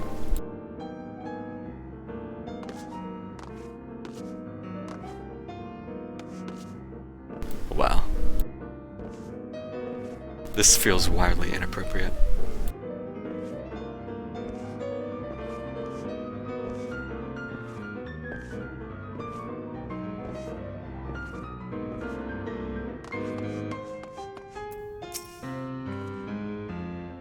Have you something you'd like to show me? My apologies, I flipped open but a single book and was completely absorbed by the contents. A forbidden research log detailing an advanced method for manipulating rift page. Okay. No funny quest text on that one. Well done. I think you may have found a prize.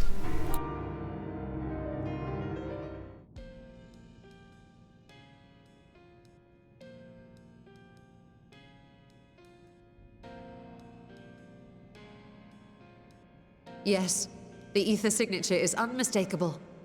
I've felt the traces of House Daemir's resonance many times at the Great Work. Time to see what all the fuss was about. Oh, we're about to get cliffhangered. So hard.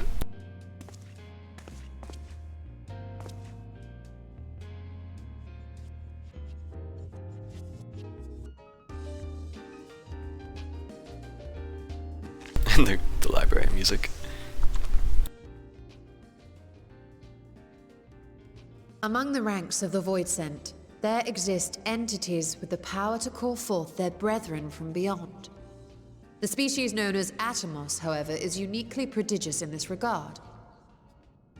From its distended maw, it can expel an endless procession of void-born creatures, a talent which sorely tested the Radiant Host in its battles against these abominations.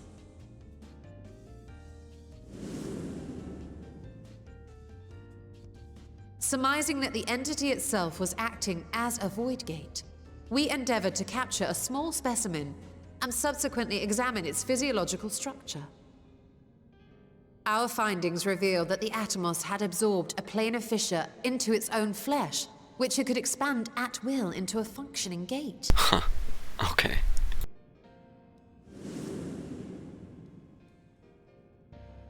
Upon further analysis, we identified an ethereal wave pattern emitted during this process.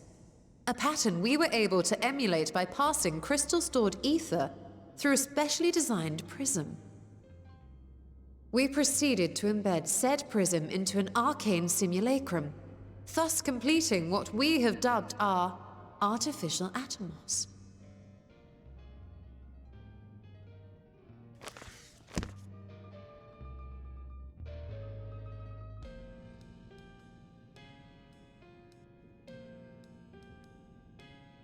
How could I have been so blind to the possibilities? This species, not to mention its ability to summon Voidsent, has been discussed among academics for years now. Yeah, Tomos. Just before the advent of the 7th Umbral Calamity, we received reports of Atomos sightings from every corner of Eorzea.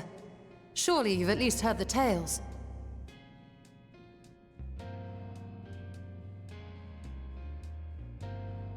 And still, House Daemir went and built a mock Atomos of their very own. I'm not surprised the Archons consigned their work to a restricted archive. It was no easy task, But at last we've unearthed the volume we've been searching for.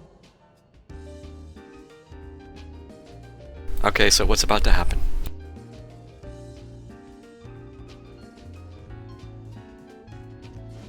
I'd be lying if I said I wasn't tempted to stay longer. See what other forbidden titles might be lurking on these shelves. Ah, but that would be abusing the very special privilege we've been granted now, wouldn't it? Better not.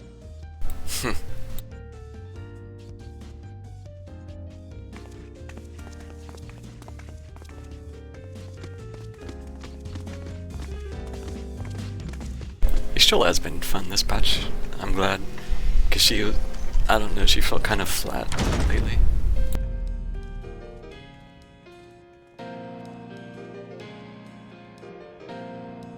Aosi has been added to the codex. Okay. Is that what I could do for the next hour? Just sit and read the codex entries? As if I haven't talked enough today.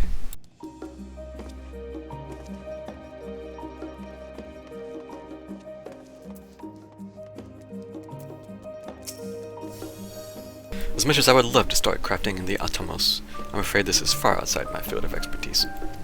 Fortunately, we know a Hainish alchemist who would be delighted to involve herself in our House Demir project. Yep, Nidana. Our business here is concluded for the moment. Please pass on our regards to the forum. Your message will be conveyed. Should you wish to indulge in more forbidden literature, I will be here. Patron mode disabled, security mode engaged. If anyone can help us, Nidana can. I say we return to Thatnir and look for her at the Great Work.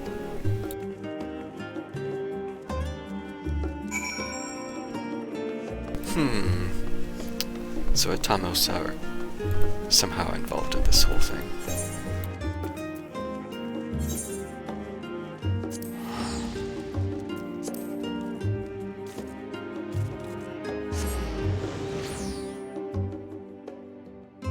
I'm thinking back to World of Darkness, where the alliances have to split onto the 3 platforms to kill the Atomos. And technically an enemy does like keep spawning there. Well, it doesn't keep spawning, but it spawns like at least 2 ads during that. I guess it kind of makes sense if that's the case.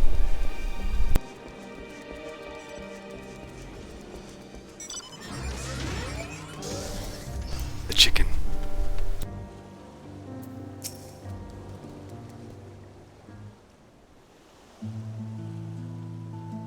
Ishtola tells me you are pursuing a most fascinating study, and that you want me to be a part of it. Nod. I have no doubt you will be interested. The research log should speak for itself.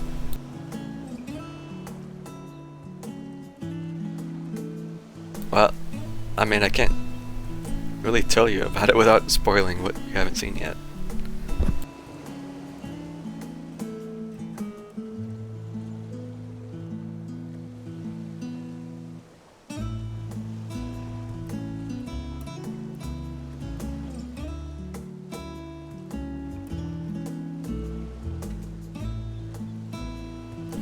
I'm just airing thoughts about stuff. We can, well, I mean, it's not, yeah. We'll check your DMs.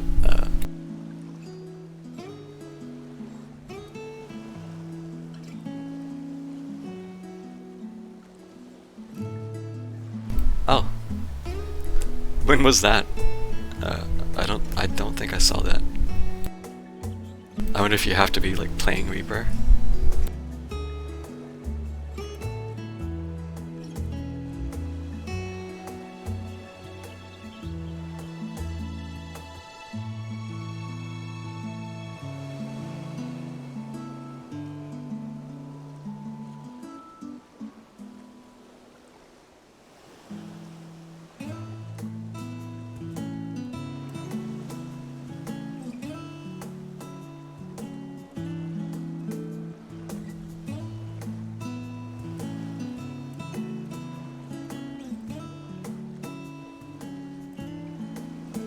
Oh, I see. Yep. Yeah, okay. I see. Yeah. I definitely did not get that little quip. I guess because, yeah, I wasn't playing on a Reaper. I'm assuming you were playing on Reaper at least. Because, I mean, I've got Reaper maxed, but I didn't get that. I was playing Sage, obviously.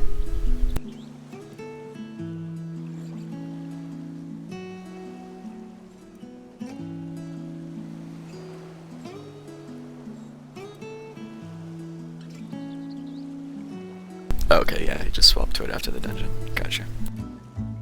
Well, that's funny, though. It's nice that it actually mentions that.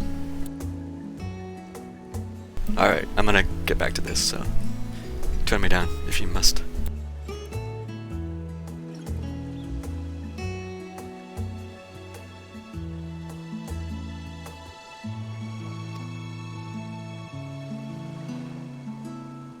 Will it now?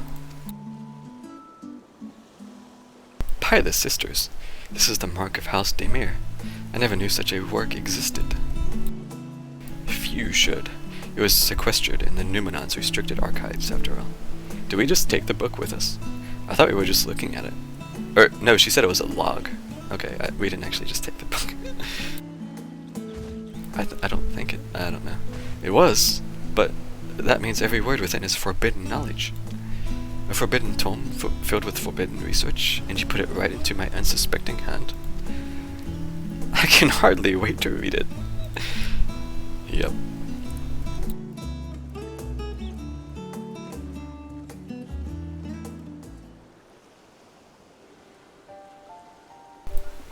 "10 minutes later. To think that the Daemir were developing such marvelous technologies so long ago. How many innovations have been lost over the centuries, I wonder. Now that you've glanced over the notes, what say you to help us building a new Mach Atomos? I say yes, 1,000 times yes. Work on a Daemir project has ever been there. Oh my gosh. Work on a Daemir project that had even the redoubtable scholars of Charlayan trembling in their sandals? No alchemist of the great work could resist. I don't think I can keep reading much more. You are a woman after my own heart. I haven't talked this much in a day in a while. Oh, I suppose I should ask. What do you mean to do with this big-mouthed simulacrum once we've built it? Yeah, it's gonna eat us and send us to the void, I guess. So there's a secret void gate, and it's sealed in the ruins at the bottom of the bounty. Today is a day of revelations indeed. If the purpose of our man-made Atomos is to expand this hidden portal, then I will need to see it for myself, I think. Manipulating rift-spanning apertures is not the sort of thing you want to attempt without first taking into account every single factor. Then by all means accompany us to the vault. I plan to lead us back there shortly, once we've finished gathering the components I require. I'm still just waiting for something bad to happen. Because we're fiddling with the void here. Charlayan's markets provided the raw aquamarine and pure water crystals. But I might need help obtaining a small quantity of astrally infused water. For such a liquid, you need to go no further than the font of Maya. The ascetics of old once favored the place for their meditations, and the water which pools there now is known to enliven the flow of aether. That sounds perfect. If you would be so kind as to fill a flask at the pool, I will petition Vitra to join us. The idea I have in mind won't amount to much without his authority to command the Void Gate. Shall we be about it, then? We'll meet back here anon. Fine, I'll go fetch your water.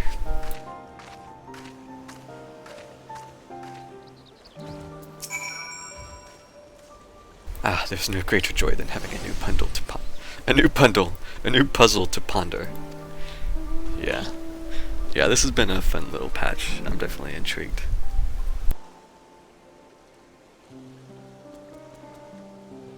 Well, that's an outfit.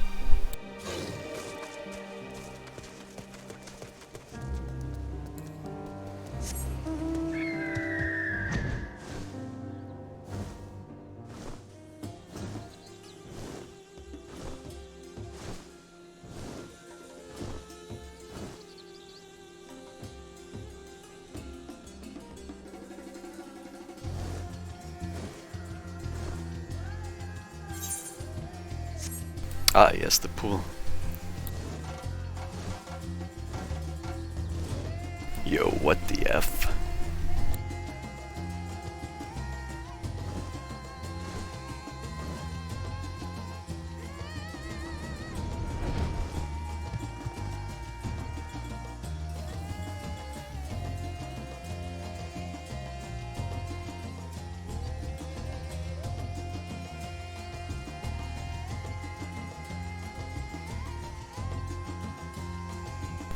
Oh, that cutscene.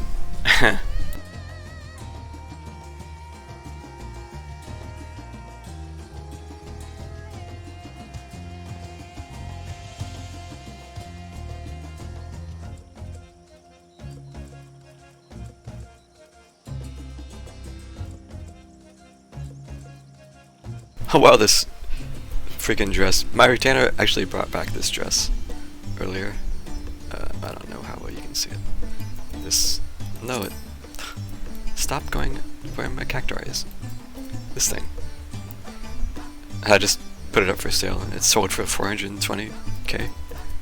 So, quick venture's off to a nice start. I like it.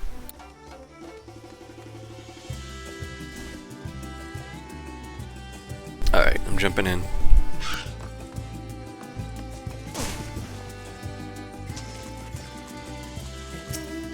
Astrally dense pocket.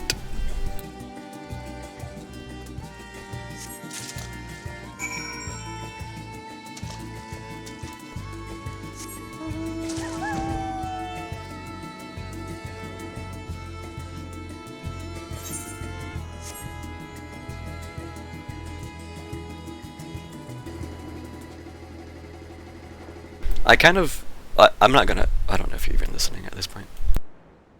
I feel like I might have like a vague prediction of what, well, loosely stuff that might happen, but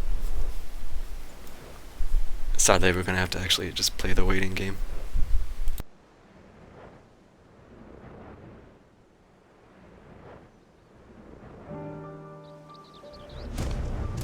Oh, look who it is.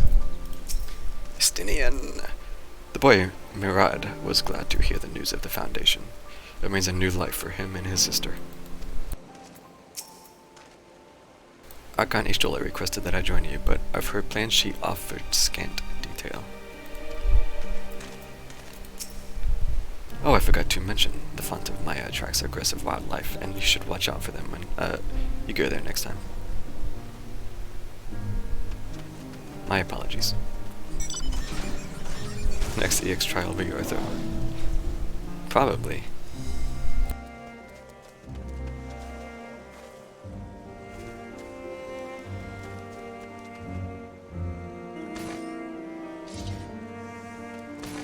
Oh yeah, so the nice pod mounts, huh? But guess what? I can't buy it yet because I haven't finished the last freaking Nier raid yet.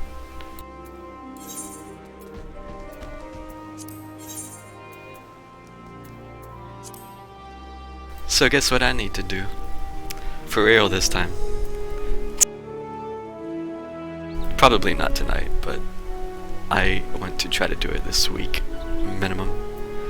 Not, I might just randomly queue up for it at some point, I don't know. But yeah, I gotta do it. So I can buy the mount. Because it plays Weight of the World, apparently. Which is very cool, so I definitely want to get that. Because I definitely love that song.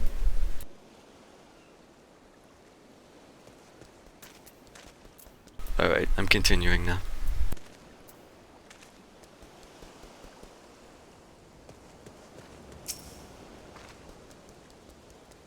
Yeah, I got your water.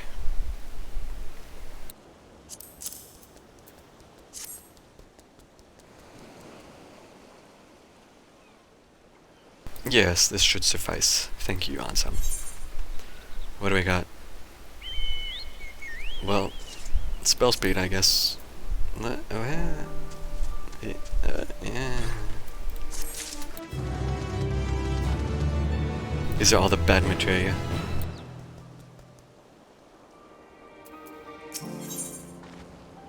Void 3.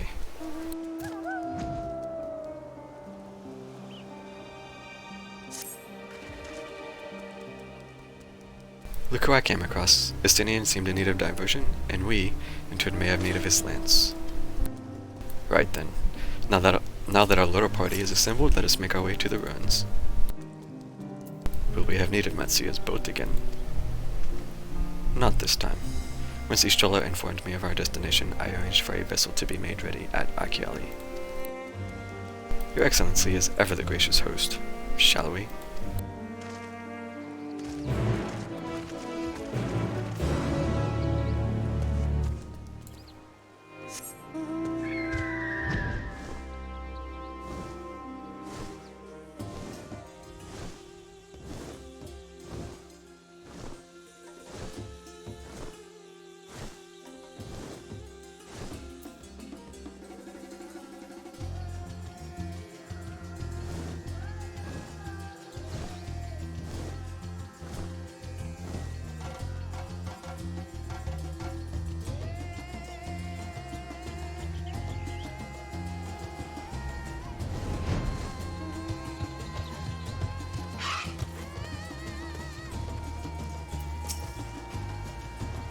All this time, I thought the tales of this name, the Alzadal's horde, were no more than drunken sailors' fancies.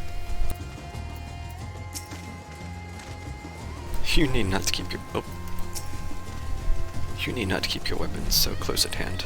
The Guardians will not attack if I am present, so I pray you leave them be. Also, I'm at least attempting to give these guys a slight accent, but I feel like it's just probably sounding stupid.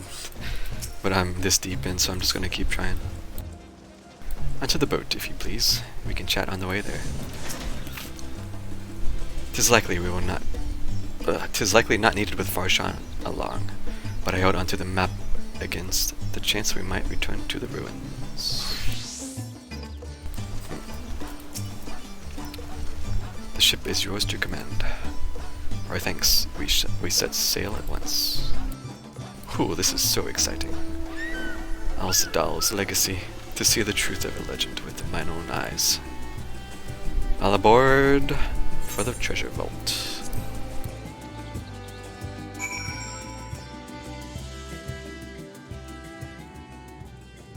Wow.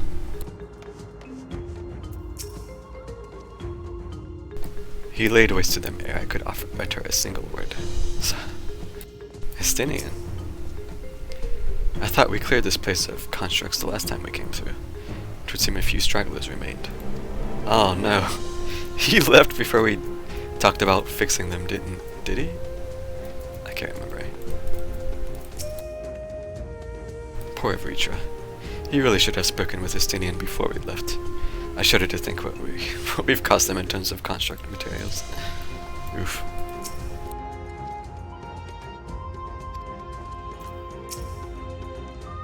Please be voiced. I need a break.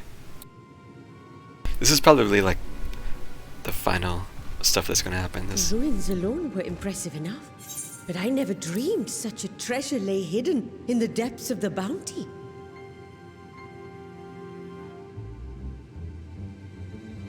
It may have been helpful to know this device existed, Your Excellency.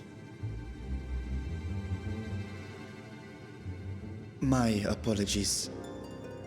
The gate was a secret I shared with none but my closest advisors. I feared for what might happen should those with ill intentions learn of its existence.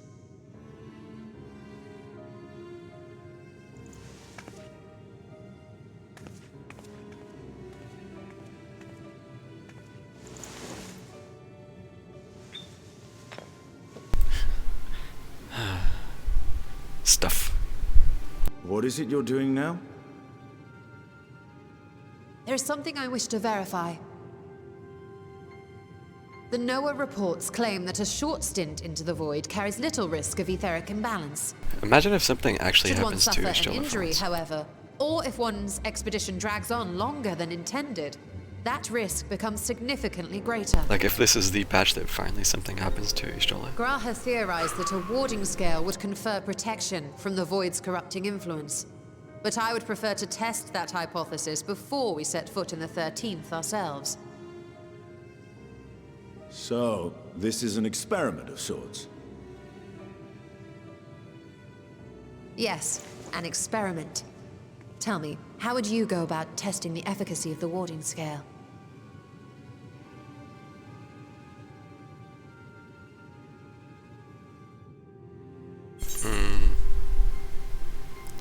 Say nothing and look meaningfully at Estinian. Might as well go myself. Maybe send a familiar. Like, we...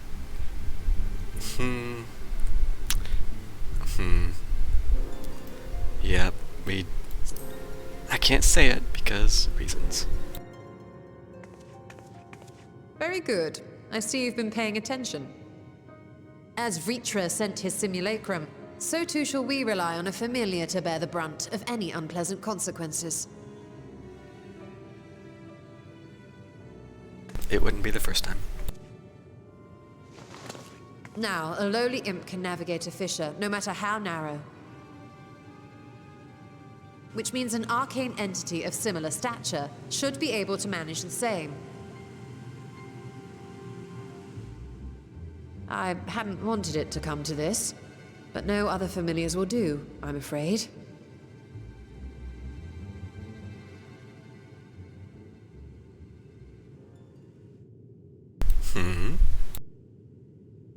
I mislike the sound of that. What manner of fiend does she mean to summon?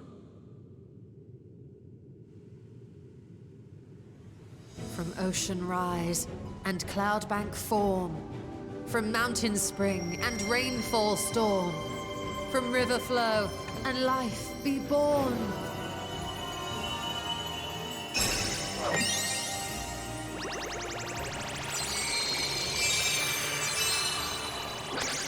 Water, water, froth and foam! What is that? She turned us into a frog once. Is that somehow related? Ready your arms. I fear she's been possessed. Yeah. Oh, come now. That was adorable.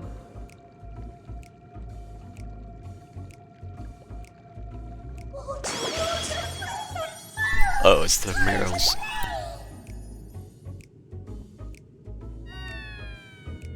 Oh my god, is she embarrassed?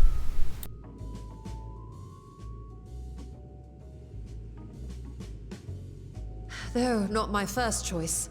These familiars I conceived of as a child have the best chance of fitting through the gate.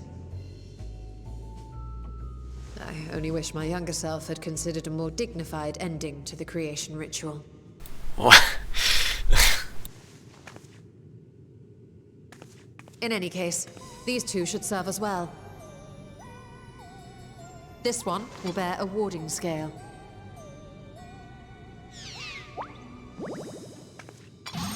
Just stick it in there. And when they return from the 13th, we can observe how the talisman, or absence thereof, has affected the progress of the Void's corruption. If I could impose upon you to open the gate. Your Excellency? Ah, yes, of course. We should also be wary of void scent slipping through while we conduct our experiment. Estinian, you are to keep Nadana safe from harm. As you say. You had best be on your guard as well.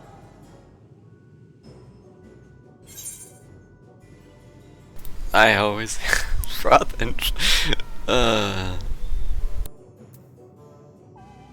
just I'm gonna hit it with the dot.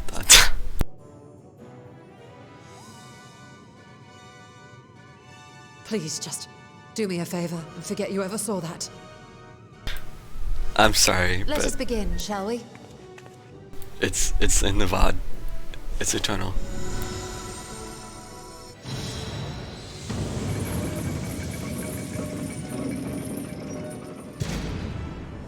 Nixies, into the void.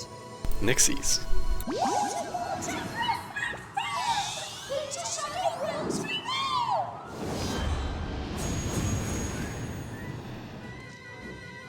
They're awfully chipper about going into the void.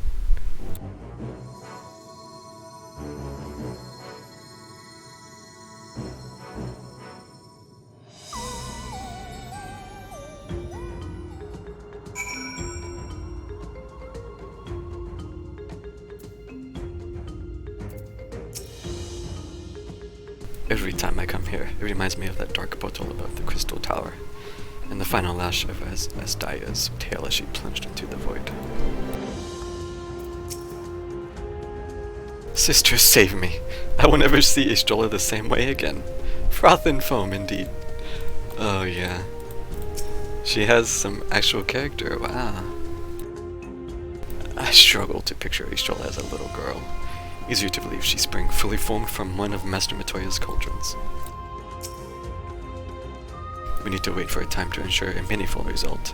Be patient and keep watch for any intruders. Waiting. What a setup we have here. What an entourage.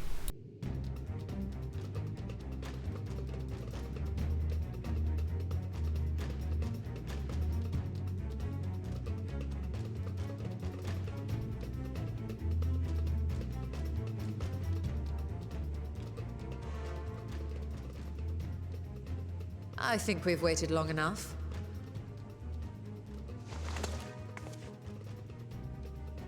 Nixies, return to my side. So is one gonna come back just like fully possessed now?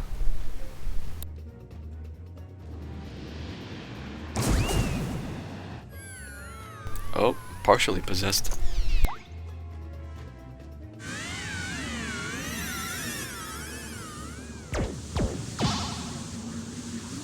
Poor thing.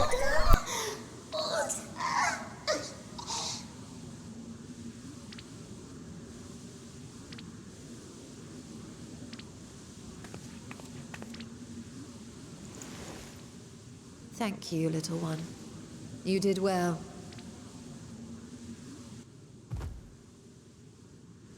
Oh, the poor thing. Its essence has been irrevocably warped.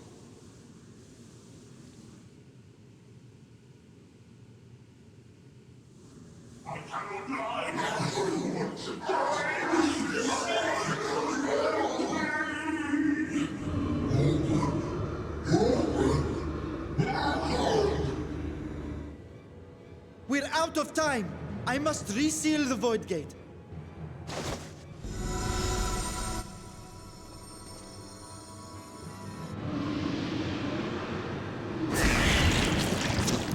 They're coming through!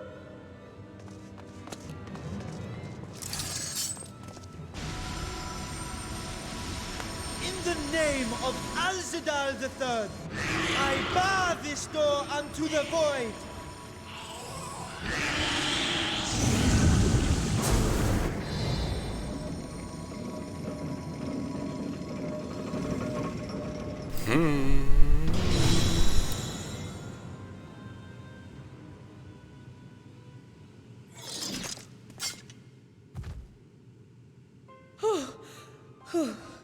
Well, that was a sharp lesson in the dangers of void gates.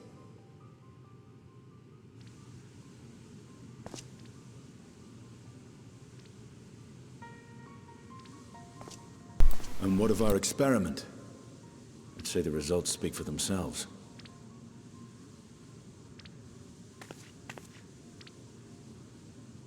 The unprotected Nixie has suffered extensive etheric corruption.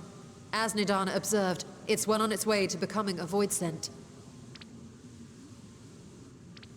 The one merged with the talisman, however, appears unaffected. I sense no changes to its equilibrium. It looks like you can see the talisman inside of it. Rest now, little ones.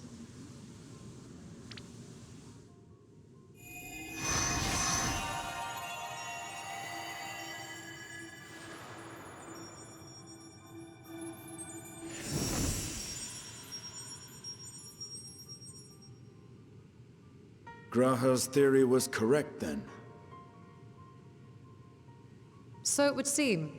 But while our second familiar was untouched by void energies, the talisman itself shows signs of degradation. It was, of course, originally designed to shield the soul from primal tempering. It stands to reason that etheric corruption of a different sort would affect it differently. Are you sure you should just be holding Maybe it? to modify the warding scale's design to account for the 13th's uniquely unstable ether. You've said much of the Void's instability, but my imagination fails me. What manner of place is this broken world? Ah, my apologies. I forget that not all of us spend our days sequestered in dusty archives. The 13th is a reflection of the source that was drowned in a flood of darkness. In Emmett Selk's own words, this tragedy was a result of the Ascians' attempts to force a rejoining. They erred in their haste, and made of that world a useless void.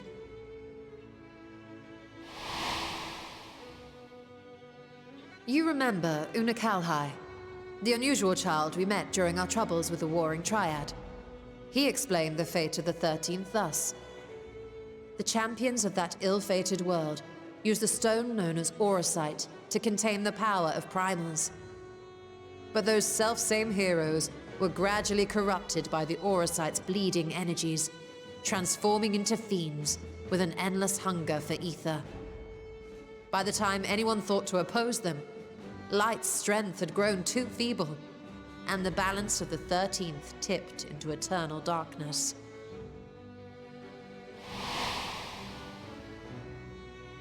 It was Elidibus, as I recall, who rescued Una Kalhai's spirit from his final battlefield.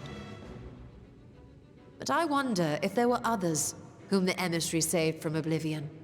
Well, there's at least one. Yeah.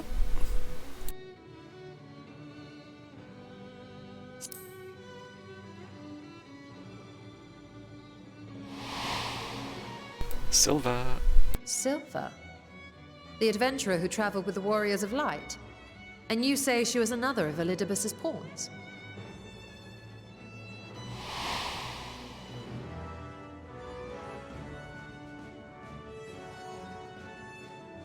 I see. So Ciela, or rather Silva, was beguiled by the same dreams of heroism as Una Kalhai. And what of your own experience? Will you tell us of what you observed during Noah's expedition? I don't quite remember, but it's been a long time. So I can picture it now. The sunless, Stygian expanse, infested with legions of ether-starved monstrosities. A void in every sense of the word. We'll just take her to World of Darkness for one alliance raid and see how it What goes. you have described in such lurid detail is exactly why I hesitate to encourage you.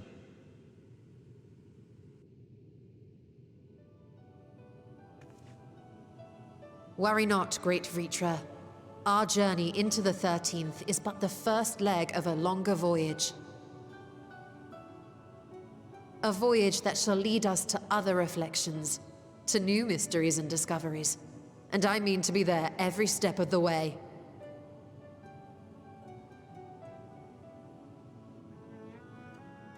But first I must focus on refining the warding talisman. Then I can begin work on constructing an artificial Atomos. Yeah, I feel like that'll take like, I don't know, like 4 months or so. Or I could if I had the relevant manuals to hand. Might I be so bold as to request access to the Satrap's family archives?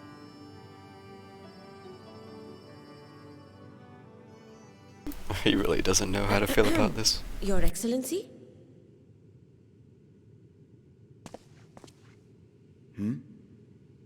Oh, yes. That can be arranged. I will speak to my officials upon our return.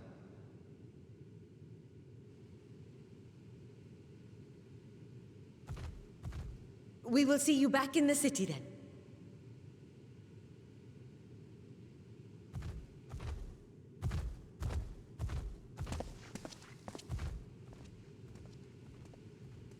He is really conflicted about this whole thing.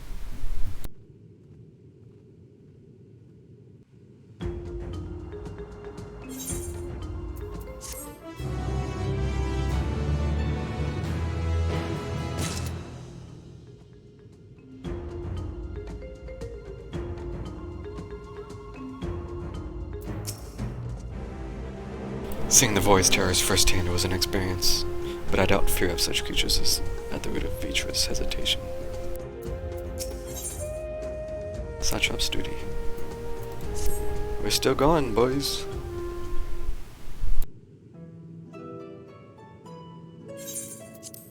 Once Nidhana succeeds in replicating the Makatamos, the door into the 13th will be ours to open. Will you be crossing the threshold alongside us? I realize this is more my endeavor than yours. To be honest, I've no interest in visiting the void myself. Might we discuss this later? There's something I must do first.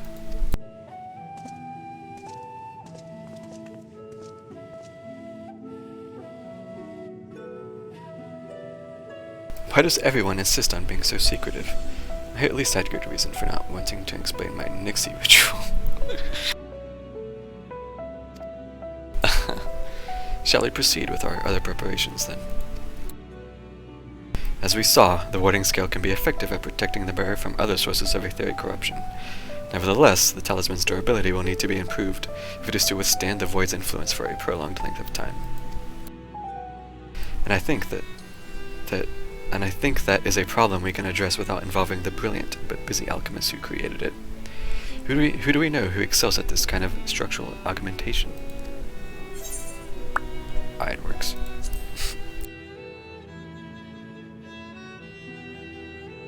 An excellent suggestion. As I recall, Sid himself is no stranger to the void and its volatile energies.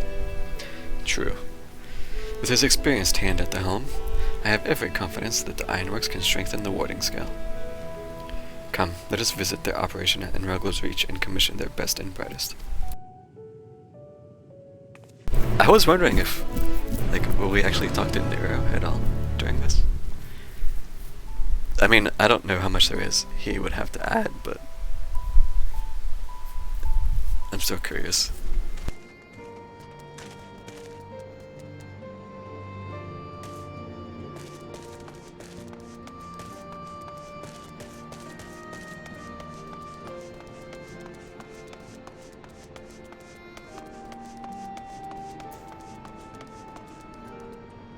The chicken.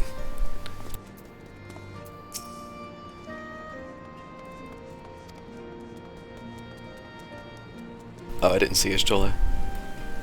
Oops. We have a commission for you and your president, actually. Assuming he's available? Master Sid, certainly. I'll see if he has a moment free.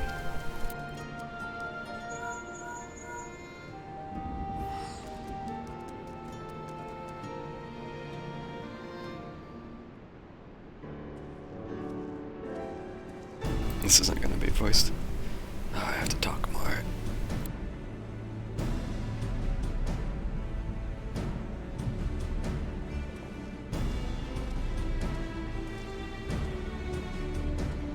Pleasure as always. I hear you have a job for us. Yeah, we need you to make the scale better. Bigger, faster, stronger. Hitting into the void to find a lost dragon. That sounds almost pedestrian compared to your last adventure. Honestly, I don't know if you could say anything that would surprise me after Meteon in that bloody mess.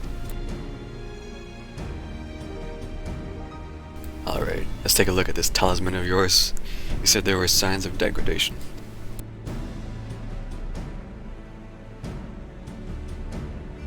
Yeah, it's just completely invisible now.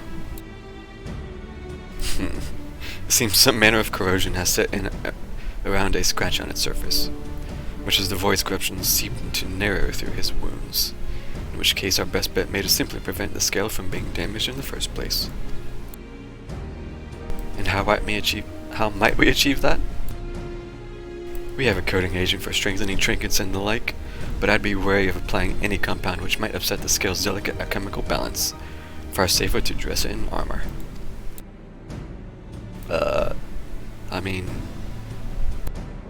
We'll construct a protective casing when utilizing metal alloys with high ethereal conductivity, so as not to impede the talisman's primary function. A suit of armor, as you said. Nero has compiled data on the 13th, so I'll have him pitch in with the design just to be sure. If If only it weren't such an ordeal to convince him to follow our safety protocols. I swear I've never had such a reckless employee. In any case, we may need some time to untangle the particulars. Yeah, like 4 months, give or take. Understandable. We know how busy your schedule is, and the final result will doubtless be worth the wait. Ha! The hard part will be ducking Jessie and her constant barrage of demands while we sneak about doing the fun stuff. We'll see what we can do.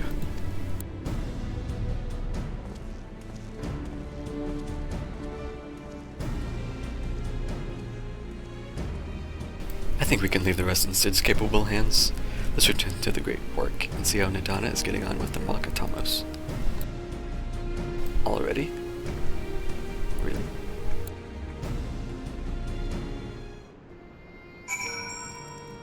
Okay, sure. Oh, look at that fancy bow. Got tea.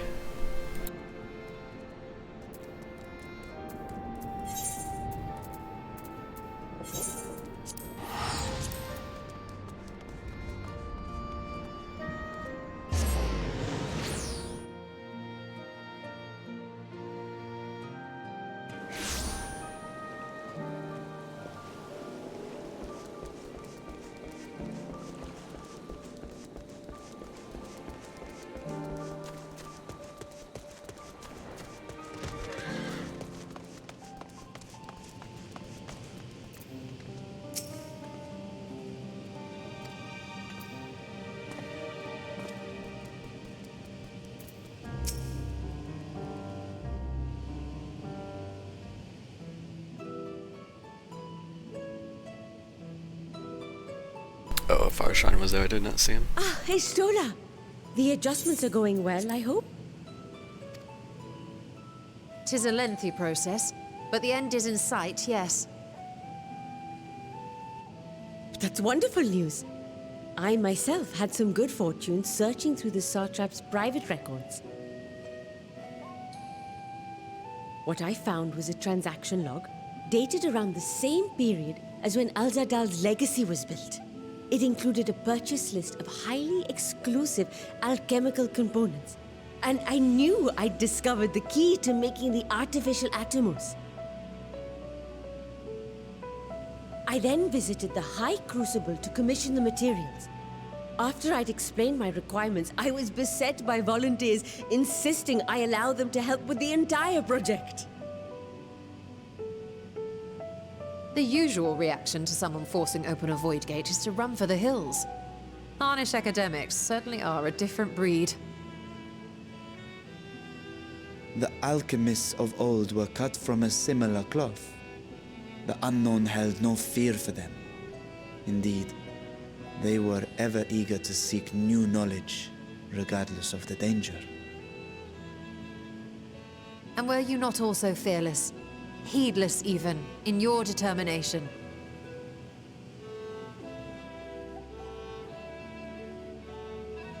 My sire entered his dormancy before I was hatched. And so it was Ashdaya who kept my eggs safe and warm. It created a bond between us. Even long after I learned to fend for myself, I rarely strayed from her side. She was my guardian, my sister, my dear companion. And not a single day passes that I do not mourn her absence. No matter how deep the darkness, I would not surrender my search. I promised myself the time would come when we would once more take to the skies together. But I am satrap now. The Radiant Host is here to serve, Your Excellency. Nabdeen, what is this about? Celestinian told us of your predicament. For centuries you have protected Rads at Han, never showing your true self, hiding behind a curtain and living only in service to the people. Your dedication meant more to us than your deceit, and so did we accept you as our rightful ruler. After all that you have sacrificed for this nation, did you imagine we would begrudge you your heart's desire? We survived the final days. We are a strong and proud people. We, the Radiant Host, will keep Thavnair safe in your absence.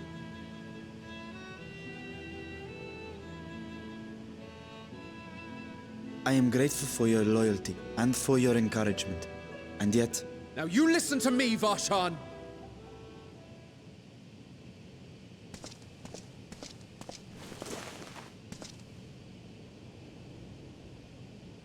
You are wearing that face, after all. As I have told you before, you are a little brother to us all. And if you are family, then so too is your sister.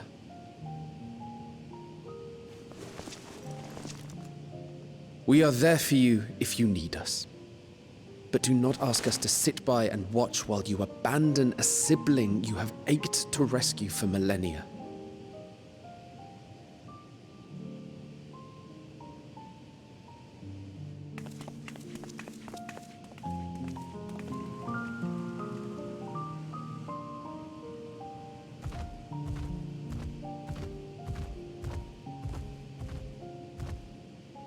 We will succeed in opening the way. It is only a matter of time. All you need do is prepare to step through to the other side.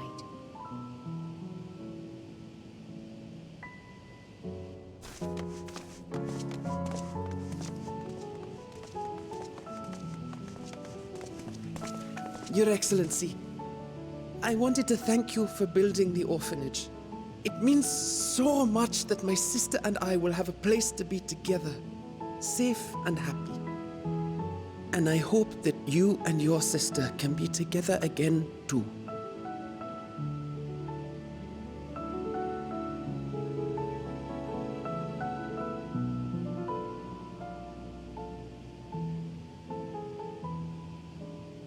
I don't know if it's the time of day, but the lighting in here looks different. It might just be because it's like dark out, but I've noticed it's just a little, yeah.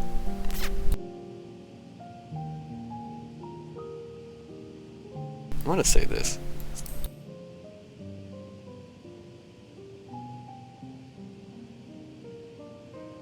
You're saying I should seize this chance?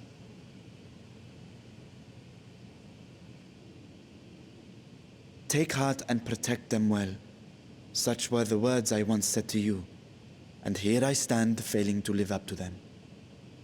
If my heart is torn, I am fit to protect neither Ajdaya nor Radzat-Han.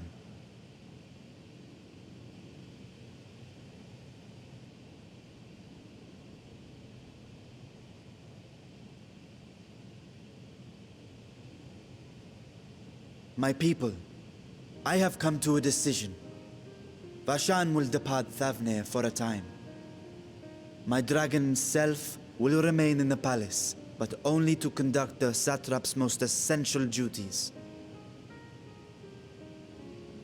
While I am focused on controlling this vessel, there may be matters that escape my attention.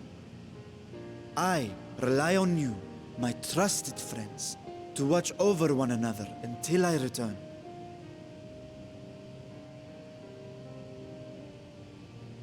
Take care and fair fortune, little brother. Many tears would be shed should you come to harm.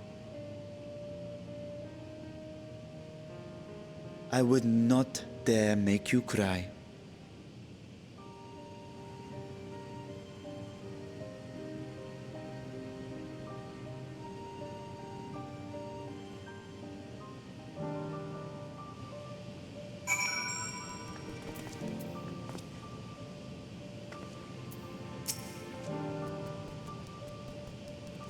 Convincing others to follow their hearts is not my forte.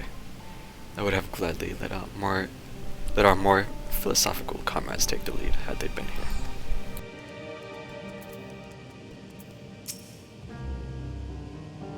We'll have that Atomos built before you know it. When a project like this comes along, we give it our full and undivided attention. Sleep? Bah, who needs it?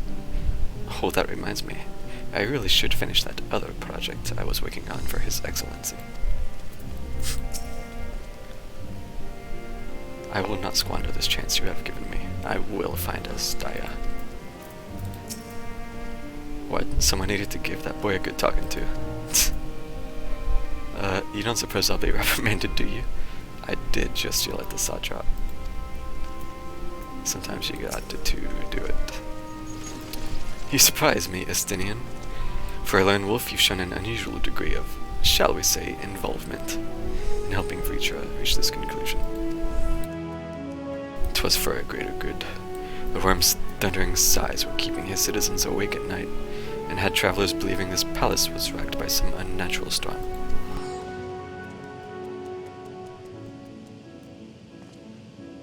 He emoted, but I couldn't see what because the chocobo's ass. What of your answer, then? You seem disinclined to venture into the void.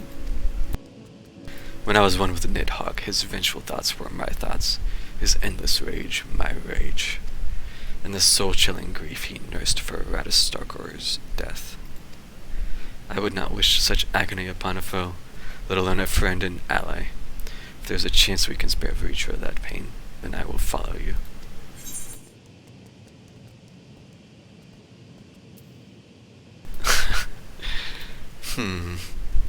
Any other former scions we should call on?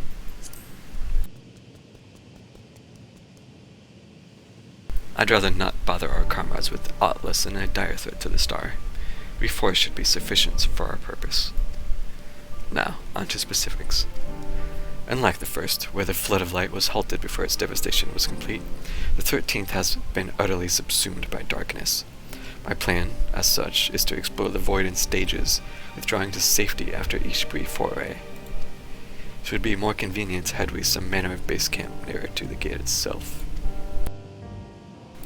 One of the palace chambers should serve. Come, let us reconvene outside Megaduta.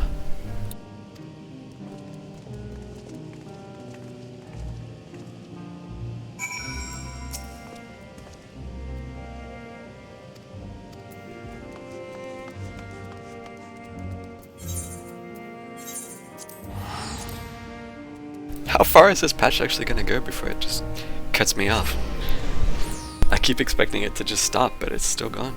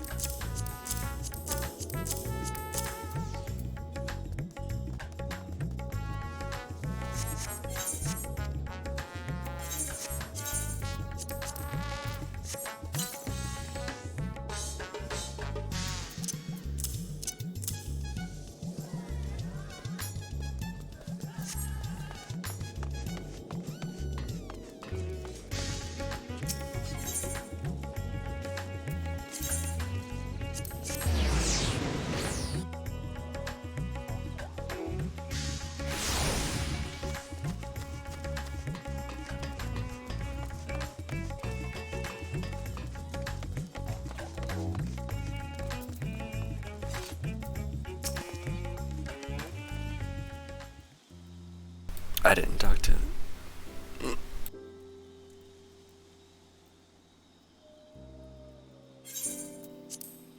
More talking. And so we will require suitable accommodations. Might we make something available for our guests? All the chambers are presently hosting the great mounds of treasure we carried out of the vault. Once the Foundation's activities begin in earnest, however, we can redistribute the trove and make room or two ready for habitation.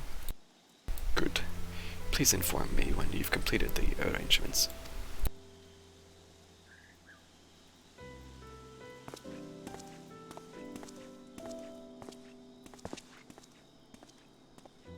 As you heard, we will have you settled in Megaduta in due time. As ever, you are most gracious, Your Excellency. You risk yourselves to aid me in my search for Asdaya. Providing comfortable quarters is the least I can do. I only wish we knew more about our destination. The gods only know how long our explorations might possibly take, or what our chances of success might possibly be. Succeed or fail, I am grateful to you for convincing me to make the attempt. Estinian's smug smile. On that note, I will return to the great work and lend what help I can to Nidhana. If you've preparations to make ere we venture into the 13th, now is the time. Is this the part where he's going to cut me off, finally? All I need is my armor and my lance. Perhaps I'll train with the Radiant Host to pass the time before we depart. This feels like it's going to cut me off now. Blue Ball. You know what this means to me, Ansam, but my people need not to consume you as well.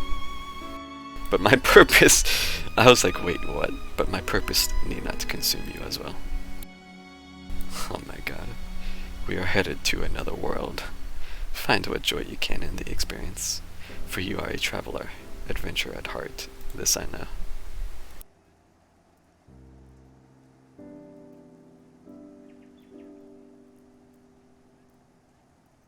Meanwhile... We don't get any meanwhile in the Imperial Palace. I think we're finally done with that. Meanwhile in the 13th. Yep.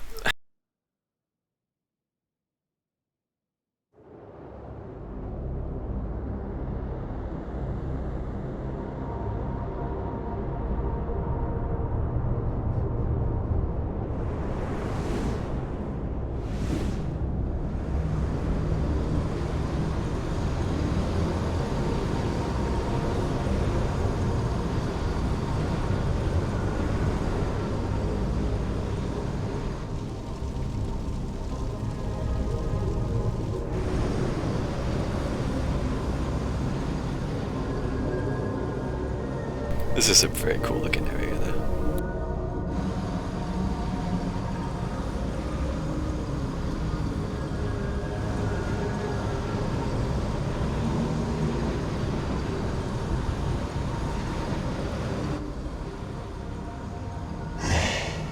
And thus I am returned.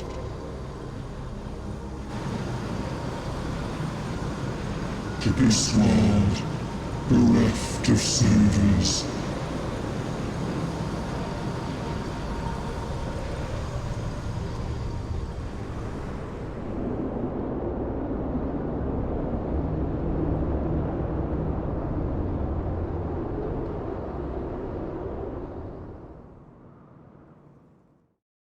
Okay. The paths unwalk adventurers spur. Pulses quicken, spirits stir.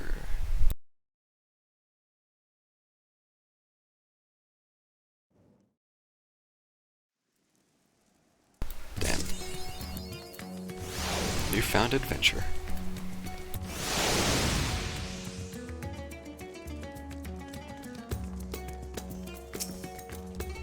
Our journey into the void promises to be neither short nor simple, yet I will persevere.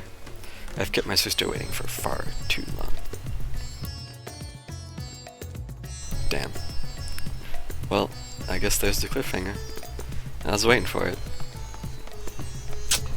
I guess it could have been more cliffhanger-y, but damn, yep. Oof. I'm very curious to see where that ends up.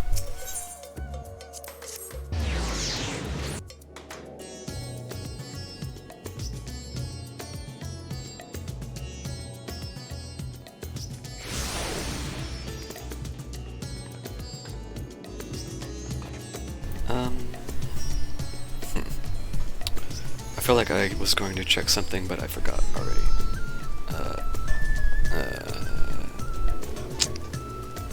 Shit.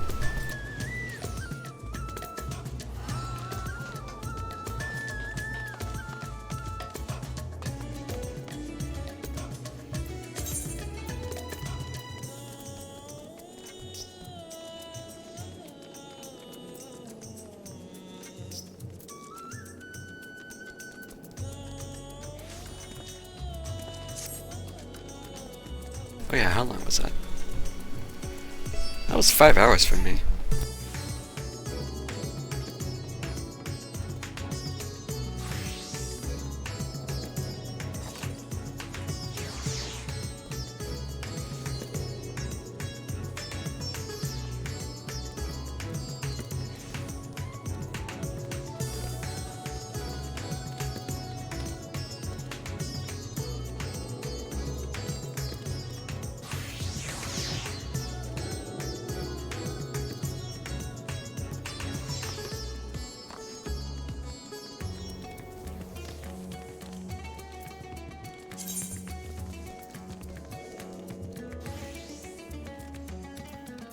I don't even want to try to sort this right now.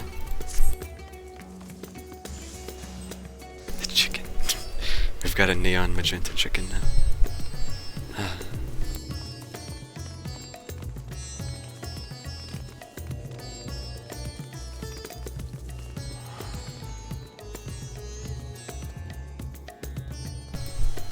Pantheon Male of Amy.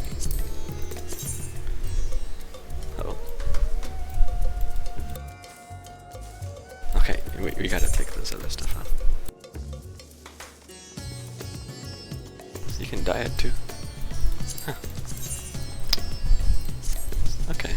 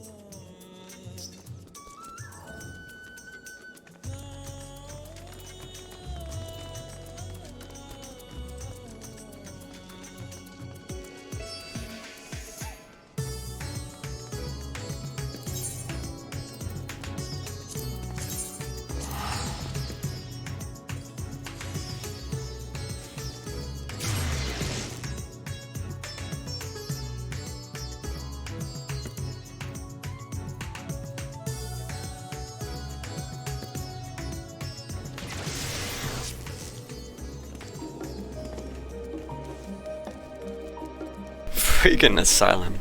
Holy shit, that's huge now.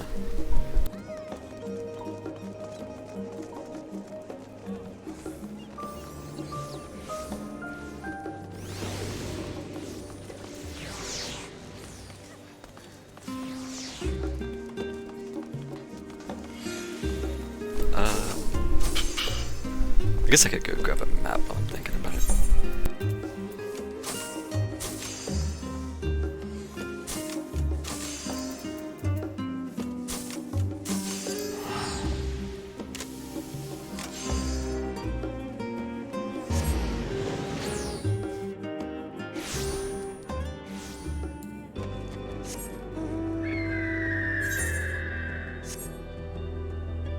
It's been a while since I listened to this. Nice.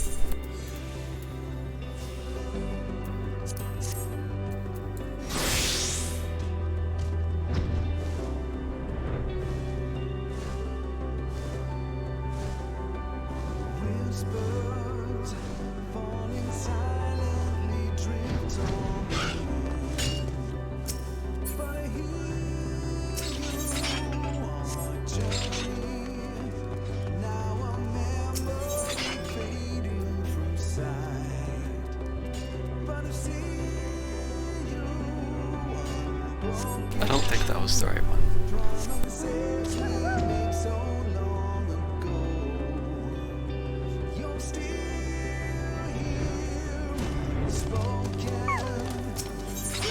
That's it.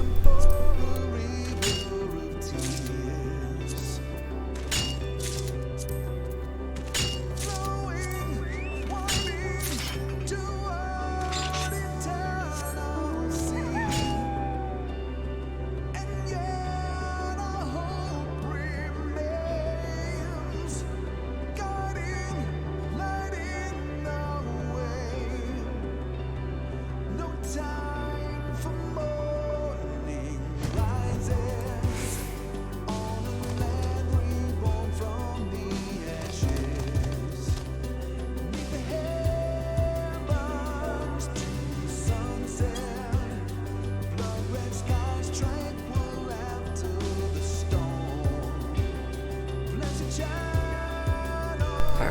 want to grab something to eat, so I will take a short break. Be right back.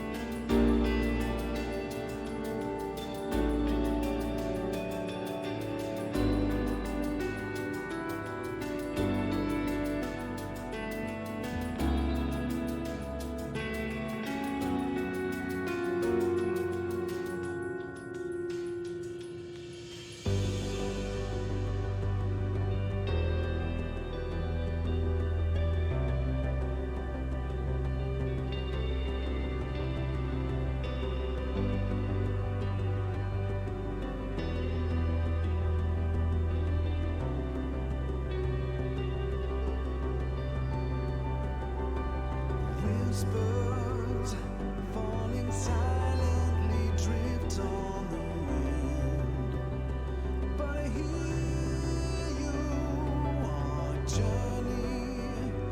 Now a memory fading from sight, but I see you unbroken.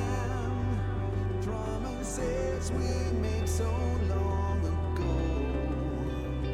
You're still here, unspoken.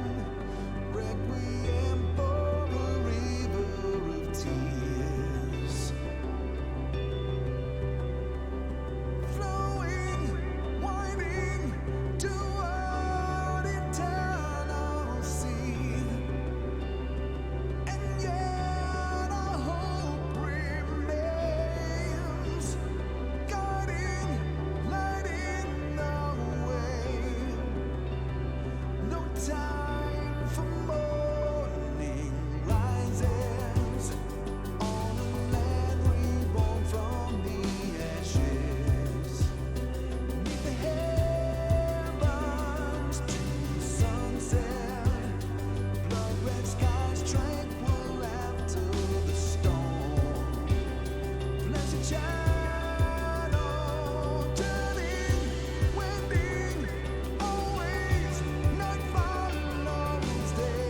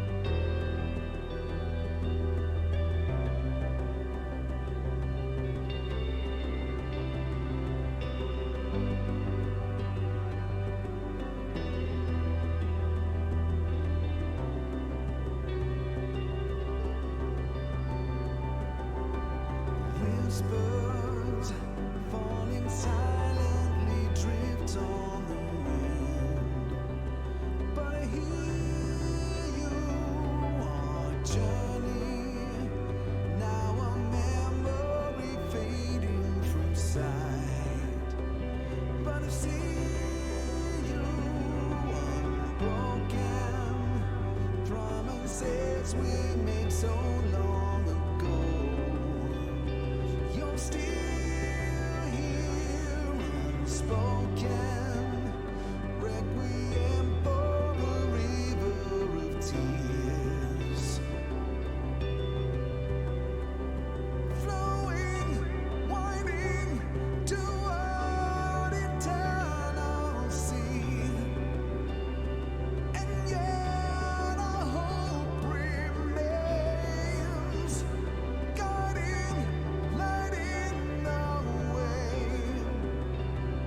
No time for morning rises on a land reborn from the ashes. Beneath the heavens to the sunset, blood red skies tranquil after the storm. Flesh and shadow turning, wending, always night follows day. The sun will shine again. Walk on, never look back. Through you we live, tales of loss and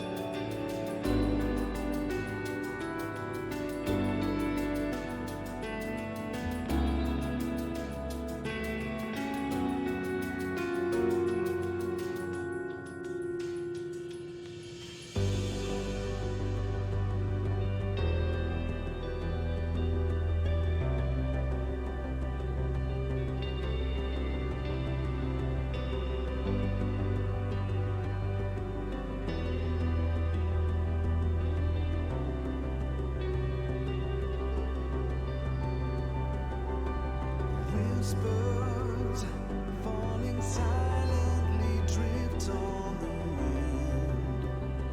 But I hear you, our journey, now a memory fading from sight.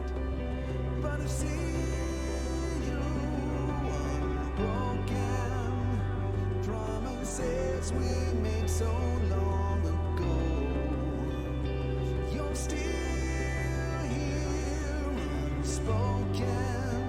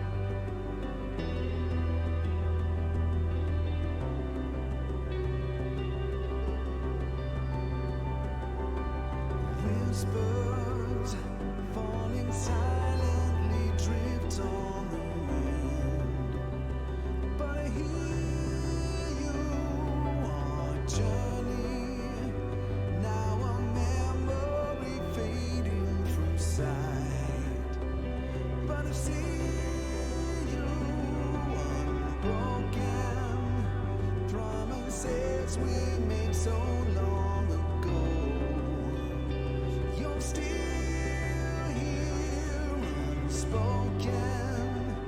Requiem for a river of tears, flowing, winding toward eternal sea. And yet our hope remains, guiding, lighting the way. No time for morning rises on a land reborn from the ashes. Neath the heavens to sunset, blood-red skies tranquil after the storm. Blessed shadow turning, wending, always night follows day. The sun will shine again.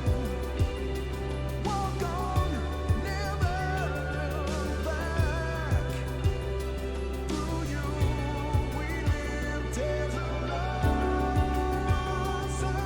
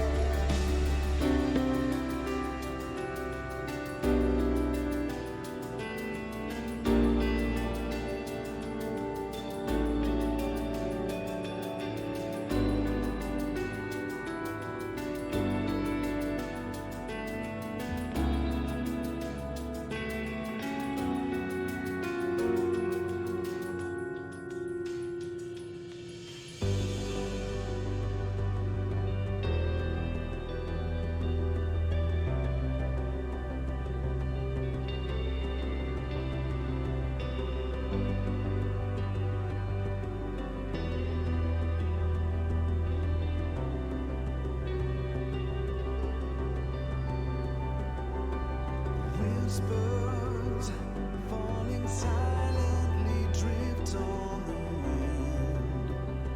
But I hear you, our journey, now a memory fading from sight. But I see you unbroken, promises we made so long ago. You're still here, unspoken. Requiem for a river of tears, flowing, winding toward eternal sea. And yet our hope remains, guiding, lighting the way. No time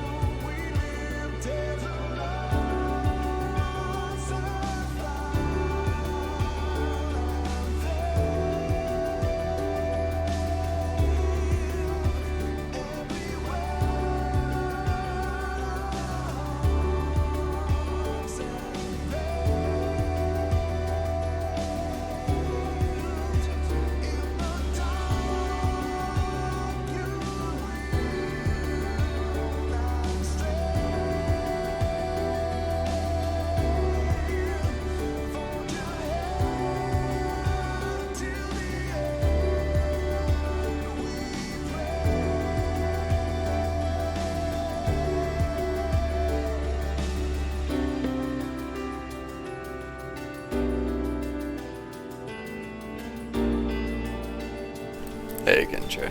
Yep, still going. I just finished doing the MSQ and wanted to take a little break. I think we're gonna try doing the 24-man stuff soon. Soon TM. I don't know if you want to see that or not, but...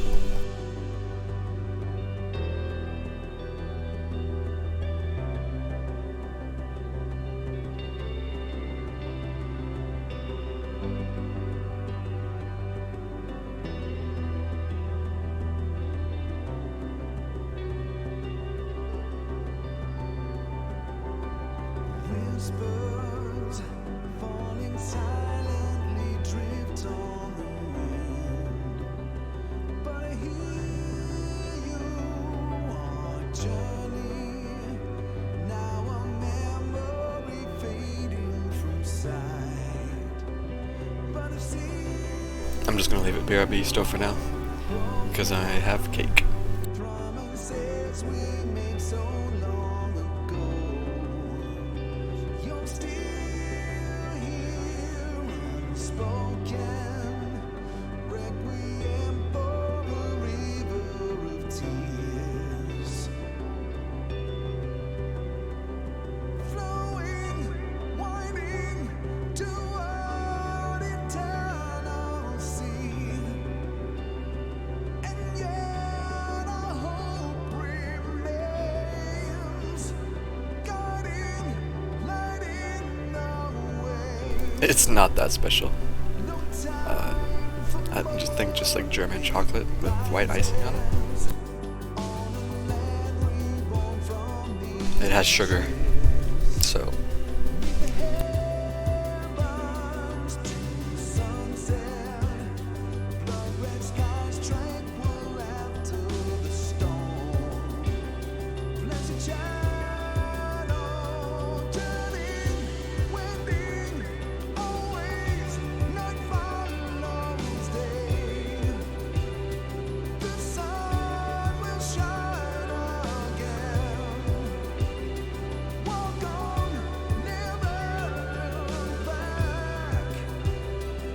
I mean, it's just chocolate cake with vanilla icing, pretty much.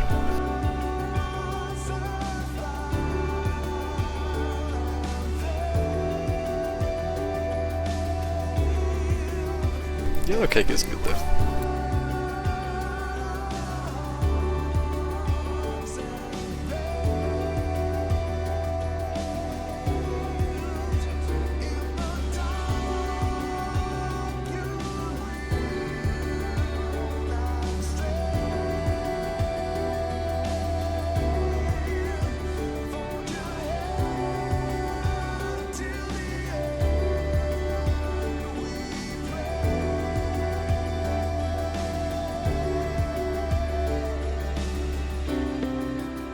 Oh, Shinryu Mount is bright.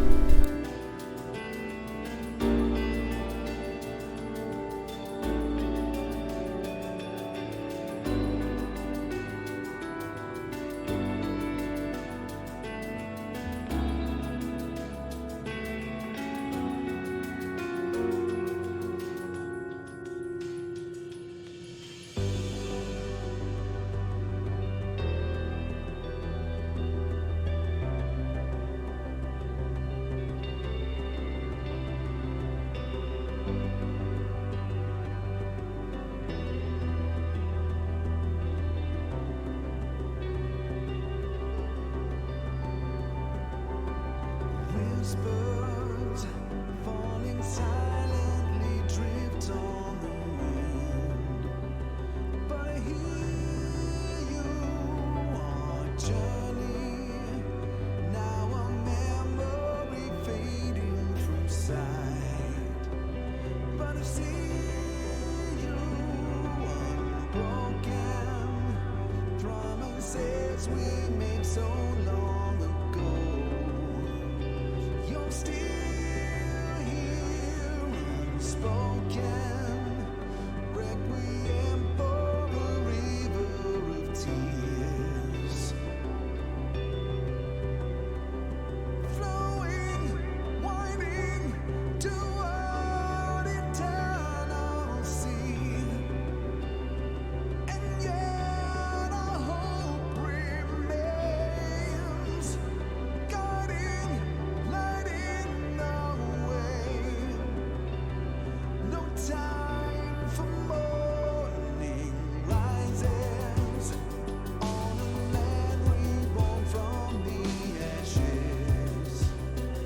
Does it take long to actually unlock the 24-man stuff?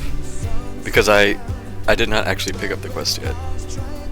Maybe I should do that while I'm just sitting here.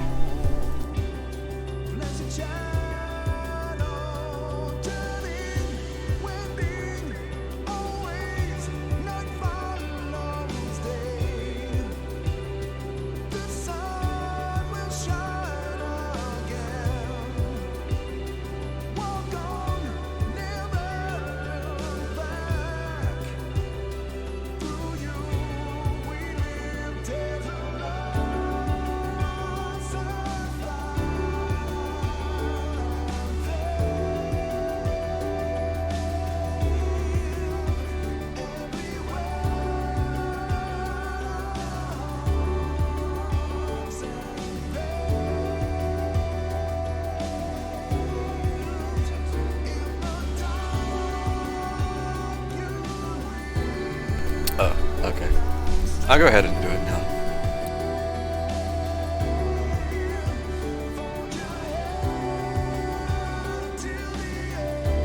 That's a nice shot.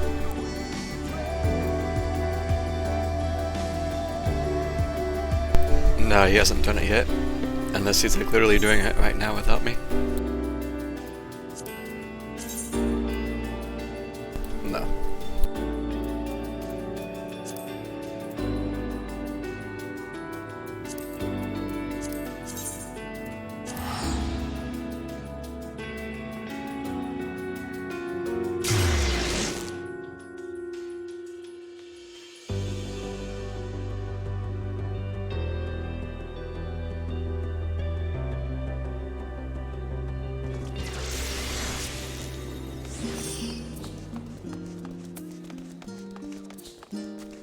Oh, I have this goofy hat on. Wow, I forgot. Off. I'm so used to just not even having the option.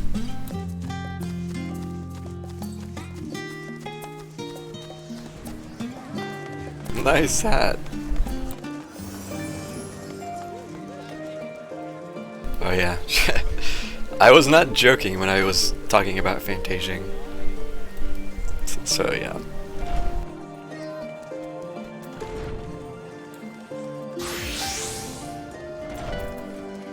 Well, thanks for the compliments.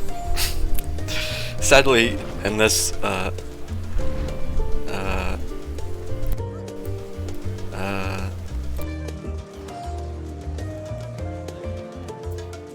the beard is not gonna look the same. That's all I'll say. So, yeah. It looks good with this beard, but the default is kinda eh. Kinda eh.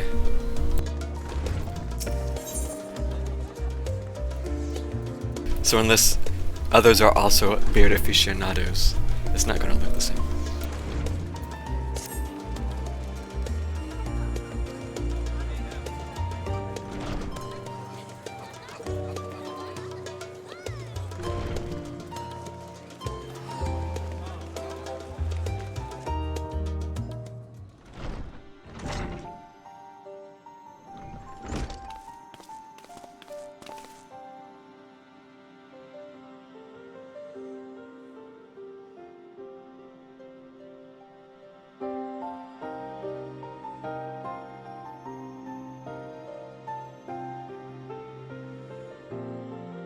Is this legible enough? I was thinking of just finishing this cake while I'm doing this, so I wasn't gonna read it. No one else sees your black sclera. Yeah, like ultimately that's why I just went through with it. Because even if others don't see it the same, I like how it is, so.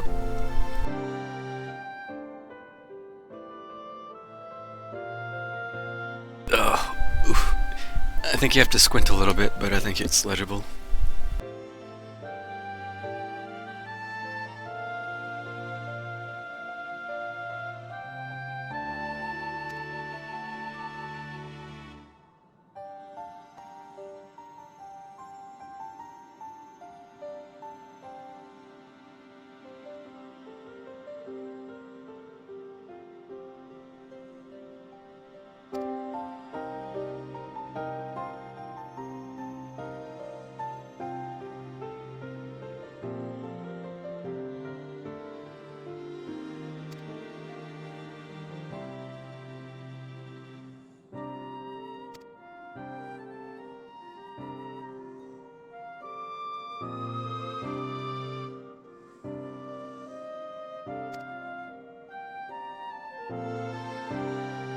Our stated mission was to uncover the mysteries of Hydaelyn and interpret her will, particularly through the study of her gift to us. We since learned the whole truth, and it might be said that we fulfilled our mission, but our work is far from over.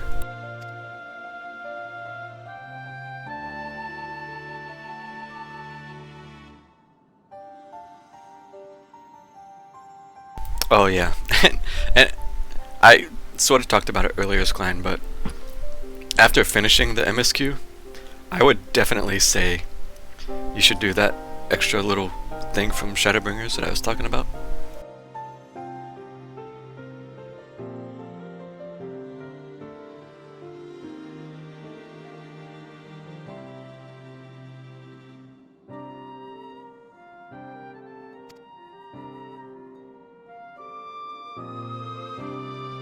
Yeah, I'll show it after this cutscene. I fiddled with it a little bit when I got on. But sadly it's not as sexy as some of the ones you posted in memes.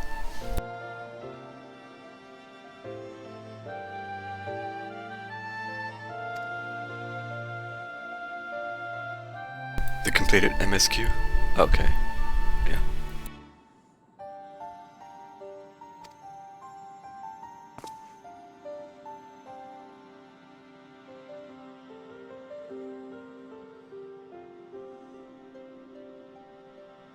Wanted to clarify our organization's purpose for a new age.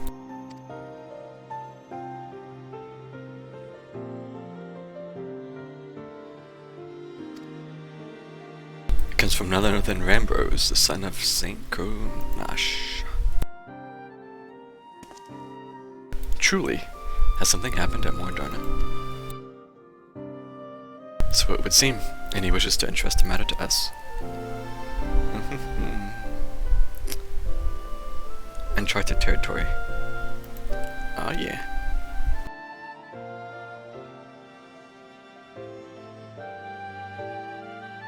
It's such a goofy name, but par for the course for Rogaden.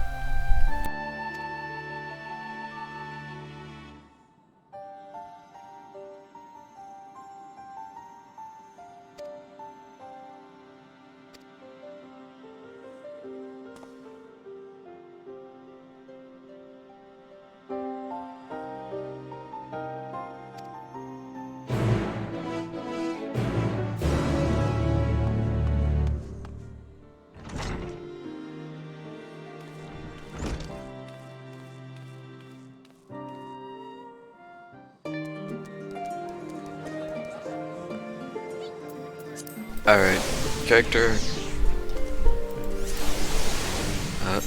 Plates. No, wait.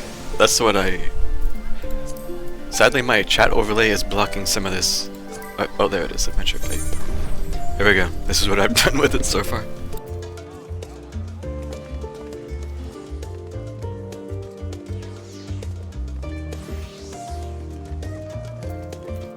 Do you want to see like specific options or like you see there's a bunch of different lists.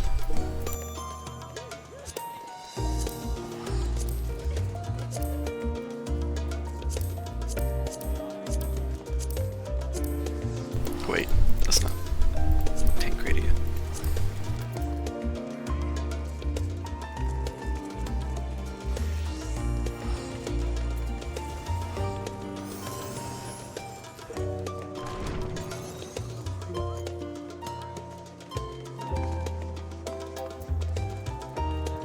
Cute smile. Stop.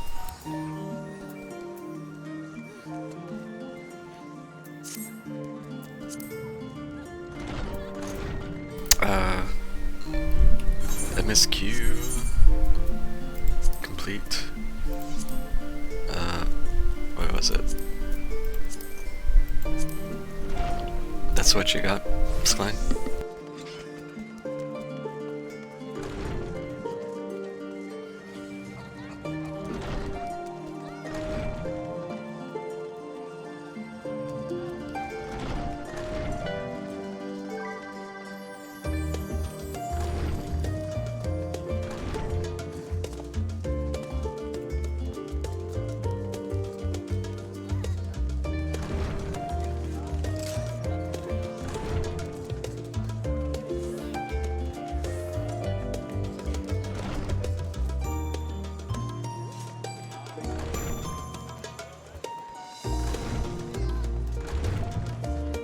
Bridging the rift? Okay. Wait, there's a new near minion? Wow, the little robot. Smaller stubby.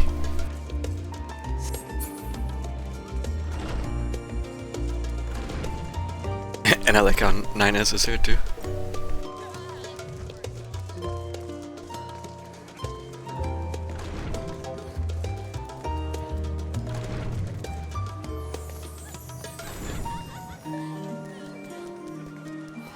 I think it's new. I don't think I've seen it before today. Yeah.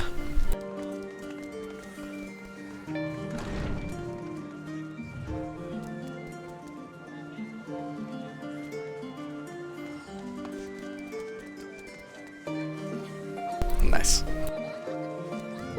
They also added the pod as a flight mount, finally.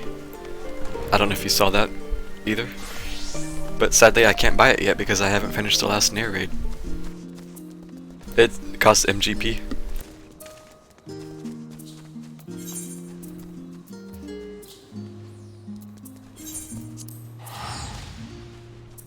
$300,000 to be precise.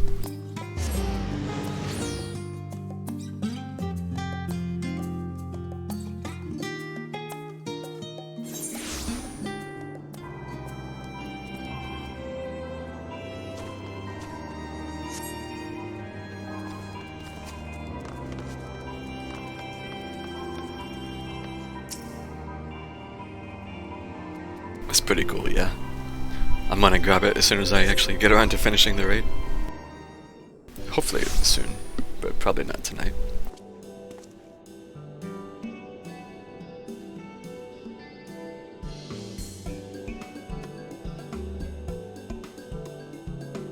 Alright, I'm done with cake, so I guess I'll go back to reading. Which would seem more early. My apologies for the wait.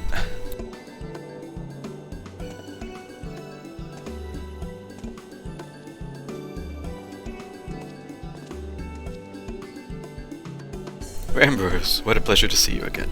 How have you been? The pleasure is all mine, my friend. I've been well, and it gladdens me to see that you are too. Now, I know you have my demands. Many demands upon your time, so I shall explain the particulars of this request at once. Recently, an explorer came to us claimed to have discovered the Phantom Realm.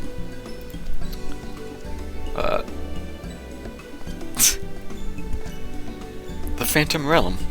So this is what you mean by uncharted territory. What is my favorite character in 14?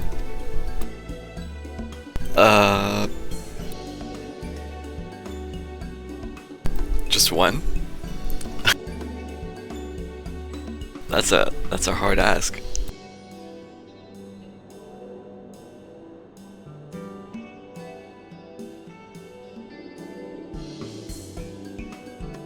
I mean, I like most of them, but one favorite?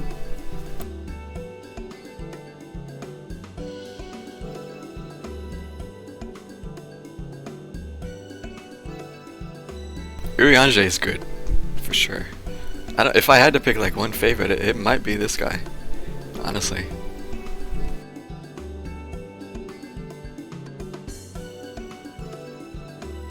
You're not familiar. Perhaps unsurprising, given that it is a lesser-known legend. Y'shtola was good this patch. I said it earlier. I don't know if you were muted or not, but I thought Y'shtola was pretty good this patch. Yeah, Raha. He's come a long way since Shadowbringers. Well, since ARR, to be fair. This legend holds that across Aeor the other exists a realm that appears as a mirage. Though visible from a distance, it fades away as one draws near.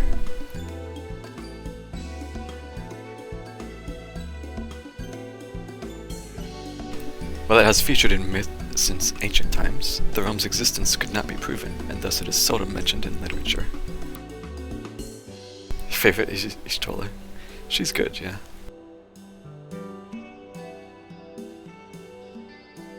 I'm also mostly just talking from a I like this character standpoint and not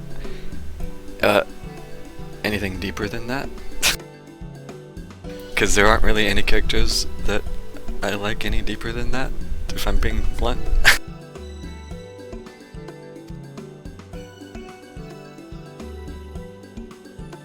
In spite of this, fueled by rumors of the occasional sighting, the myth has persisted and continues to capture the hearts and minds of explorers.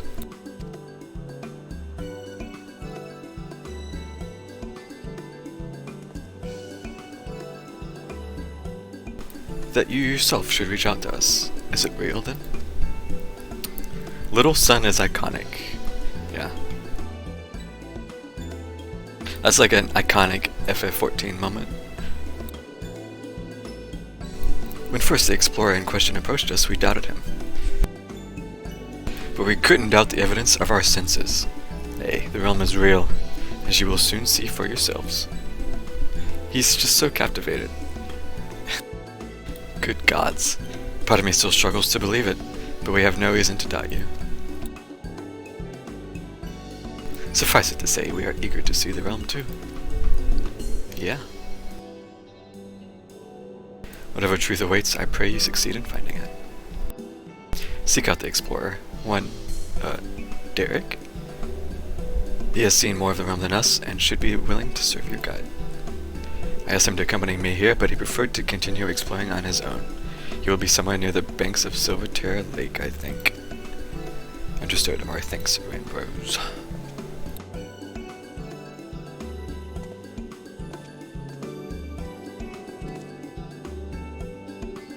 Come, let us split up and look for our explorer.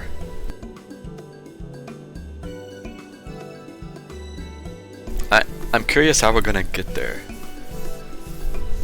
If it's a mirage or something? I don't. I guess we're about to find out.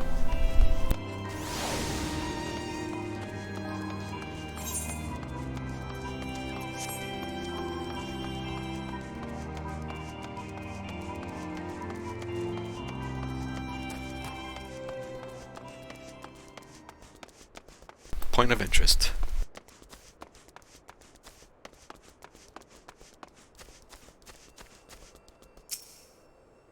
Well, I doubt it's this one because nobody else is here.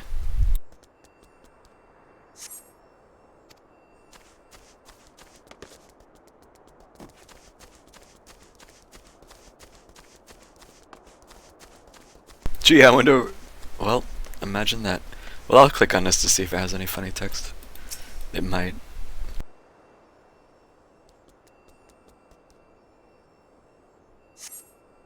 Nope.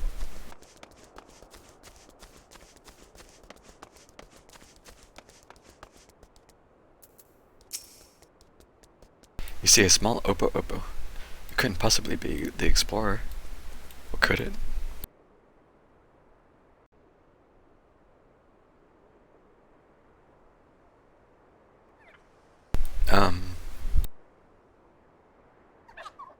Hello.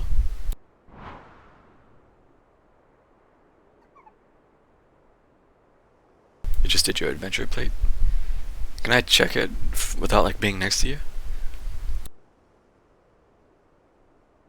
Just in case you were entertaining the thought, Anselm, that Oppo Oppo isn't our explorer. I have the man in question here with me. Oh, it's his pet. I remember seeing it in the picture. I'll look at it when I get out of the cutscene.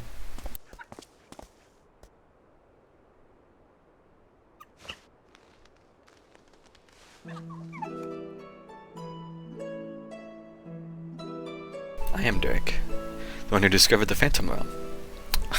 He just says that so nonchalantly. I apologize for making you search for me. Friends list? Okay. Curious about this creature, are you? I mean, not really. I've seen a bunch of them. I found him injured during one of my journeys and tended to him. Since then he has taken to following me around. He's inquisitive but otherwise harmless, so pray pay him no mind.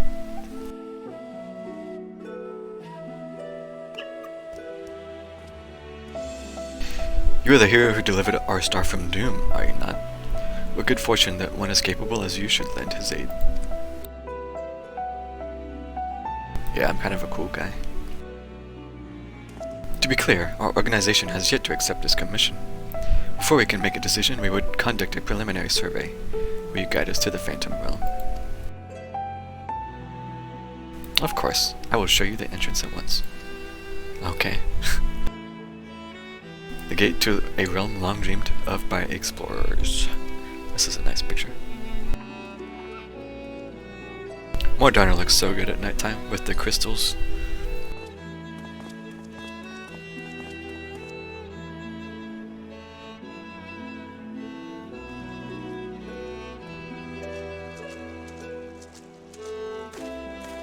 What are you? Okay. Impressive, isn't it? When the gate manifested it, so too did this magic, allowing one to thus walk upon water. Voyager would be pleased. Also another picture.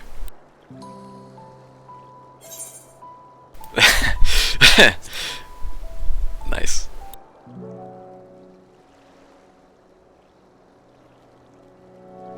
Someone conceived the means to do this at will. An intriguing individual. I'm so glad it called back to that. It was just the first thing I thought of. It's perfectly safe, I assure you. Come.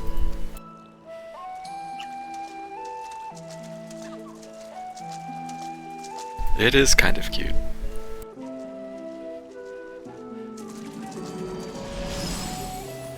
Yo.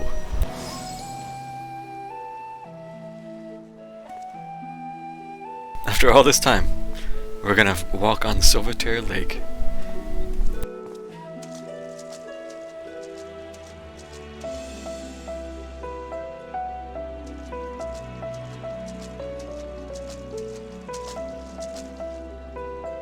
By the 12th, you truly can walk here.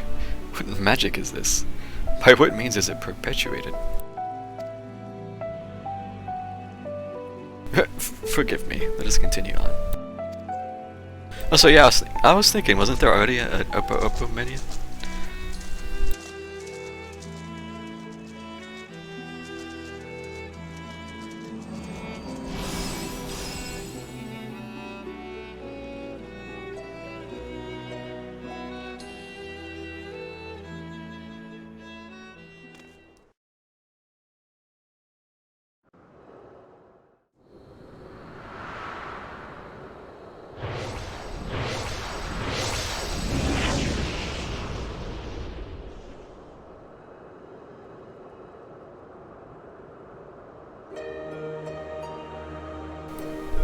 Okay.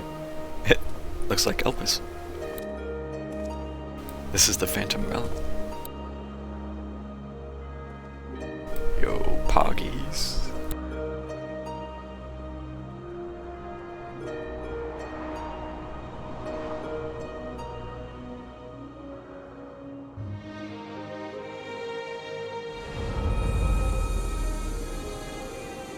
The Omphalos. Omphalos?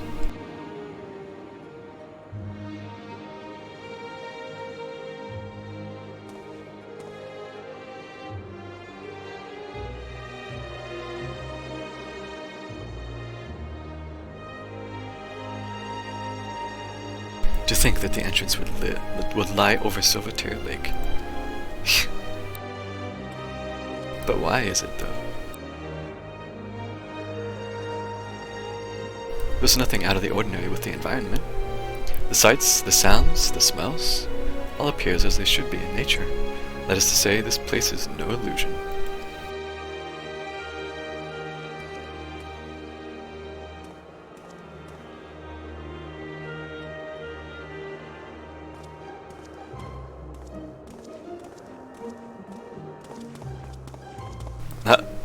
This music.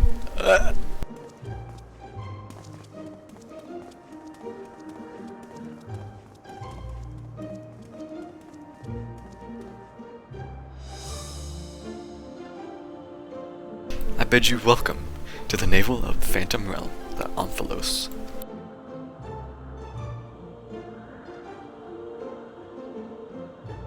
Damn.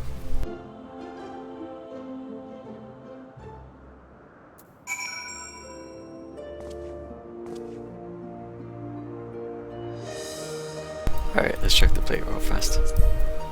Friends list.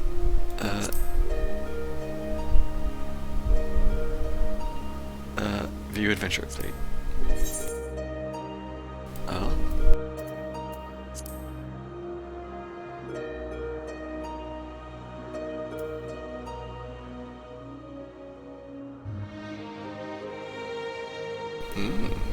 The perfect legend.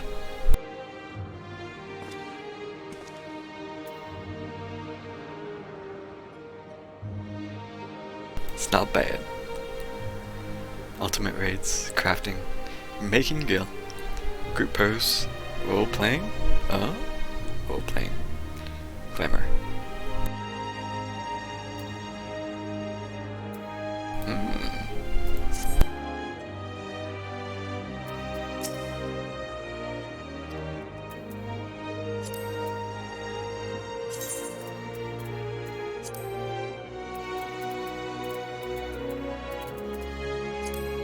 Oh yeah, there is. Baby Oppo Oppo.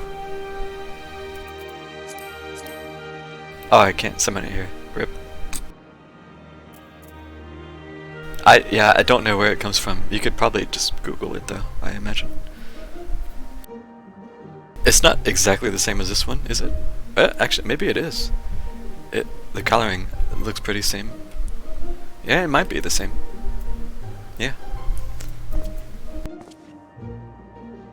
The only thing he loves more than you is a juicy Sprite apple.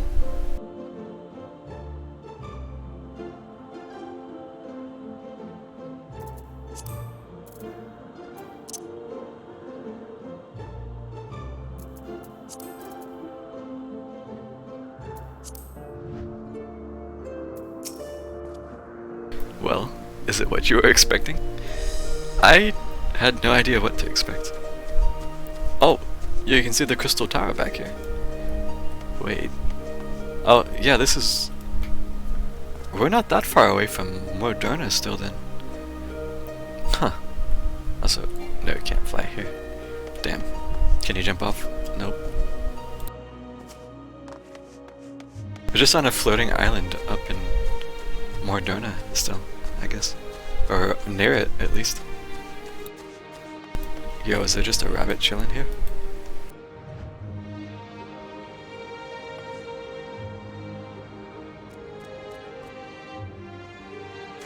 Yeah, you're above Moderna.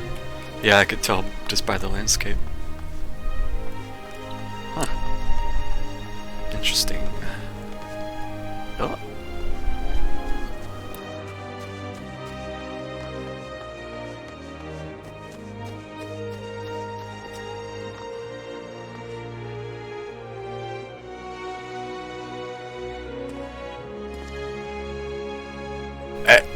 It's what it sounds like, based on what they were saying before. I guess we'll see if it like actually talks about it more.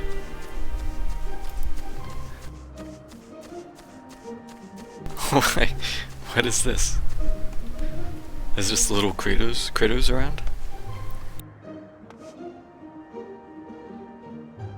I can't click on it. It makes it sound like it's been there. Just like doing phantom stuff. I don't know. It does talk about it. Yeah, okay.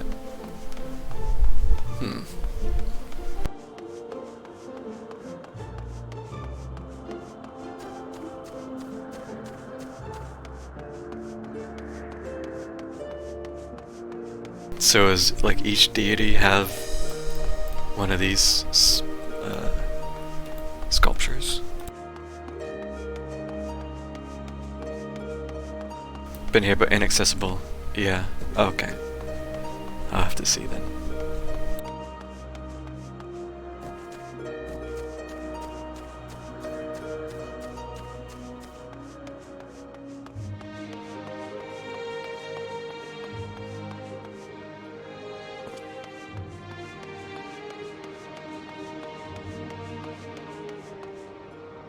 So which deity did you guys choose for your character?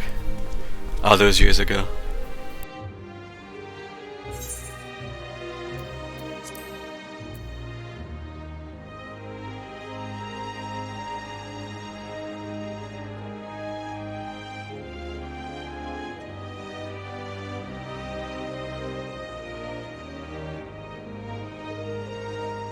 Yeah, the architecture is pretty cool. Over 2. I do not remember the names of the symbols enough to even tell you.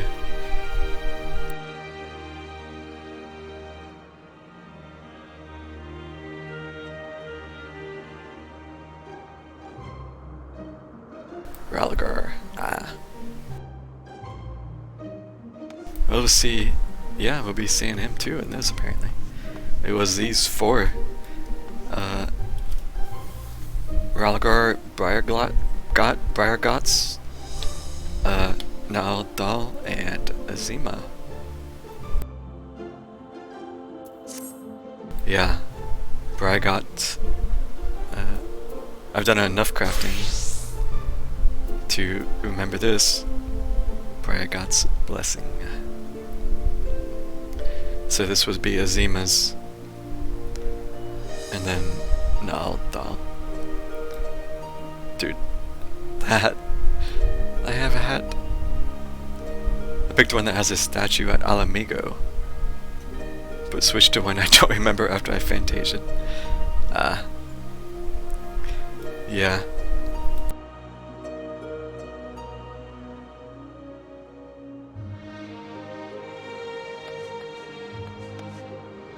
I don't remember which one is Ralgar's.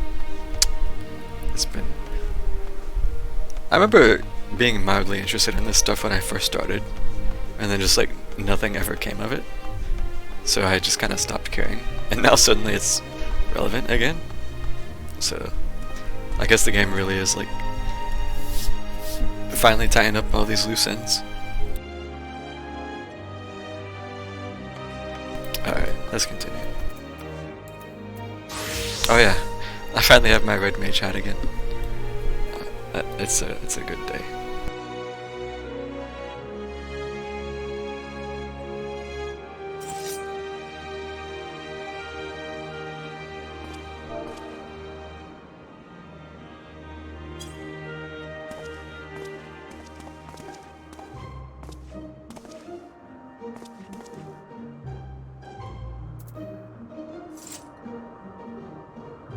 This was my biggest sadge when I swapped to Roth, was losing this hat.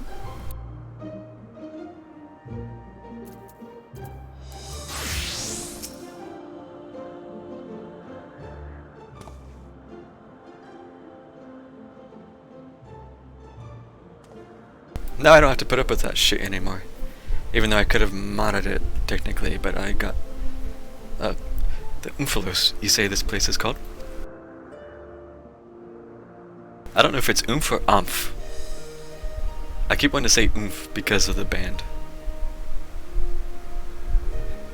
A name of my own conception, I confess. I felt we needed something to call it by. Lest you wonder, the word means navel in an ancient tongue, an allusion to Mordona's location in the heart of Aldenard. Yep, I've got my hat back. How many years later? How long has it been since Shadowbringer started now? 2.5. As you can see, there are man-made structures, and the place appears well kept. Yet there isn't a single soul in evidence.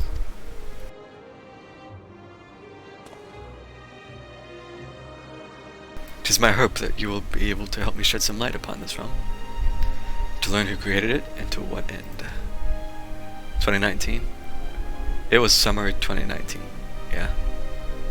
Like August or something. I should also like to know why it has revealed itself now. Was it simply chance that it kept it hidden, or something more? In any case, let us begin by taking a look around. Well, I kind of did that already.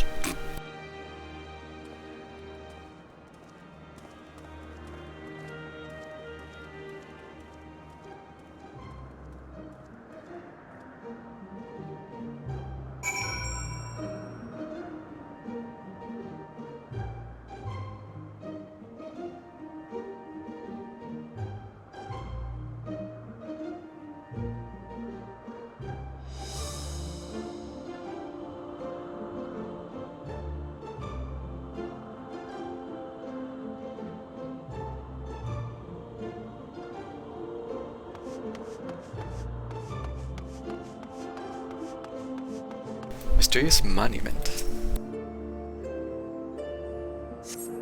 A stone monument has been erected here. By whose hand you cannot say, but the motifs wrought into its base appear familiar. It looks like an aetheryte. It also... The stuff does look very Elpis-like, very ancient.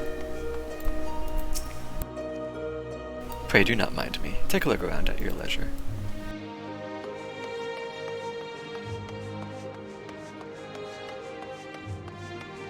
Vantage point. I guess the game really wants you to notice the crystal tower back here, but I already did. It's very Greek and you hate it. Oh. Rip. In the distance you see what appears to be the crystal tower. Though the clouds makes it difficult to be sure, it would seem that you are in the sky above Silvertear Lake. No such isle could have been seen from the outside, however.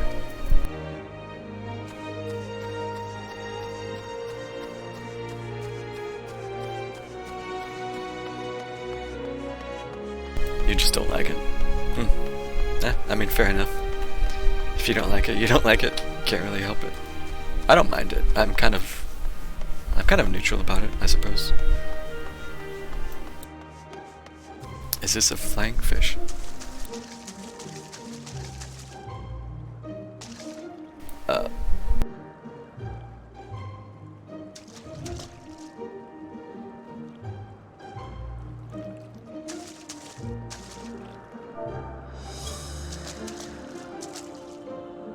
Mount Olympus and the 12, yeah.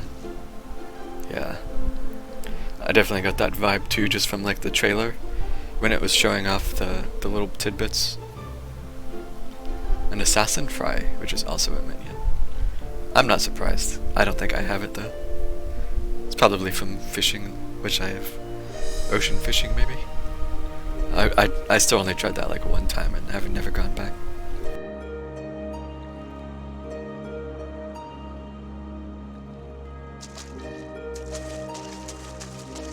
Really? ARR? Damn. I must have just missed that, wherever it is.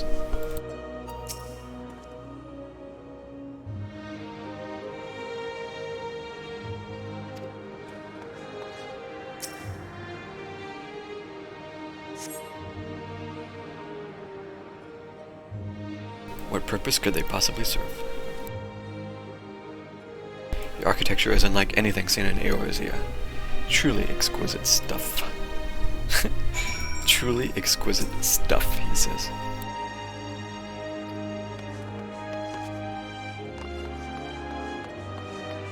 The weather is transcendence. Nice.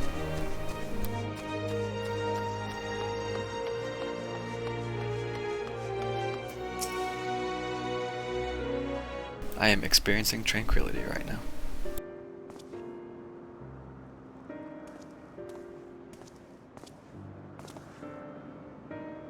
Finished looking around, have you? What are your impressions? We have had only a cursory glance, but this is truly a mysterious place. The gleaming spire rising beyond the clouds.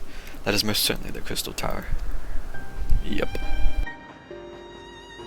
Judging by its aspect, we are a considerable distance above Silvertear Lake, which would suggest that the gate we entered is a teleporter. However, if this isle lies where it's supposed to lie, where it appears to lie, then it couldn't have escaped the Battle of Silvertear skies unscathed. True. Which is to say, we are in Mordona, and yet we are not. 'Tis as if we were displaced from our world, if only slightly. Displaced is an apt way to put it. Was there aught else you noticed? Aye, the motifs upon yonder structure, they are unmistakably the marks of the 12.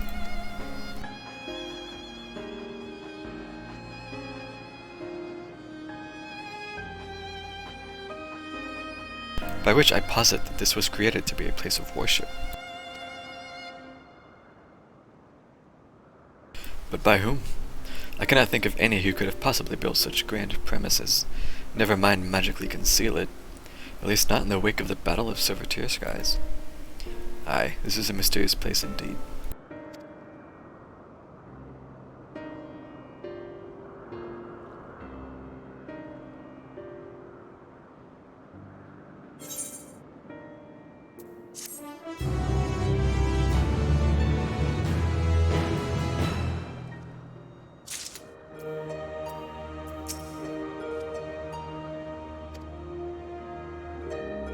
In like manner, perhaps, to the ruins of Amdapor in the Twelveswood. The city, I understand, reappeared when the 7th Umbral Calamity weakened the elementals. Huh. The realm of the gods.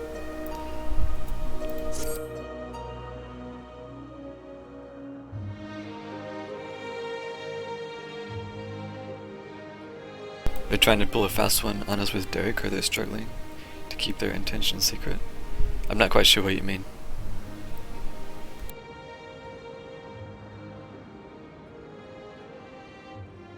Well, it seems that there is but one solution for our ignorance, a thorough investigation. For this, we will require more manpower and supplies, among other things. With your permission, we will confer with our representative, Cryo, and make the necessary arrangements for a formal investigation.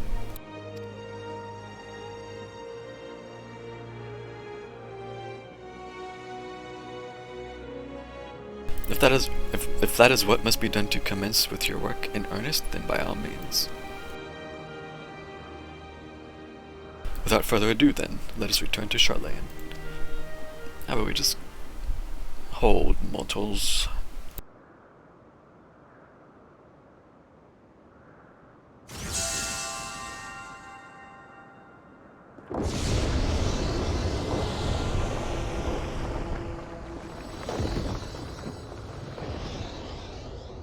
They're empty.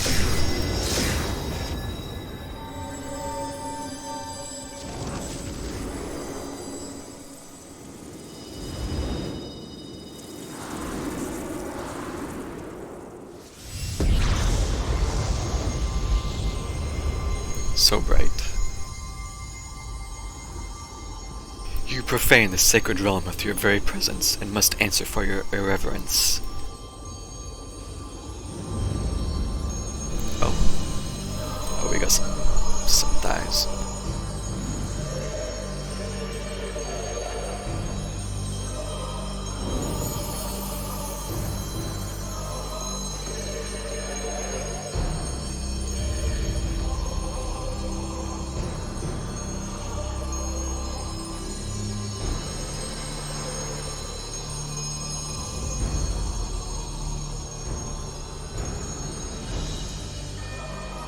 I am Briargot, the builder. Briargot, then the 12 are real. Let there be no doubt, we are not simulacra born of mortal faith. It's so bright, I can't even get like a good picture. It's just washed out. Nay, we 12 are divinities true. And in Heidelin's absence, we are the star's rightful rulers. Its will. Just pull out my new list. Let's go. Closely have we watched mankind. And we have determined that you, champion of Heidelin, pose a threat to our ascension. What? You were foolish to wander into our realm. We could destroy you with ease here and now, but as divinities we must demonstrate grace and forbearance.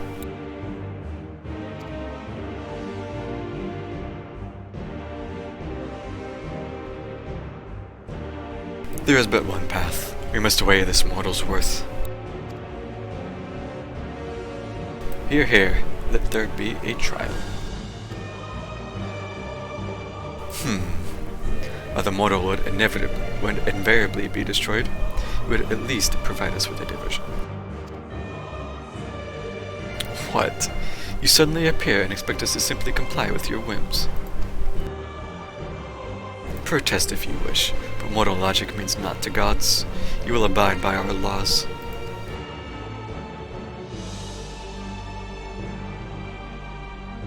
Lo, the gateway to our sanctums lies open.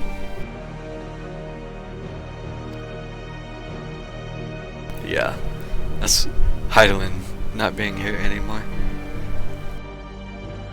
Show us the strength of mankind.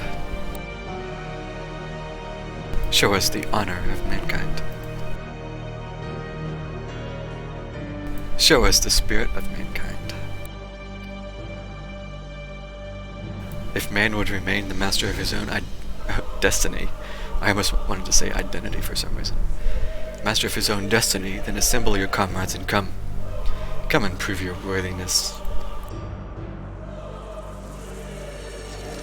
So, Relgar, Bragot, Aldal, and Azima.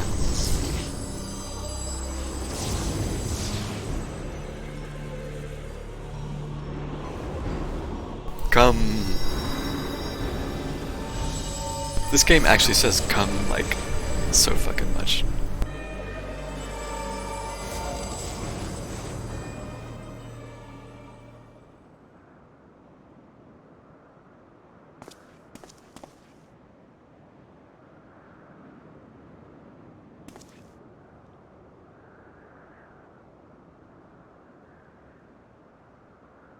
Seven hells! During my previous forays, nothing like this ever happened. I encountered not a single soul, and certainly not gods. And by their own admission, they mean to take over the star. What are we to do? The situation has indeed taken an unexpected turn, but we must try to think clearly. Shadowbringers music.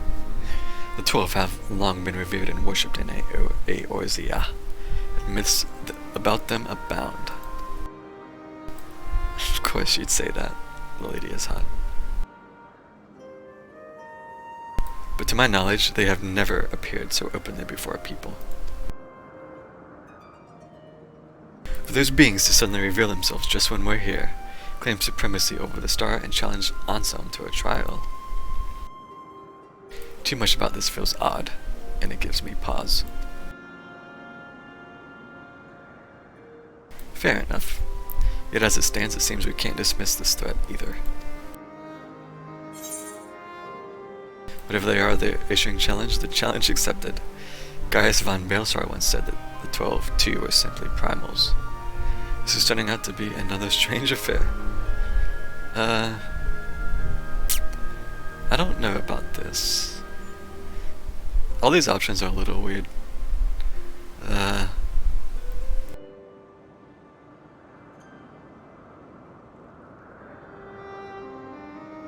I'll just say it's turning out to be strange, because it kind of is.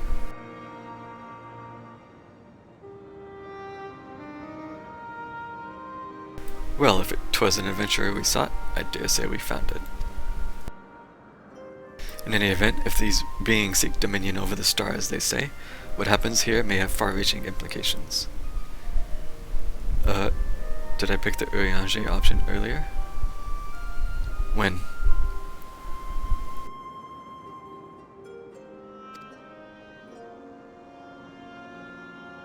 Oh, you mean when they walked on the water?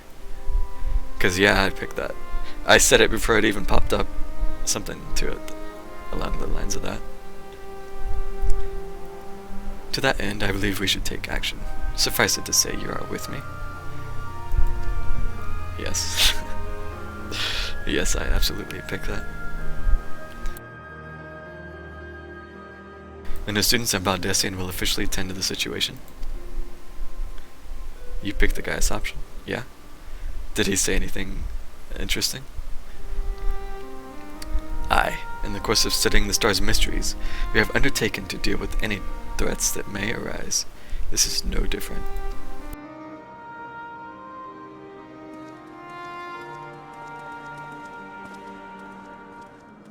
Not that I remember. Oh.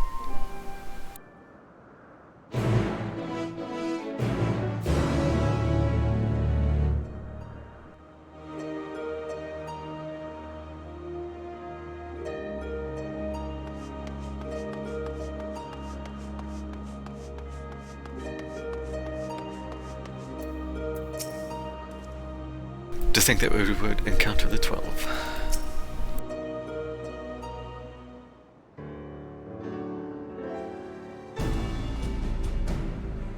Right, let us deliberate a course of action. Derek, Know you aught of these beings' sanctums? Aye. There are domains in the Phantom Realm that lie beyond each gate. I've explored them all. Oh.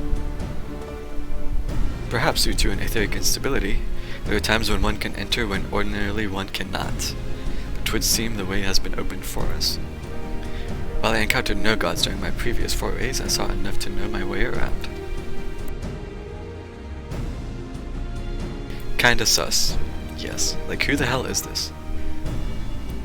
I am but a humble explorer. No, you're not. And cannot contend with gods. But if you would be willing to protect me, I will serve as your guide.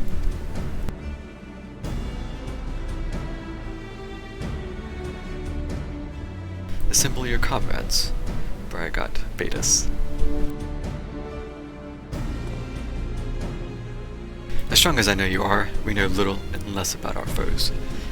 Neither their strength nor their true nature. It would be decidedly reckless to face them by ourselves.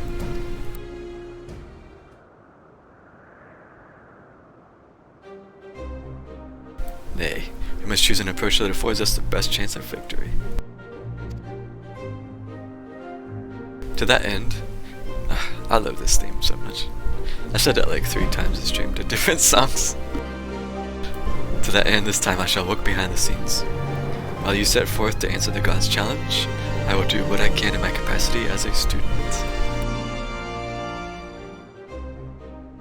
For one, it would behoove us to arm ourselves with knowledge about the 12, and I shall begin by appraising Kryl of the situation. By thus utilizing our resources to the fullest, we shall overcome whatever trials await.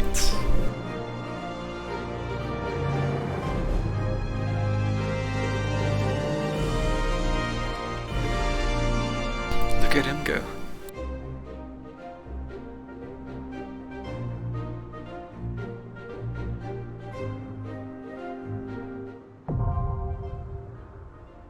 Aglaya.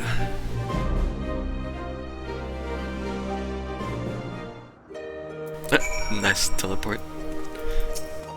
Sus. I saw him teleport. If you're already set forth, and so am I.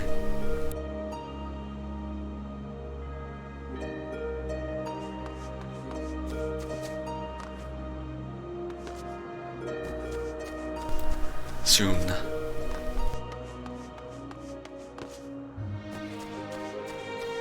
He's definitely, he knows more than he's letting on. For sure.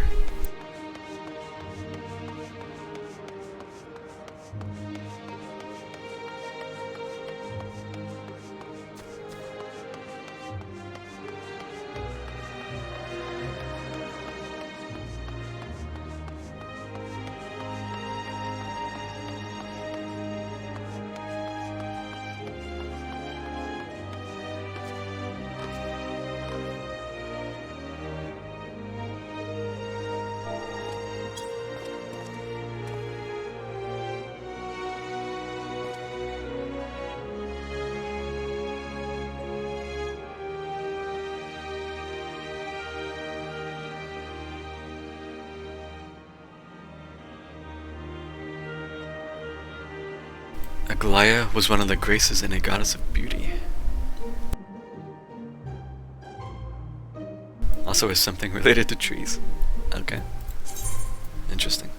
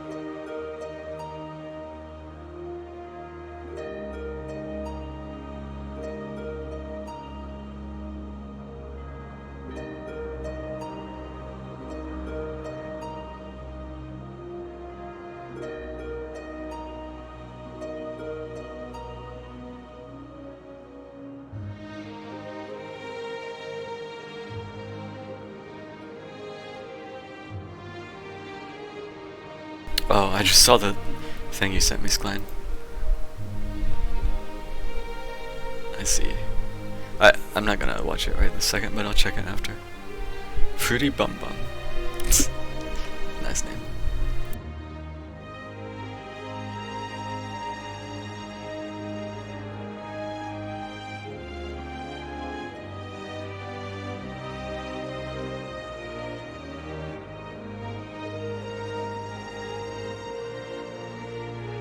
Oh yeah, I saw an ad at this other Discord server.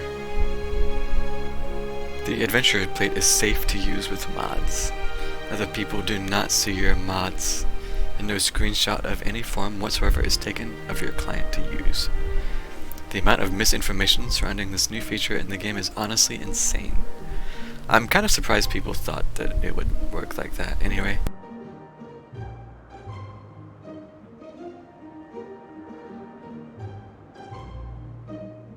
Like, I didn't even consider that until I saw people talking about it, like after I had already been playing for a while.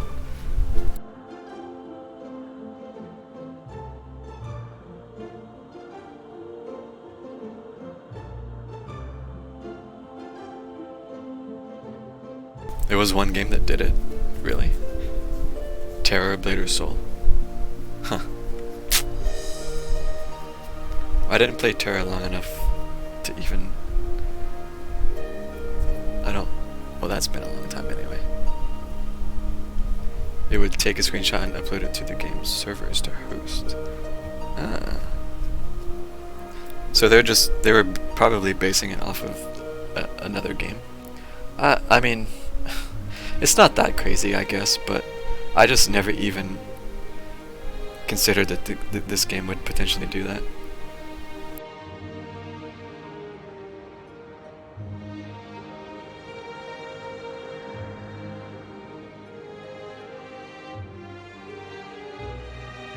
I almost wish it would, because then at least, well, no, that's too much of a gray area, because then you're just openly admitting to using mods.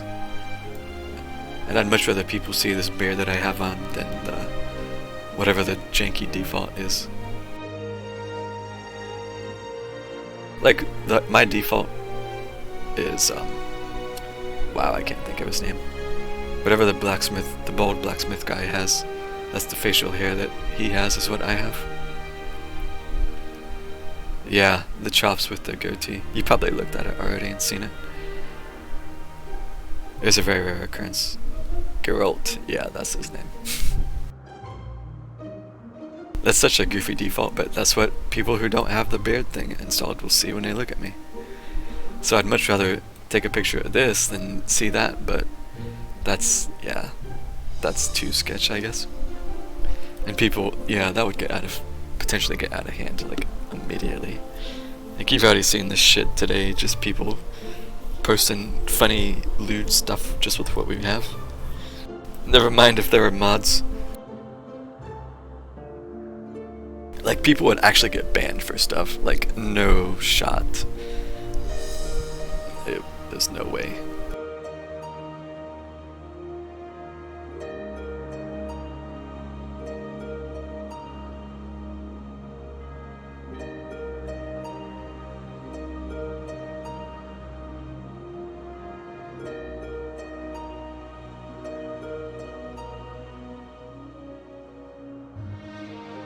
You haven't seen him. I mean, like, the character model is, like, they obviously have texture stuff. Not the plate itself.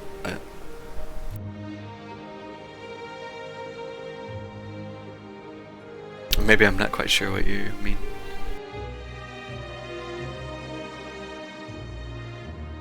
I don't think you're gonna see anything, like, not safe for work. 'Cause, yeah, there's a good chance that will get just banned.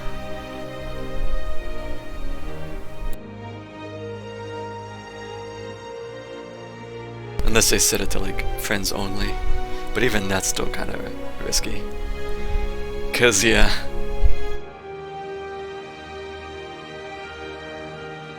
Yeah, it renders your mods and the plate. So, Yeah. If I check somebody else's plate and they have the same scuffed facial hair that I had, then they'll have the beard. Even though they technically don't have it, I will still see it.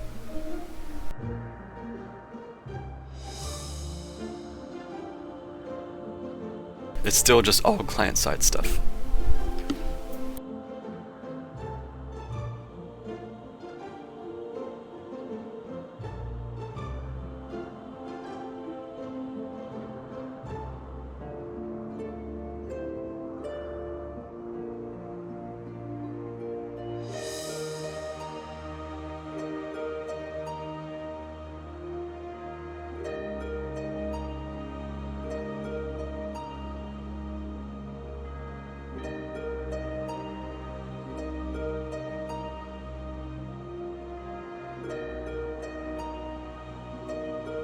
But yeah, I've seen 2 ads in Discord today in different servers about that.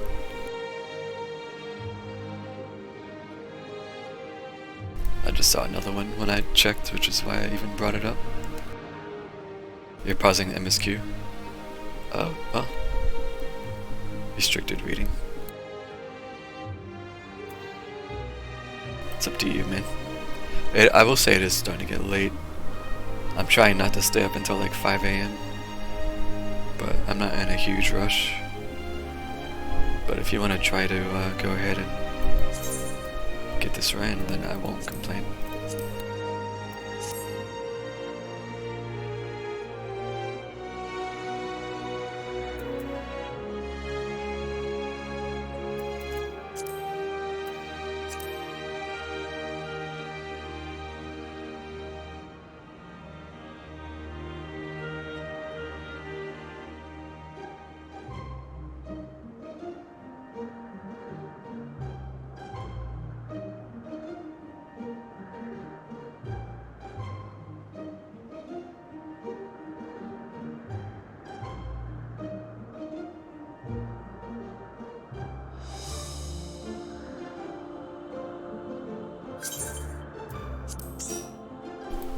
I'm gonna go to the bathroom, because there's no telling how long this might potentially take, so, one moment.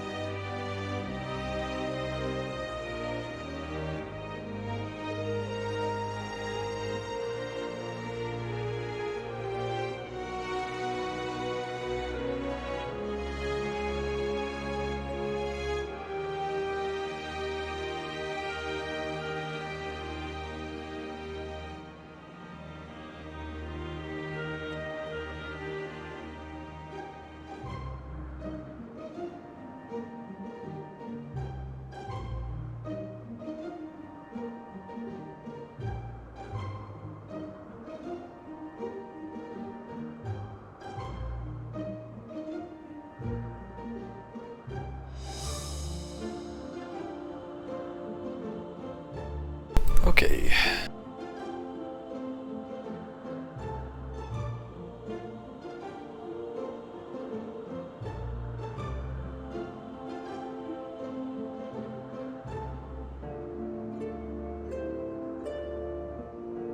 One hour, 24 minutes. I mean, maybe.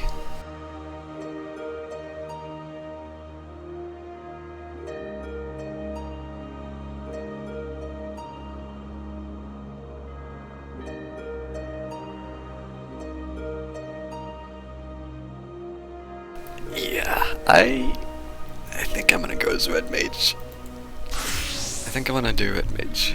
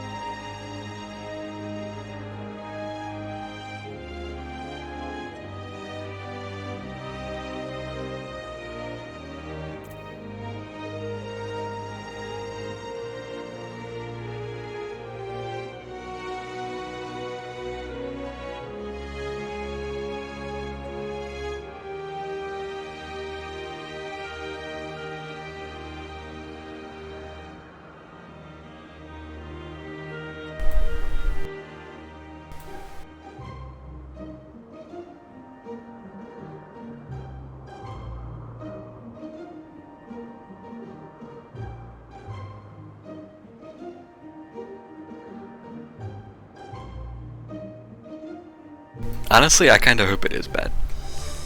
Because it's only fun and bad, like, when it's new. If it's bad and it's old, then it's not fun.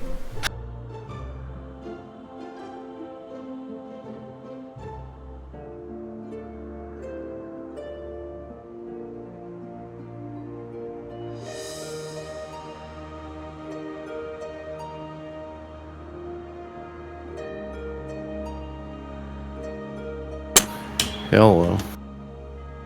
Yo. I tried to reach up to pull my mic down to my mouth, and I realized I can't do that with my right arm right now. Why? I have jacked up my right arm. Like, really bad.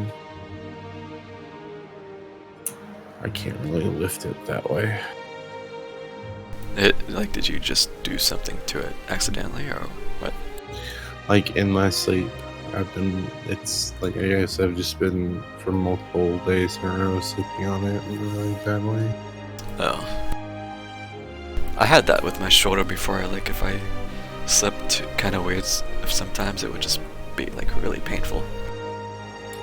Yeah, it's like upper arm, shoulder area for me. And it was bad a couple days ago, and it's only gotten worse. Oh. Today at work, I even had to ask Aaron to help me get down a box that was on the top shelf because I just couldn't pull it down.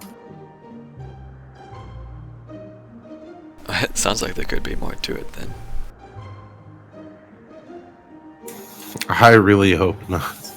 I hope I just sure. really need to be careful with it and work it out. Ideally, sure, but I guess I'm gonna go be brave.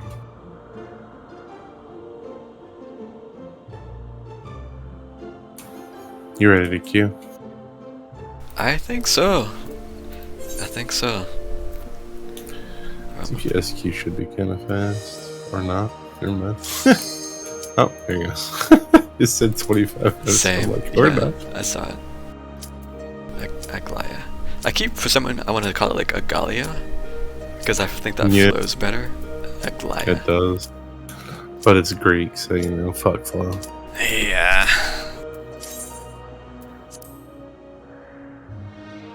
Alright, well, I hope you're still there, Sher, because this will be fun, I'm sure, to watch. Hopefully my friggin' internet behaves.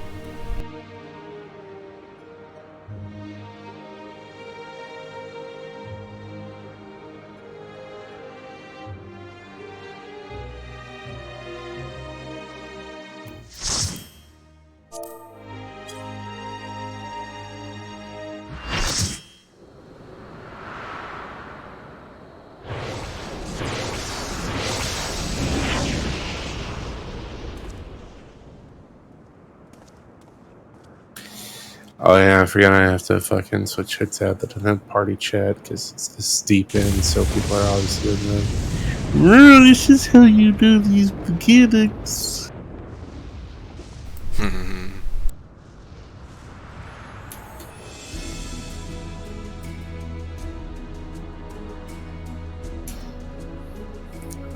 I already hate this design too. I hope it gets more interesting than just fucking Sorkai, but worse.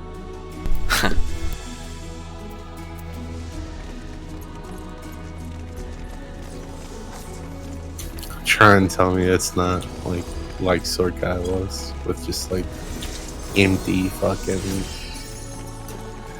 clouds. This like narrow path. You can see Bayergot. He's our first boss. A domain expected to lightning. Bayergot is here. I shouldn't doubt. Mechanical spire ahead could have been plucked straight out of legend.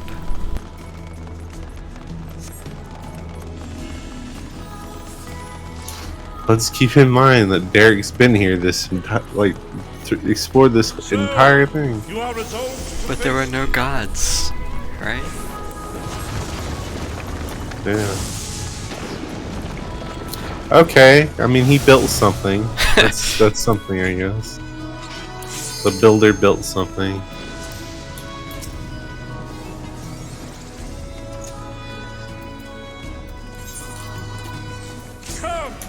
Yeah, I should have let it cast.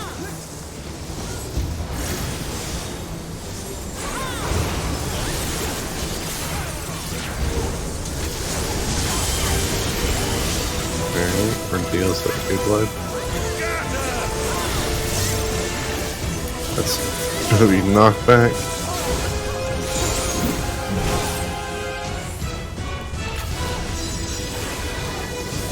Asylum is friggin' huge now. Yeah.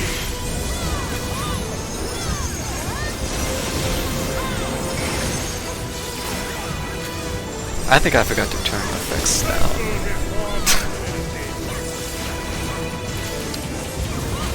Yeah, I may have to. Well, at least this happens. I don't like the way he's... Okay, that's what I thought was gonna happen. I didn't like the way that he was glowing. This is spicy.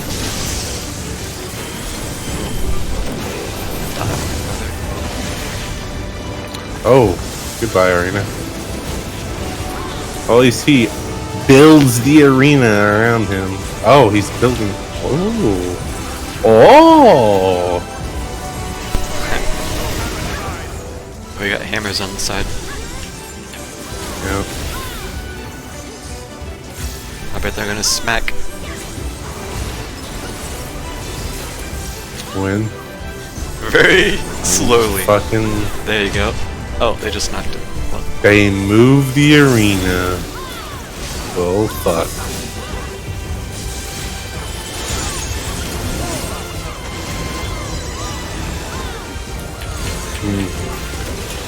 Well, that part of the arena's going to move.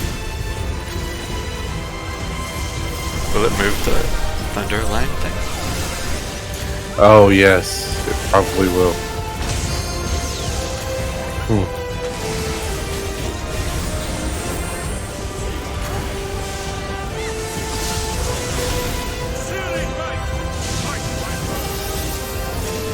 Nope. Also, that was during my burst. I'm pissed. Oh dear. Oh dear, indeed.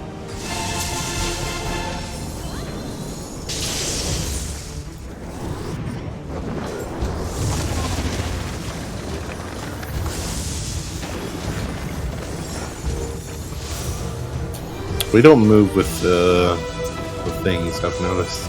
Yeah. The arena gets knocked, we do not.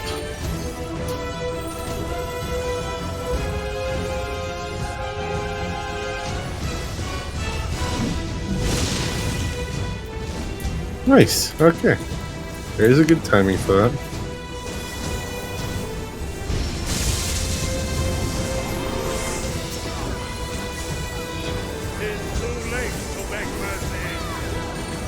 Oh, I should be turning effects down. I forget where it is.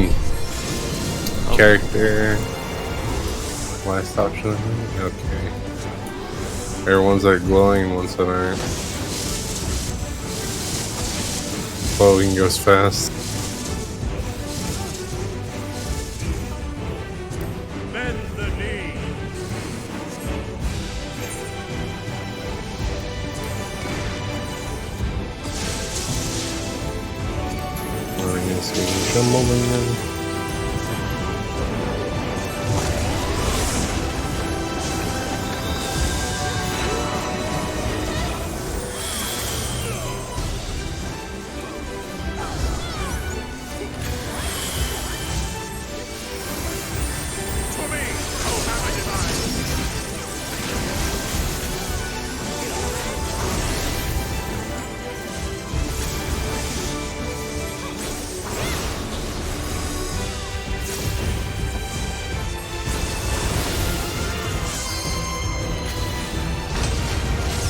Son of a... Ah, okay, see.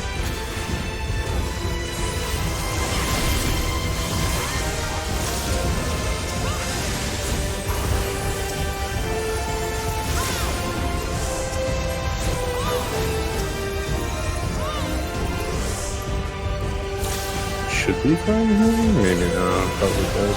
Everyone's standing up here. I don't know which one goes first. God damn there it. we go. I believed, and it... Yeah. It fucked you. I followed the herd and died.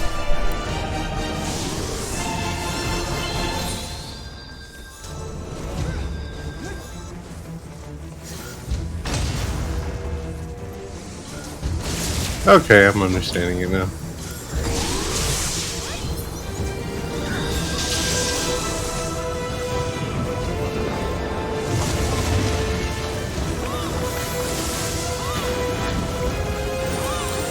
It's very interesting, I will say that. There's enough going on, I don't have to pay attention to how Bayard looks like he was ripped literally from the Hercules movie by Disney.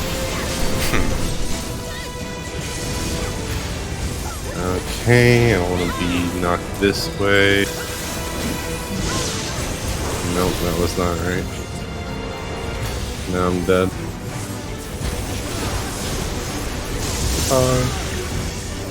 I just used both of my DPS buffs. Well, I mean, our healers just also can't stay alive, which is a big part of the issue. Nobody is staying alive, really. I just died, thank you. I get what you're saying.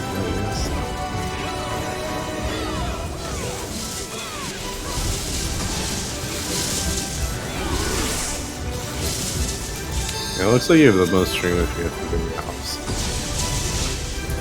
Did they just heal her LB already? Yeah, any day now.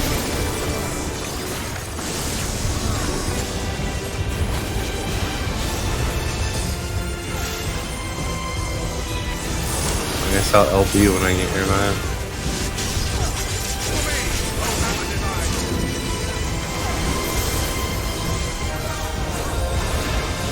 Hey, it's being moved, so I'm gonna stand in right here. And I'll be.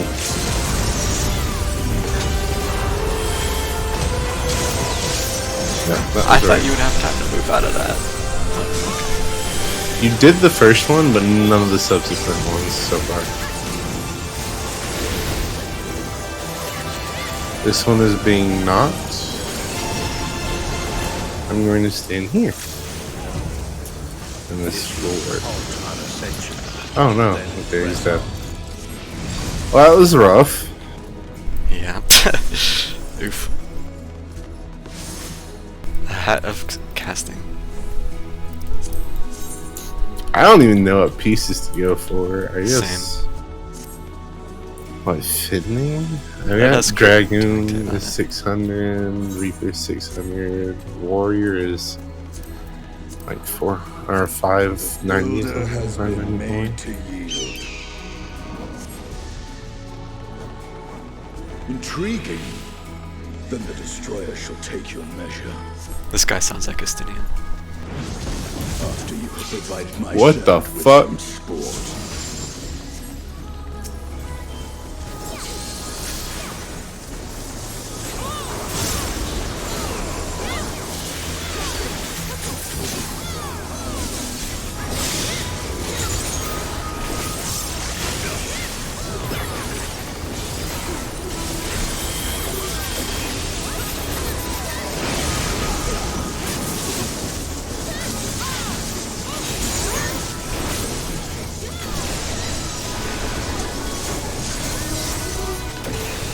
It's going around the arenas. Oh, that hurts a lot. I see, okay.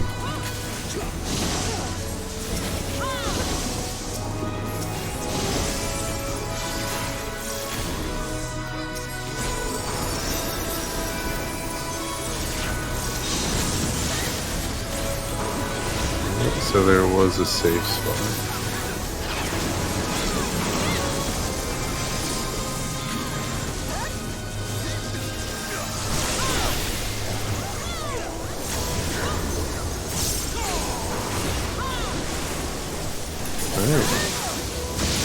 Two saves. Okay, I get it.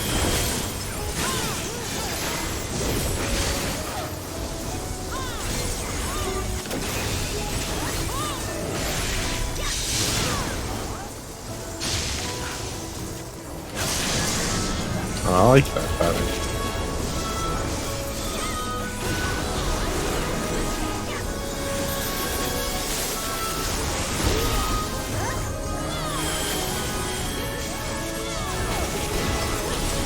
From the blue. It's the right one.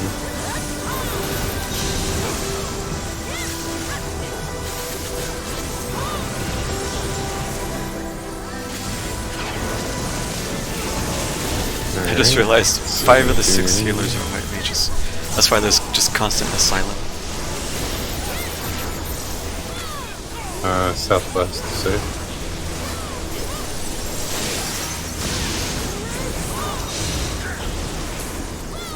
Yeah, okay.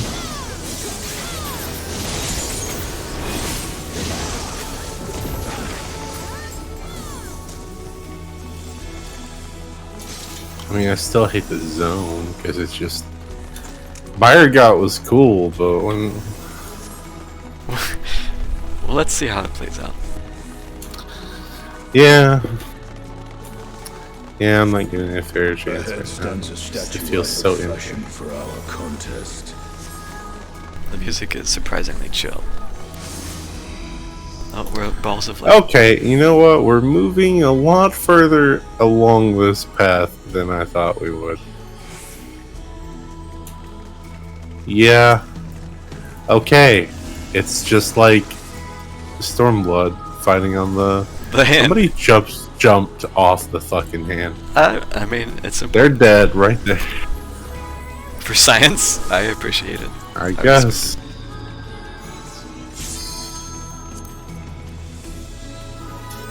This is cool because this is where the monks were fighting. Lys and the main character as monks. Yep.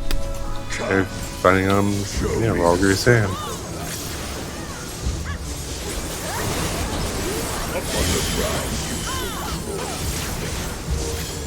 I don't know why I just did that, but I did.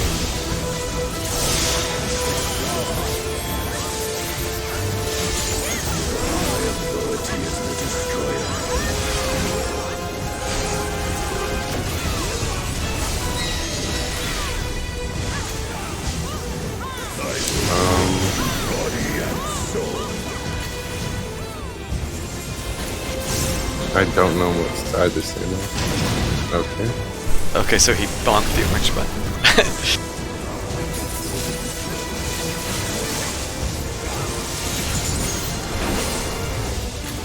I'm confused. I can really see the telephone.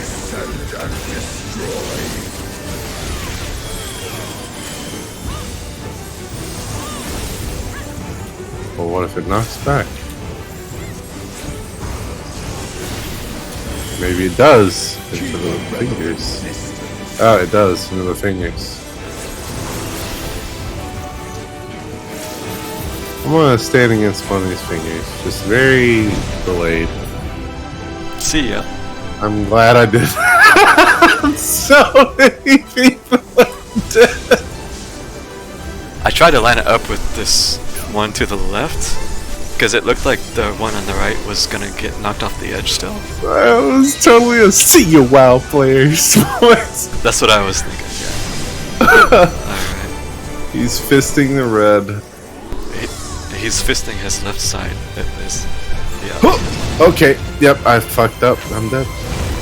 Oh, wait. Oh, I probably could have canceled it.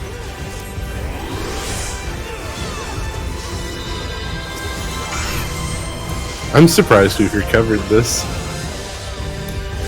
I think there was like less than 10 people left alive after that. More.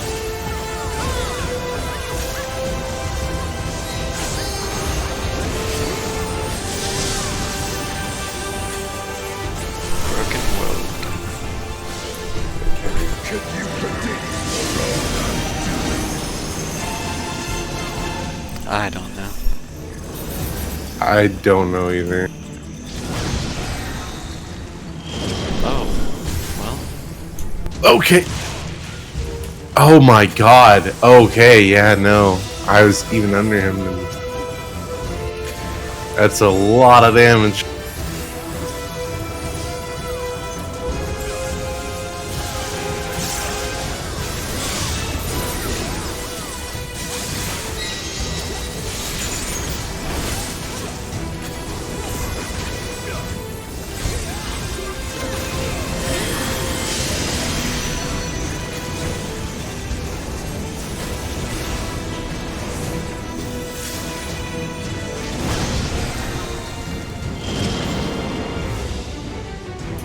Oh, okay. So probably. Oh wait, no, I'm not dead. I see. Man, this is some fucking Kefka shit going on with falsehoods.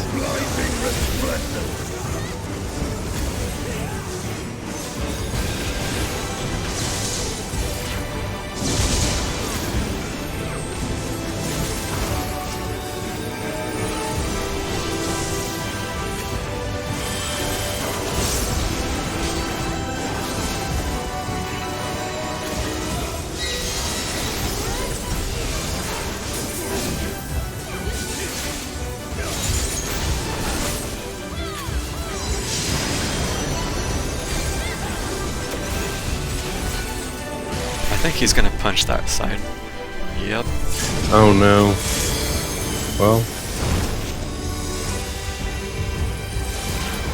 I survived on technicality.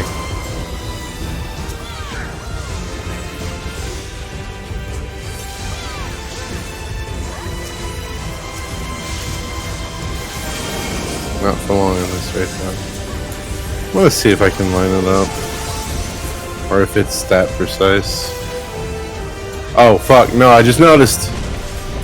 Okay, I noticed what it is.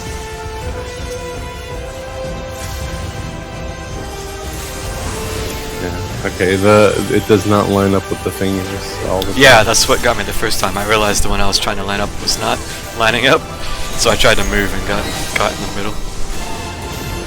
Alright, so it would work if you just line up with the one that's lined up with the finger. It's punching it, right? Which is, he's gonna destroy it. He's gonna destroy the rock.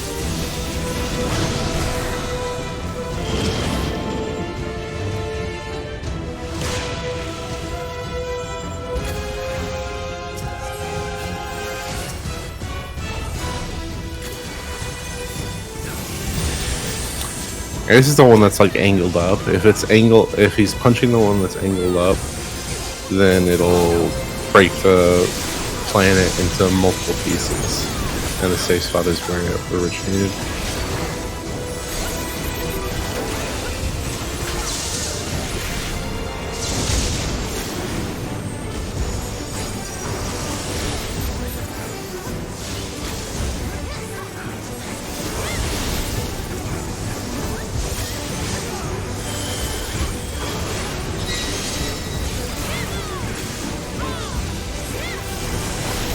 Okay, so if he punches orange, no, if he punches,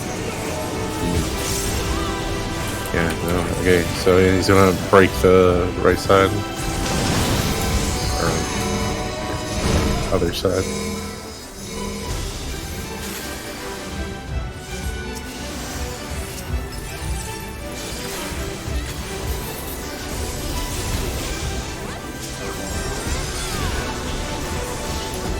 It's starting to make sense.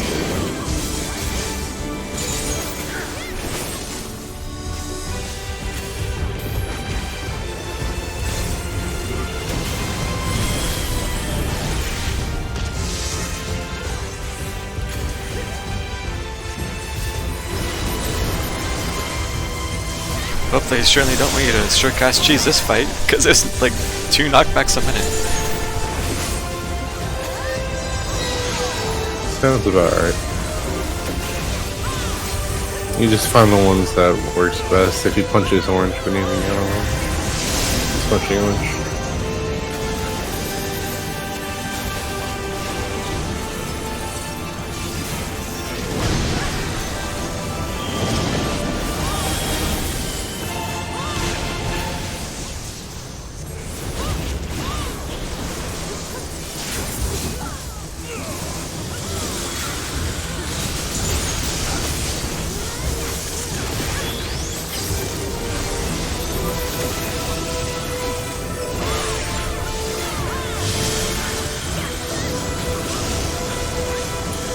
Oh man.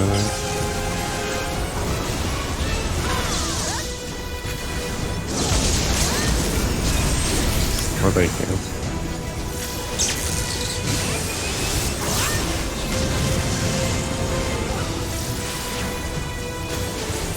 Impressive.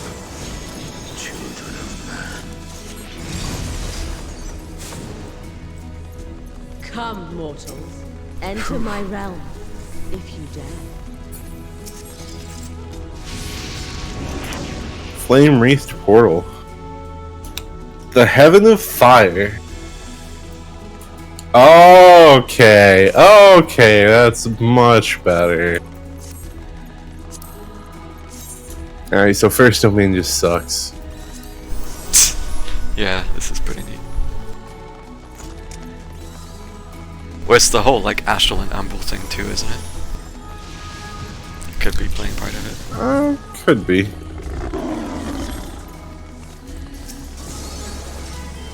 Lion and lioness.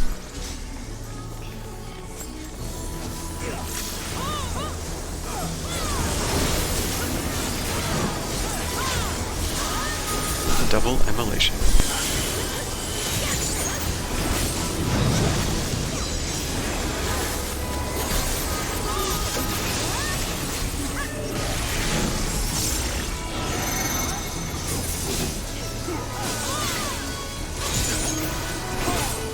Out and then.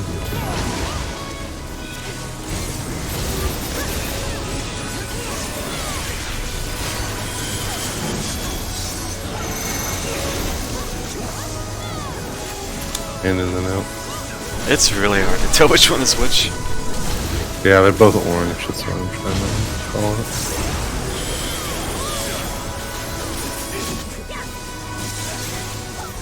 I wonder if we have to kill them together.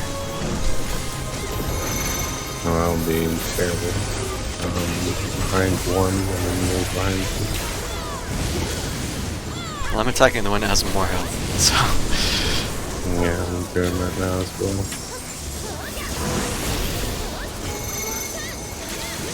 Behind one, behind two. That's much easier to read because they're not over top of each other. Yeah.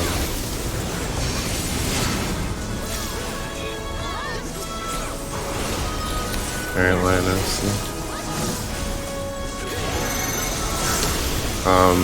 Out and then in.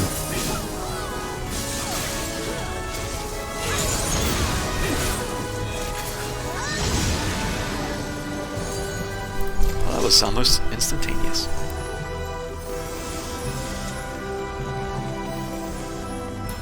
Mere minions are no match for you, it would seem, says the person who's the true evil.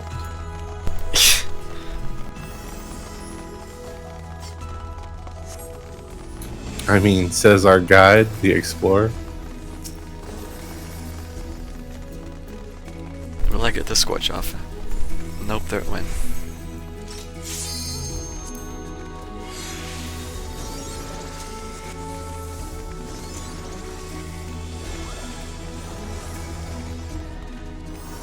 You will be scoured by the light of the sun.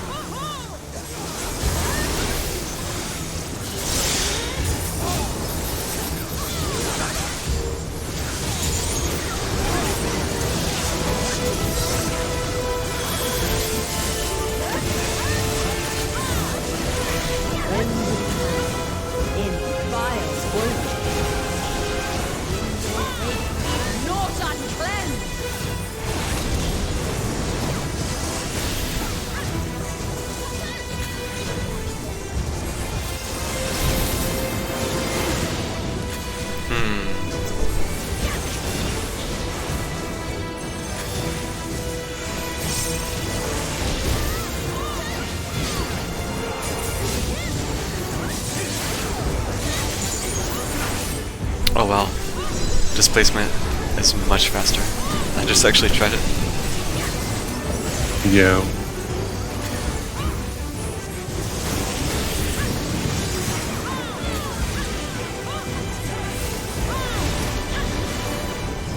Is it just a mirage? Is it? Or something more? They're gonna push those in. Yeah. Fuck. I'm dead. I didn't realize there was one everywhere else. I'm the only one who died to that too. That's sad. Radiant rhythm. This really is just it's just ridiculous to fight. Son of a. Yeah, I think I hit that too.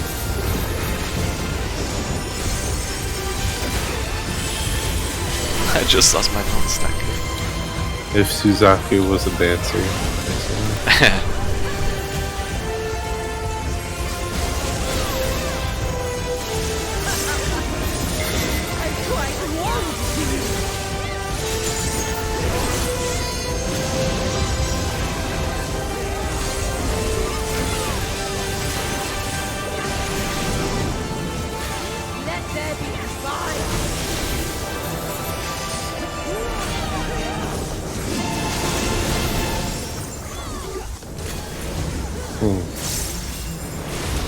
P3S.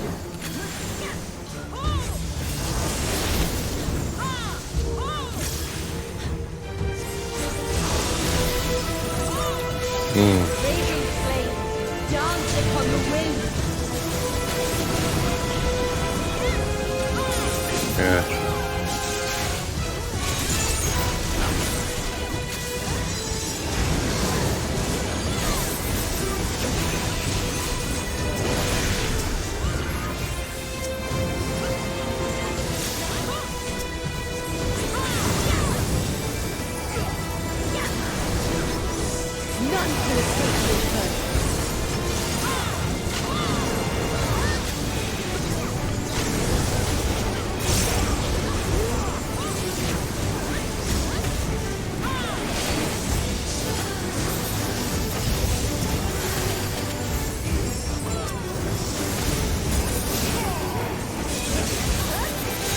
That's a lot of burn.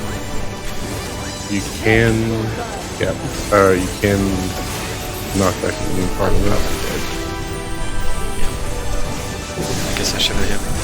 I was in my melee combo. A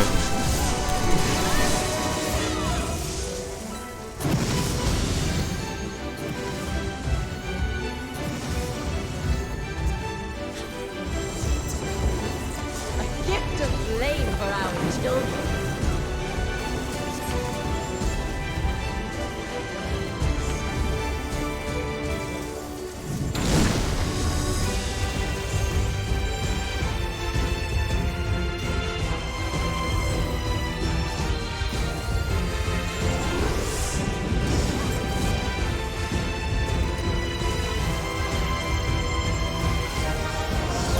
Rotate.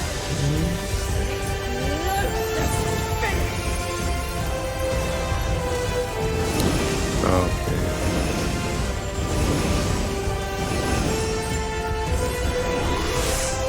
Well, remember, right, they explode.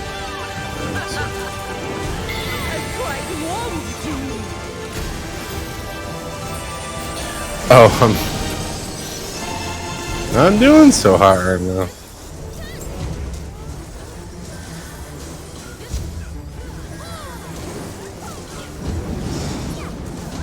In your wake leaves naught uncleansed.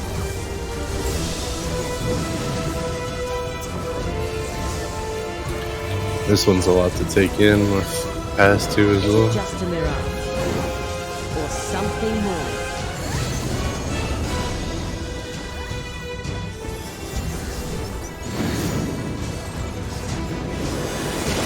That goes off fast.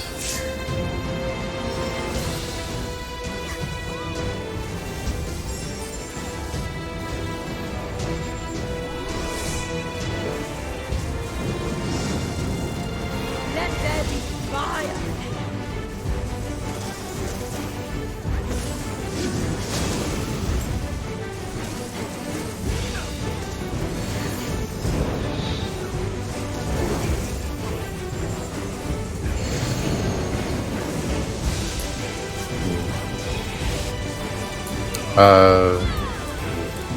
Raging flames dance upon the wind.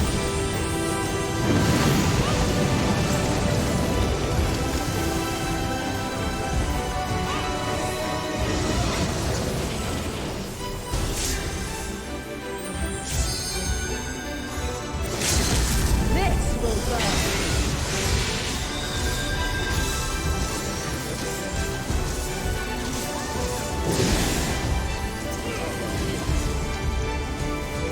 I don't know how wide these are.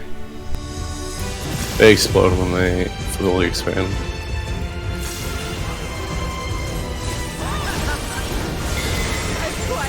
Fine.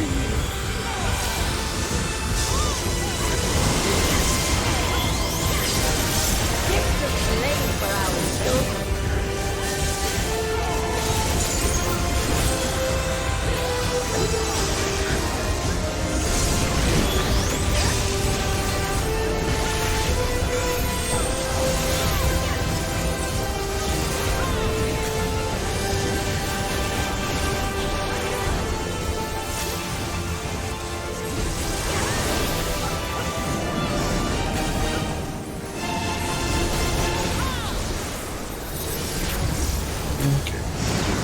We may not see this. We won't. Shall the fires burn?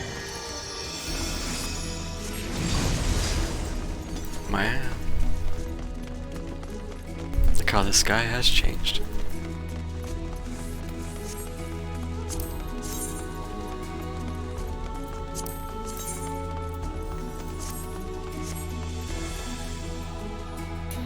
Those boots maybe a good upgrade, but I am Null, keeper of the realm of the living. I am Thor, keeper of the realm of the dead.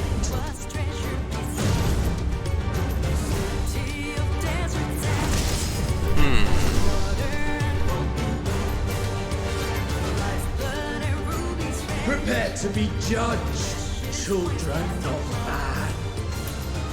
that's a pretty cool aesthetic.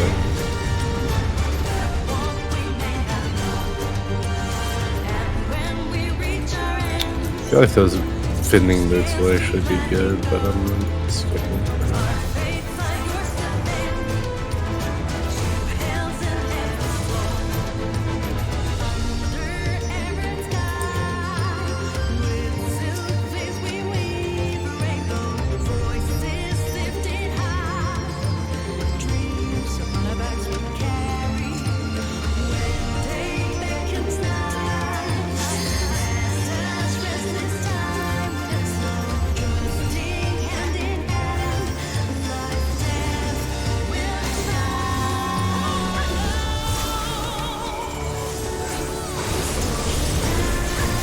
As above, so below.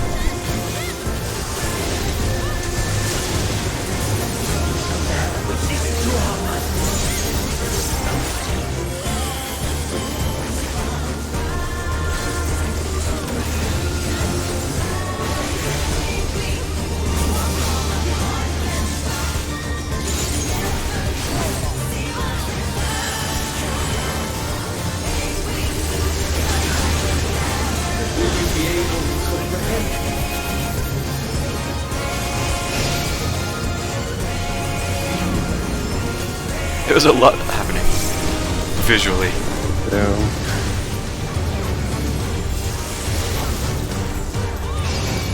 Nold seems to attack down, or point blank. We barely survived that stuff.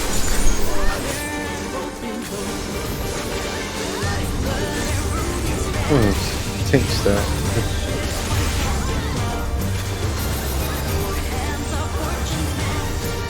Okay, I think it's rotating to fall, in which case it's going to be and that's a different game altogether.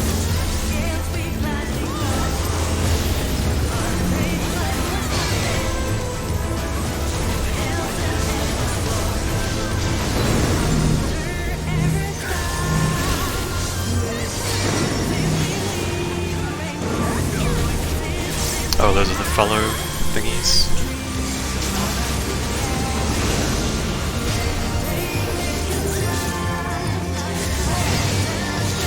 I have no idea if I should follow the triangle.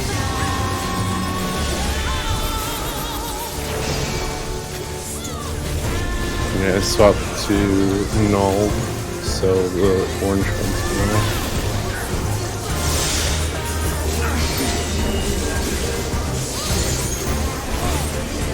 Falls or blue mechanics? All stack. Okay. I'm not like absorbing any of this whatsoever right now. Oh, never mind. Oh, I was in between two.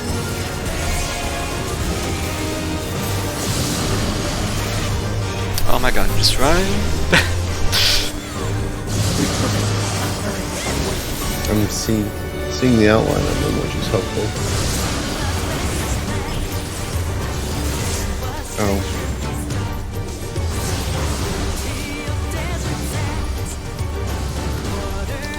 That's a lot of them.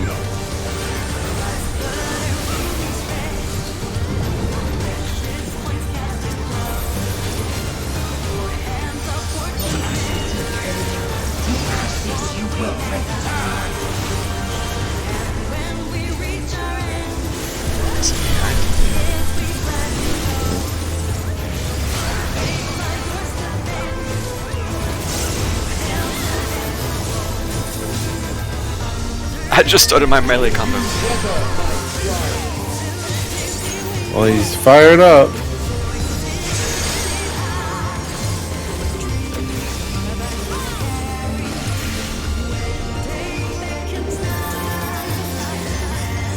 I'm guessing we move from 1 to 2, and it's a big stat.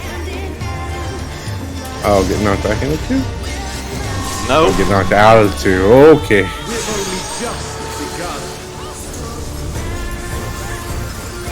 Now it's away. And now it's probably... Everybody's stacking on 2. There's a lot of downtime on this.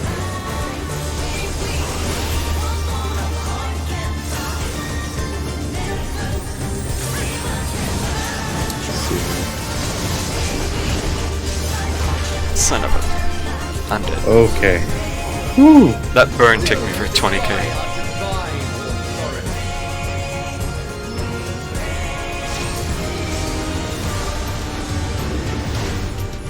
And that is entirely in the first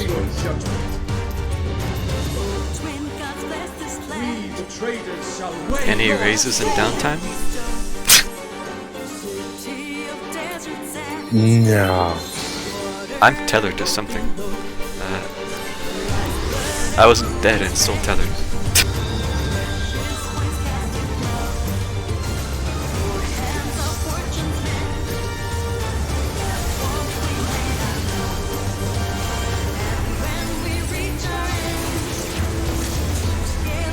Whoever's closest gets copied. I'm gonna be honest.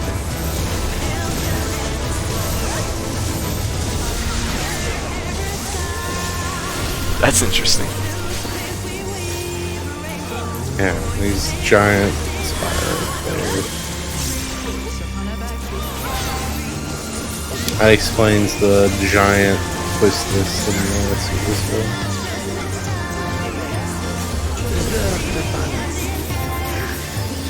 Oh, fuck this. Soul's weight is being judged. Petrification will take hold when the effect expires. I don't know. Do we need... Oh, there's more I did on that side, so we need to be on this side. The moment of judgment is... So I'm assuming we have to kill them on the one side, and then everyone get on the other side? I don't know. Maybe. Well, I saw that the dead corpses had like 3 weight symbols above them, so...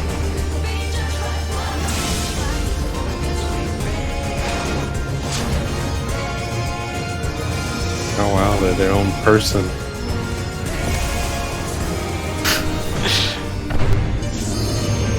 I think we're all dead. Oh no, that didn't hurt too much.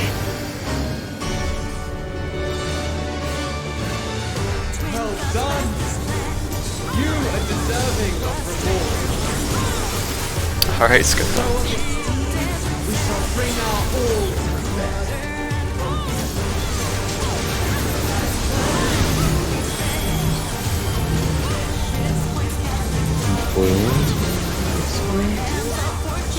Nobody else is over here. I don't know. The blue ones are gonna expand.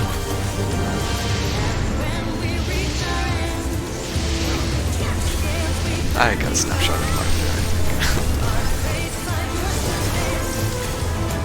Oh, we got damage up. Wow. So maybe it's not a wipe if you do it.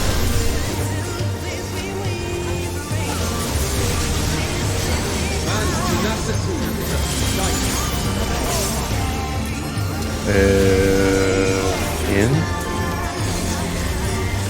No, out. It's out. No, I was right the first time it was in. God damn it. I saw the marker and he was out and I'm like, maybe I'm wrong. I just decided something else.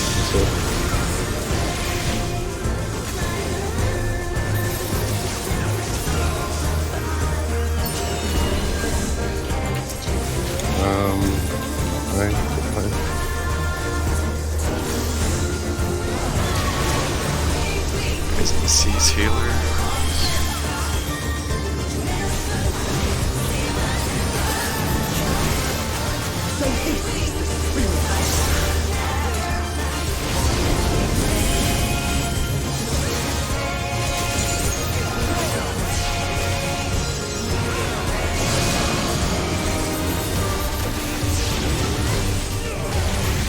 Damn it.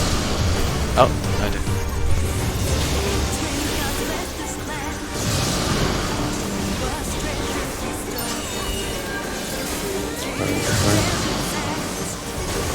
So much movement. Yeah, for real.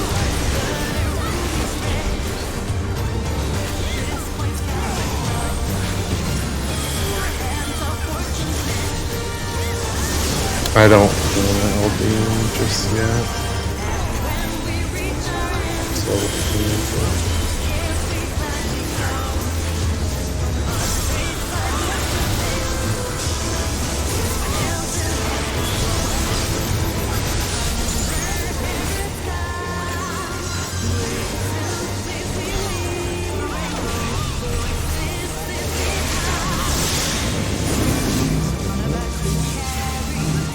Blues Excounting.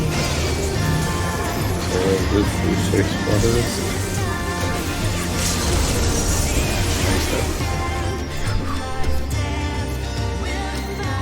Not a single wipe, surprisingly. You have been found. I don't quite understand the last 2 bosses fully. I was not getting that one very well. I was like dodging the Kinda AoE understand stuff. 3. Kinda understand 3. Understand that only a couple of things are for it. I missed the picture.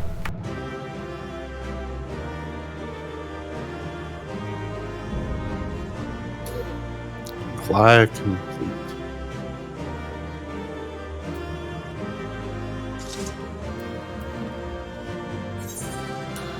Wind up Azima. Yep. I roll a fat 20. A 43. 99 on the triple triad card though. Well. Nice. Not Must be the luck of having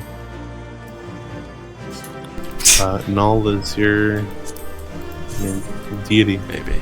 That is a very basic ass skirt compared to the other stuff. Determination. Yeah. Direct hit. I might roll on it anyway just to have it. No, I have 590 pants. Fuck. It'd only be worth it for the glamour. It's not that good. Well, my aiming chest piece if you get a machinist. I don't play machinist. Okay. I have the gun for machinist. I should play machinist. You could try it, yeah. I mean, machinist. I think I'll hold off for now. Yeah, I'd pass on all that gear. I figure we'll probably be in here again at least once before the week's up. So.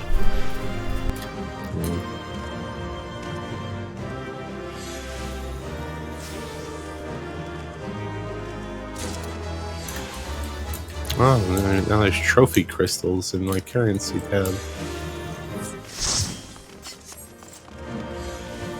Was that PvP? Yeah. I dare say we've passed the trial. Wow.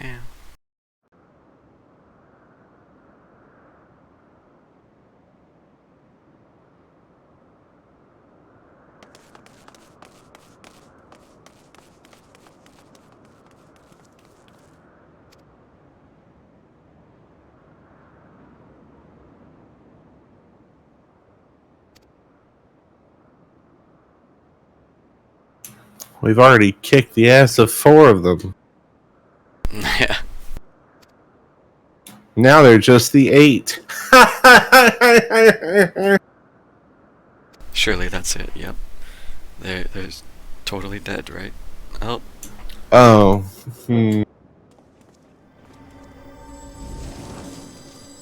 Are we chill now, or are they just gonna be all high and mighty still? That was but a mere 10th of our real power.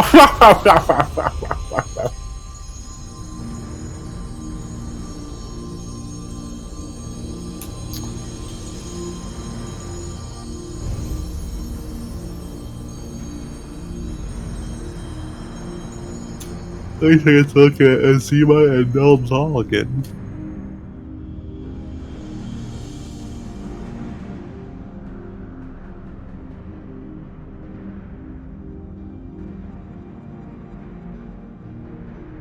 Oh, they're just kidding.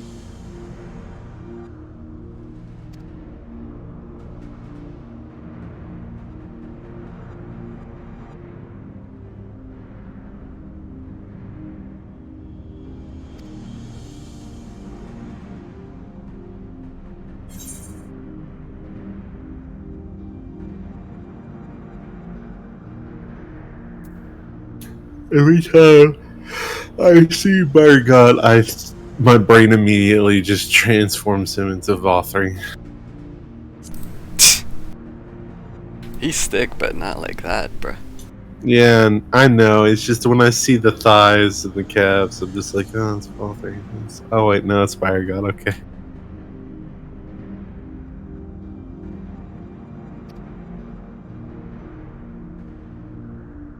Like Vothring trying to fly with the little shitty ass wings. That was comical.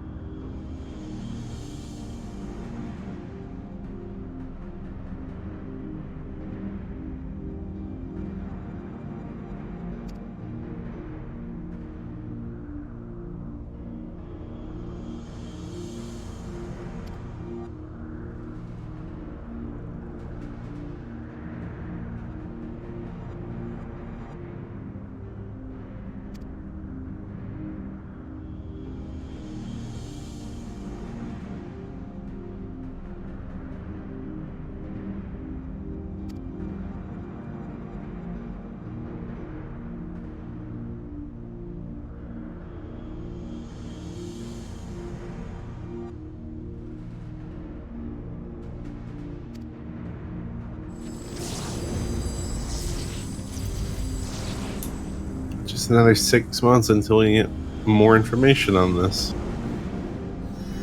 Go forth and wait.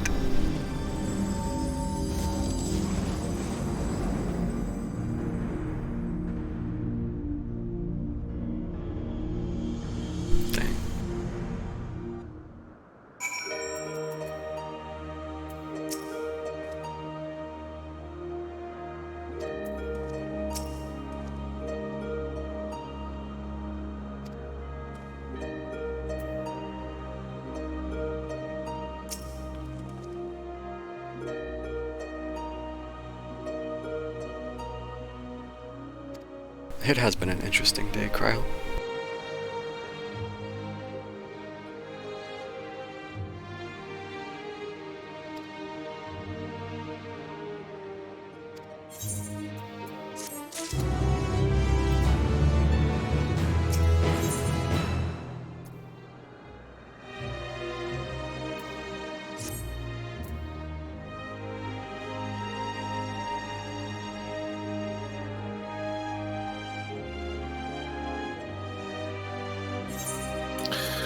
It all keeps going back to flashbacks of him himself. Jesus Christ.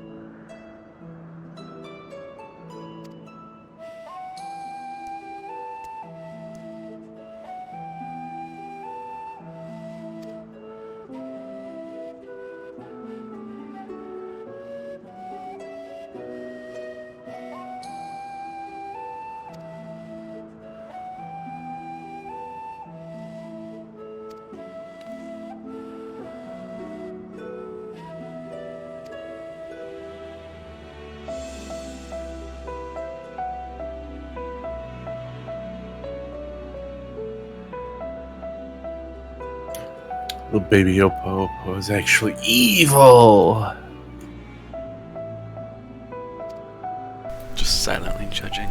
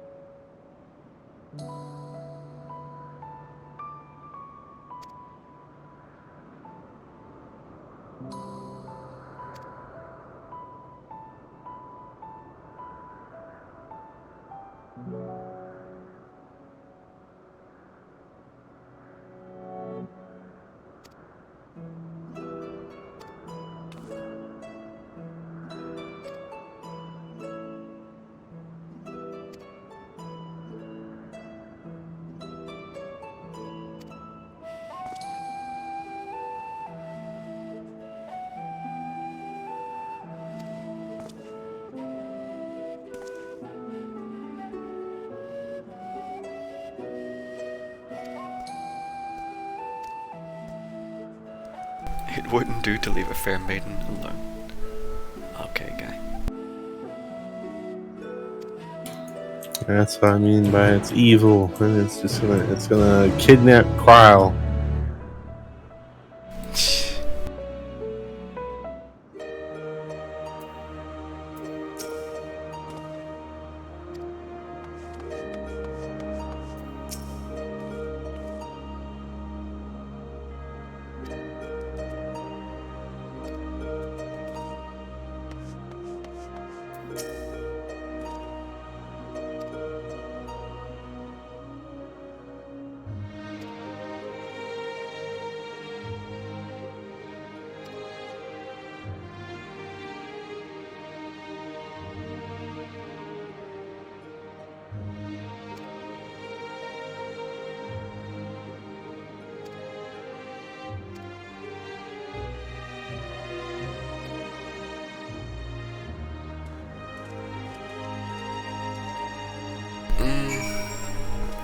Would you like to do expert?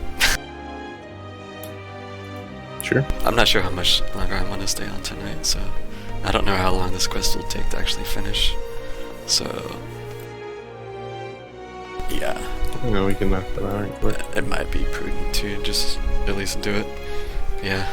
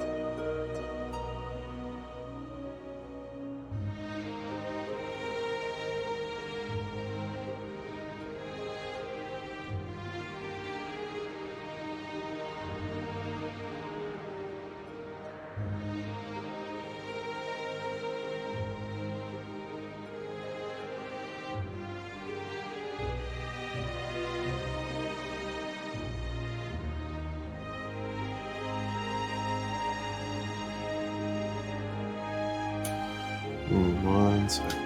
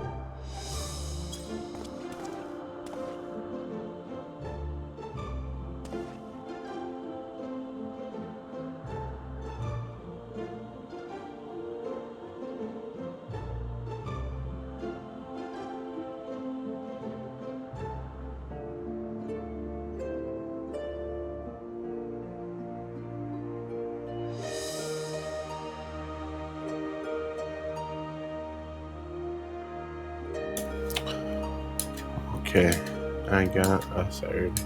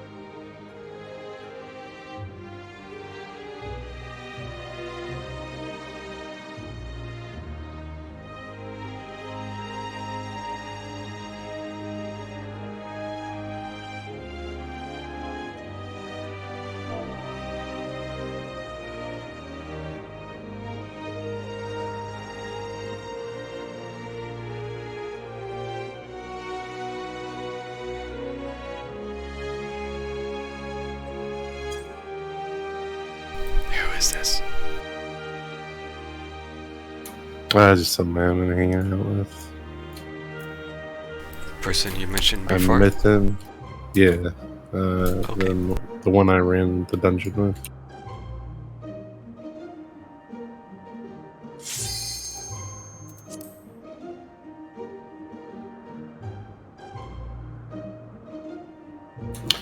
They're the reason I have Dark Knight to 90.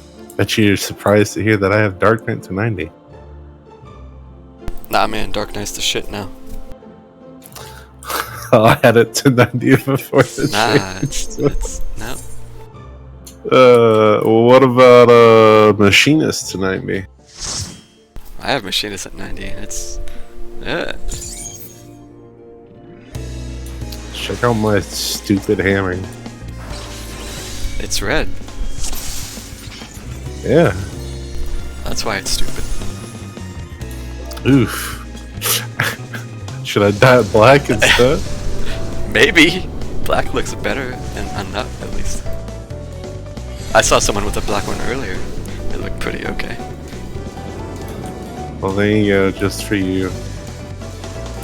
The dye didn't stick. Sure. Fuck! I dyed it. I wonder if it used the dye.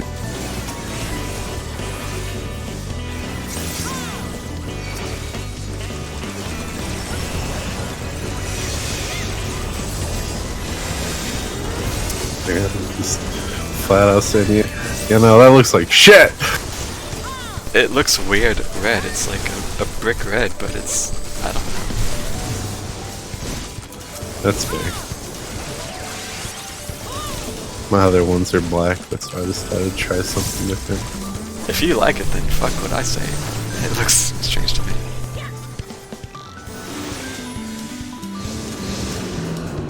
There we go.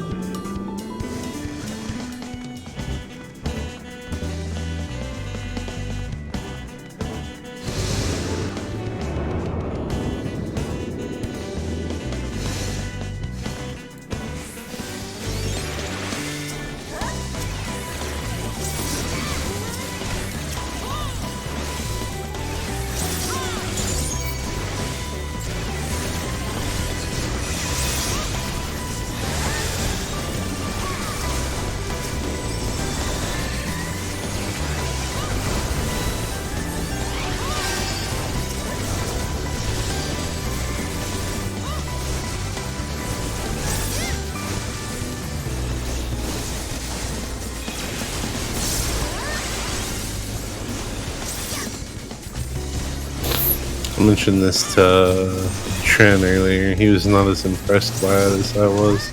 But, Inner Chaos doesn't use IR stacks anymore either. Oh. They said that it was Felt Cleave and Decimate only, but I figured because Inner Chaos is a upgraded Felt Cleave, it'd still do it.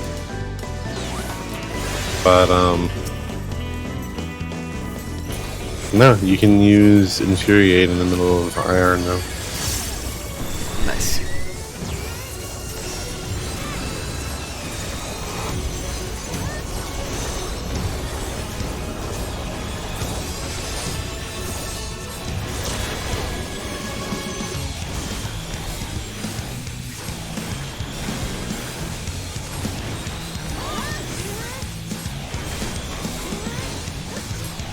Wait.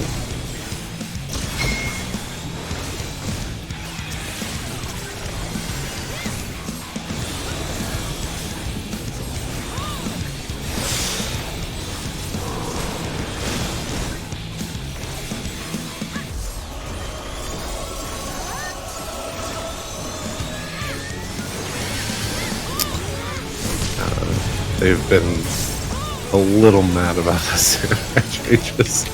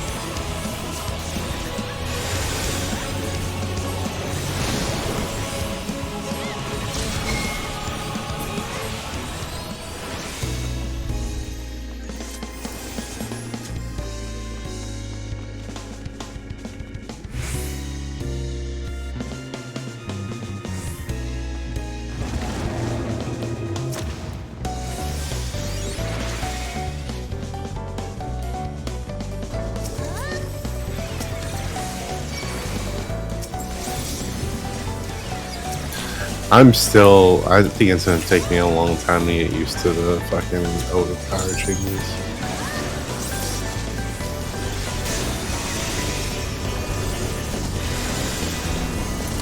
It seems like such a silly thing to get stuck up on. But... So it's just like a point-blank AoE now?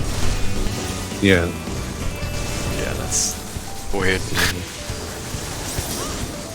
Yeah, I'm spamming it right now, so you can see the animation around there. I turned the animations down in Lance. Oh yeah, that's true. Oh, you can spam it without a target now too. Yeah. Nice. But yeah, it's a PBAOE.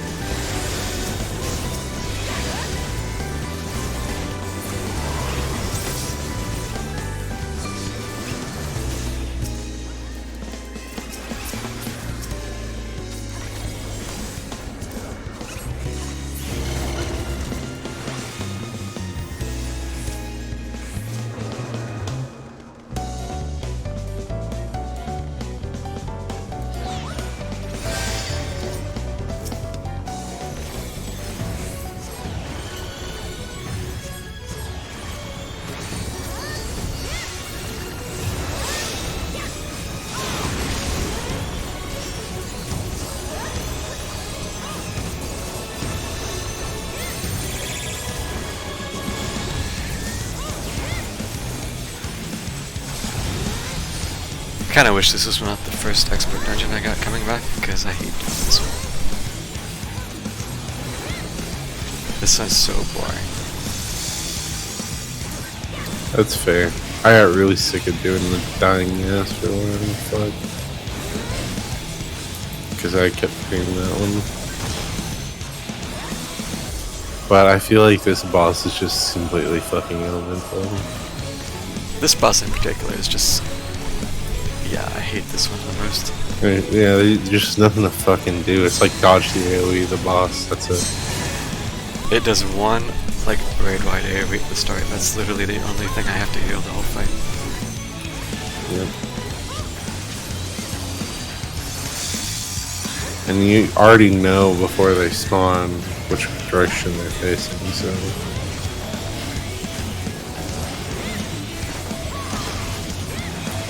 like, even as a tank and melee, it's like, you know exactly how to maximize uptime. So these are going to be facing each other.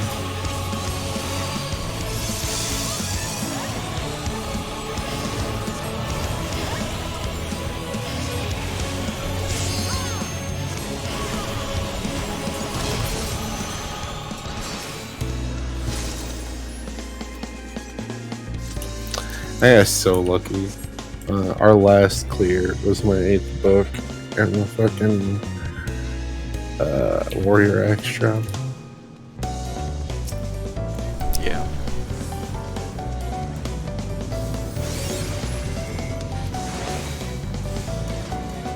I said that like you don't know for some reason. Yeah, I was like, is there more to that? Or? It's like, you were there, why am I even bothering to tell you that? All I said, I was making fun of Andrew earlier for not watching my streams ever. Including like our coat hanger streams.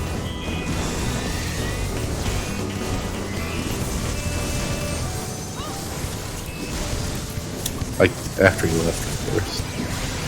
Yeah. Obviously he's not gonna watch what he's participating in. Yeah. I think there's actually a shocking amount of fucking positioning, specifically for overpower that I have muscle memory for. Oh yeah, that's gonna take a lot to get used to. Yeah, I'm actually fucking myself because I'm trying to position for a cone, and so I'm missing edge case enemies. Plus, you can just hit more with a cone. Honestly, I'm kind of sad that they changed it.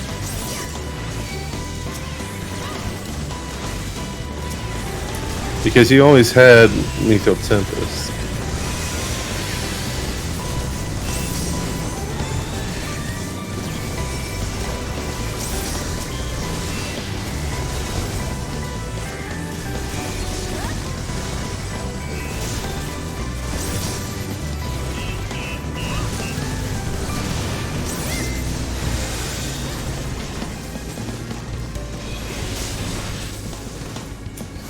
What if I can avoid the paralysis just by mitigating the fuck out of the mine? Probably not. Probably not. I could try giving you a shield to see specifically. Yeah. I'll pop all my mint for it too. Even if not, still just popping the one up front is usually easier. Having to play around it just sucks for melee. Yeah.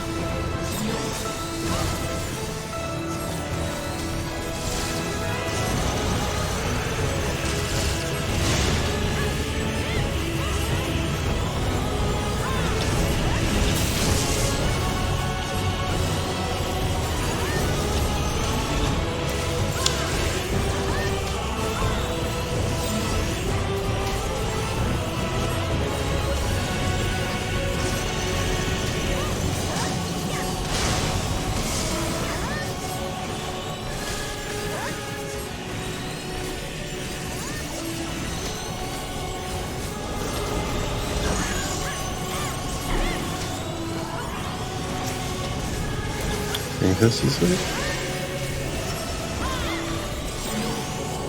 No.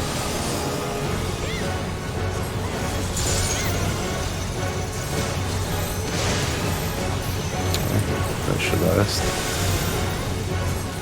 Chunky shield. Yeah, I'll break it. I didn't get a chance to put it. I didn't have enough mint for it anyways.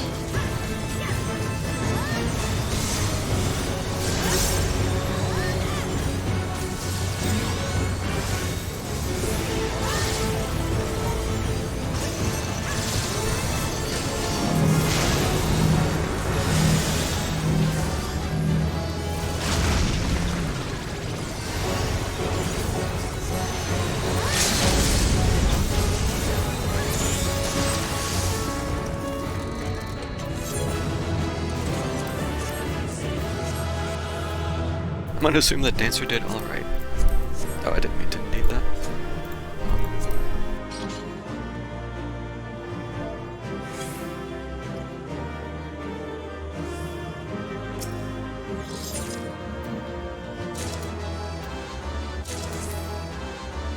Yay, loot that I can desynth and probably don't need.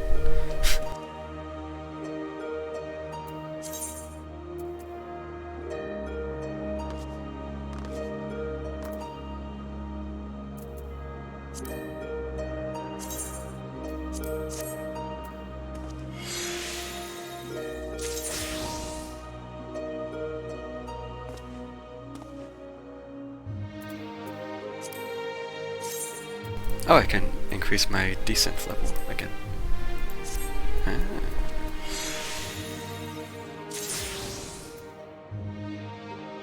I got an immutable solution. Is that new? Think it? I think so.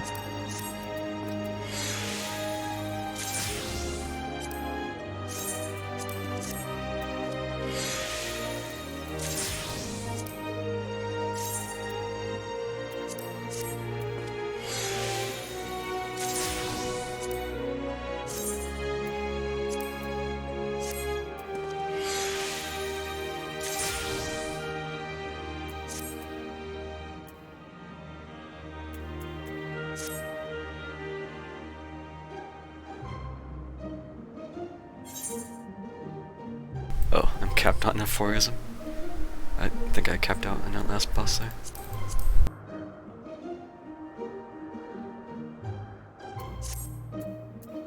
Isn't there something I could get with that now? No. I need to check. I think you can upgrade crafted gear. Oh yeah, that's right. I'll have to look at that. Because I still have quite a few... Well, most of my gear is still crafted, let's be honest. I don't savage raid.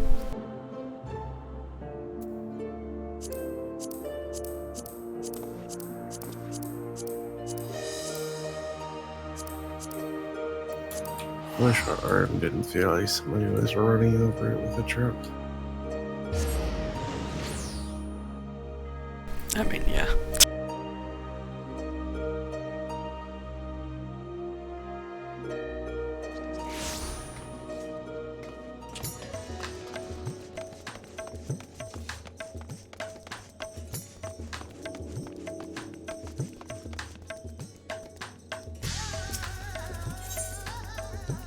Don't blame you.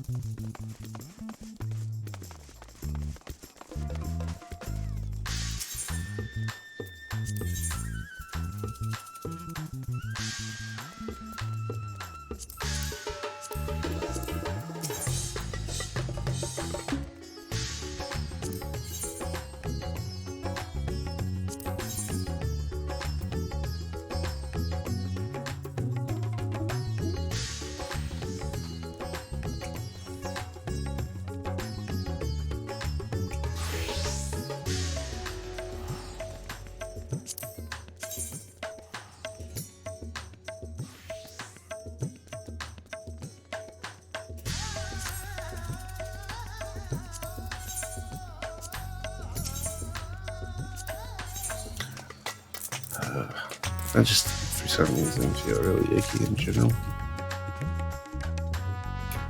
That's no good. Yeah.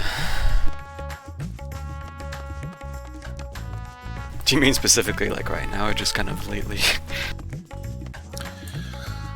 Lately, even more so right now. Yeah.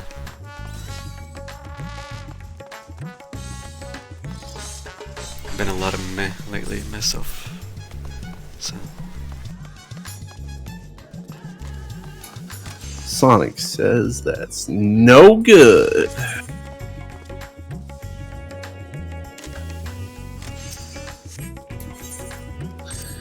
God, I miss those memes.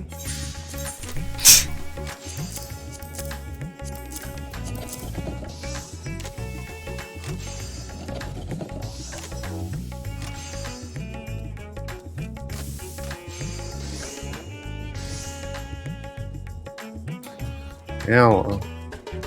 Hello, Mr. Susan, Mr. Silver. What's up? Nothing much. How are you guys doing? Doing alright. I did the 24 man with Silver. Nice. It's good actually. I like it. I was really ready to fucking hate it though because of the first zone. I was like, what is this, Orkai? Oh, yeah. I thought some really interesting arena design, I thought. Like the actual arena mechanics, pretty cool. Just the fact that it looked like nothing but clouds and some empty structures in the beginning, not cool. That's fair. Dude, we got to play with Thal's balls. Yep. There it goes. Dude, people kept saying that the entire time I was running it. I always change to a tab where I can't see chat. I had it. There's always that one person who's like, this mechanic, you gotta do this way. But it didn't sound like we had that. I didn't have that at all, so. About the only thing I was paying attention to was our tank had the Dorito. I was trying to sort of watch that, but not just blindly follow it. But I did with Mark this morning. Man, me and Mark didn't know the mechanics, but at least two of the healers in one of the alliances did, because they kept. We had one wipe the entire time. There are points where only 4 people were alive. We had a wife. We had a. It wasn't a wife. We had fucking Ralger knocked everybody off but 7 or 8 people.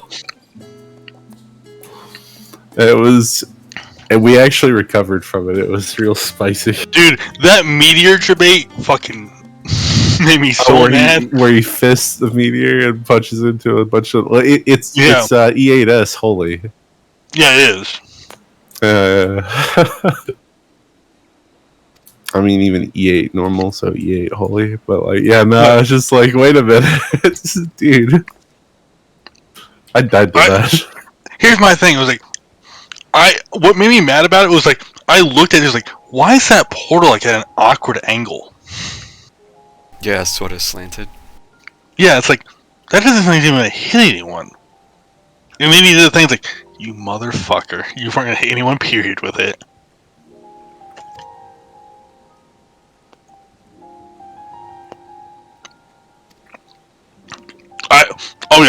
We got onto the hand. I'm the mark can we fall off of this? Because I wasn't sure. It's just this is such an awkward arena design. We got to the hand, and somebody immediately turned around and walked off. Oh, Mark jumped off to test it. For science. God, it was fucking wacky.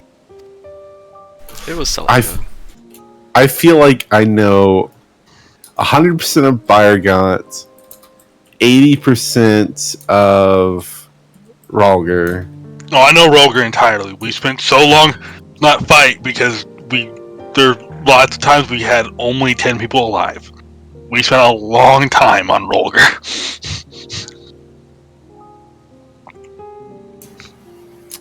We didn't wipe a single time. We wiped on the weight, the scale.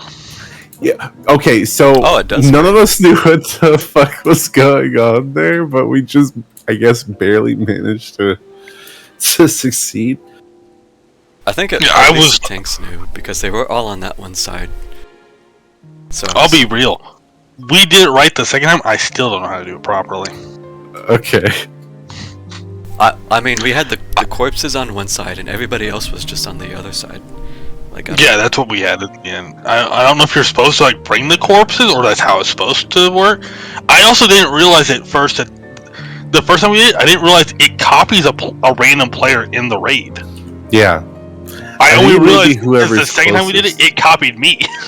Oh, really? Were you closest? I think it may be closest.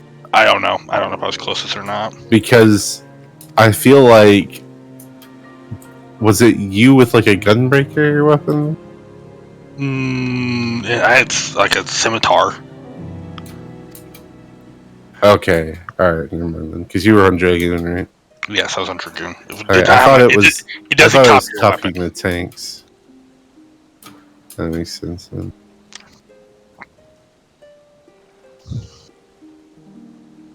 Yeah, I was really confused.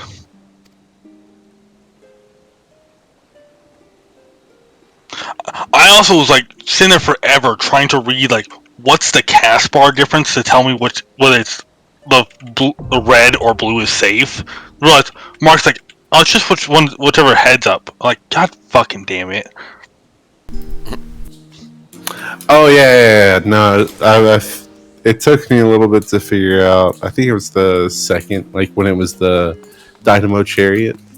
The cast bars are different, so there is a difference between them.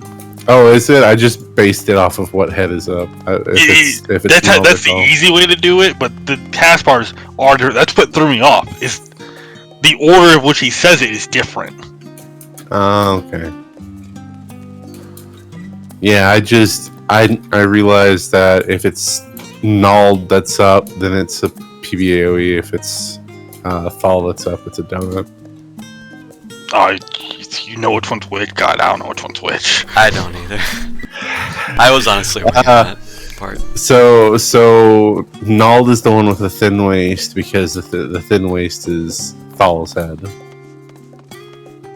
And then when it's Thal, he's dummy thick. He's dummy thick because he's got the robes. Okay. Okay, I believe you. I mean, that's legitimately it. You can see in the fucking cutscene. Nald is talking to you at first, and he's got a thin ass waist, and then Thal's I know, we killed one of the 12. Now we're killing gods. I skipped all the story of the Alliance trade. I have no clue what's actually going on.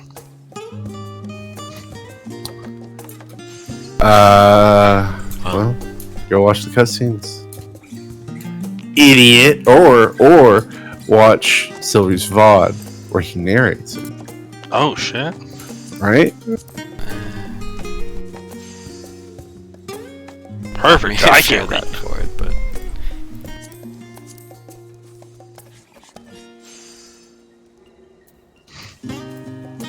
okay, because as soon definitely knows I cannot read, so Yes. He cannot read. He cannot type. He cannot speak. True. He has a better paying job than me.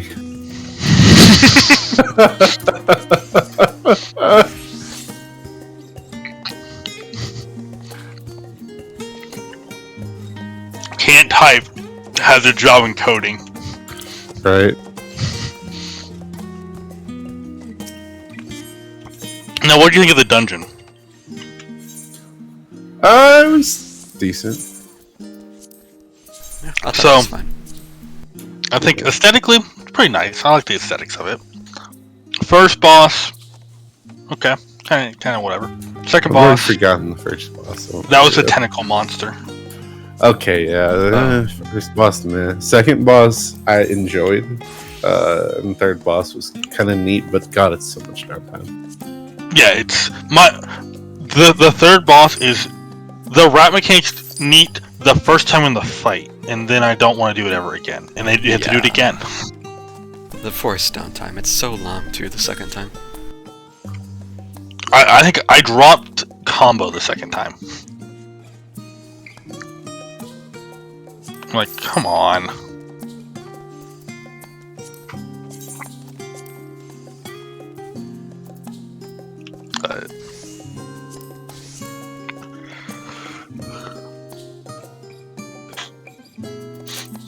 But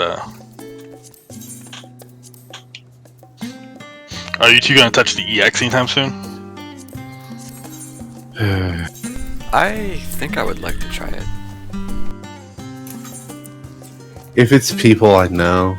Well, yeah, I'm not gonna jump into PF for it, but here's the thing. I did not like doing the normal version just because that planet mechanic where it rewinds. I mean, I figured it out the second time. I've only done the normal twice, and I figured it out the second time I did it. But that can just become a clusterfuck in a stream. It does. Yeah, see, that's what I'm worried about, and I just don't want to do it unless I know people that are going to do it. I'm not. There are certain people that I know that I would not do it with. Yeah. Kate asked me about it this morning, and I'm like, "It's an EX." And he's like, "Oh, I don't care anymore." I'm like, "What do you want my answer to be? It's an EX trial." Yeah, you can get a weapon for some reason. It's fun to experience new mechanics. Like that's the most I'm going to get out of it.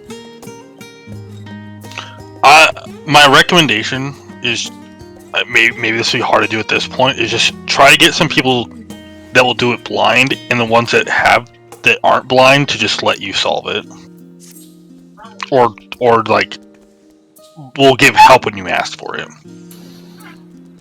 I don't know. I'll be honest. That will be a lot more fun blind than it will be guided.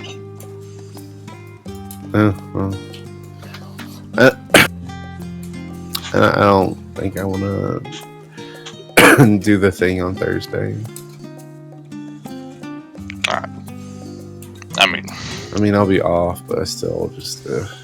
I wasn't gonna wait till Thursday to go do it, so. No, I knew you weren't. So. Kay even made the comment, like, you beat like 2 hours. Like, yeah, it's an EX. What did you expect? You did clear it in 2 hours? Yeah, we took like 2 lockouts. Was it with randos? Yeah, seven complete random people. I didn't know any of them. That's not bad. Yeah. I mean, it honestly doesn't sound amazingly fun, but it's not bad. It wasn't awful. It wasn't great. I mean, yeah, remember, yes, it was only 2 hours of randoms, but I'm also on server up. The only people who are doing this on the server up are people that are going to really want to try to just clear it and get out of the way. Yeah. So, what you're saying is if you were trying it tomorrow in the afternoon, that 2 hours may be more like 4. I've watched a few other people do it today in later hours, and it would have been 2 hours for them to clear.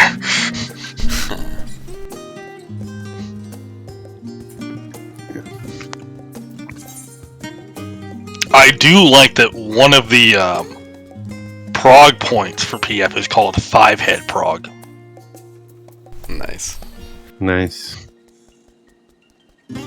Is it because she's got a massive forehead? No, there are 5 heads. Oh. Remember in normal she has the head spun? Oh yeah, that's right. 5 head. Nice. Yeah, see, yeah, it's literally just there are 5 heads for the mechanic. Yeah.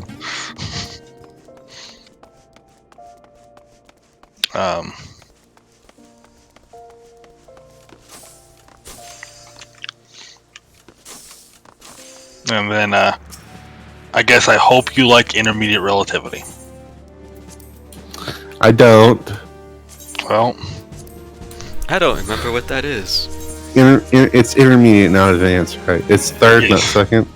You know, it's second. It's second. No, it's fuck that. No. Just bring Garm with you.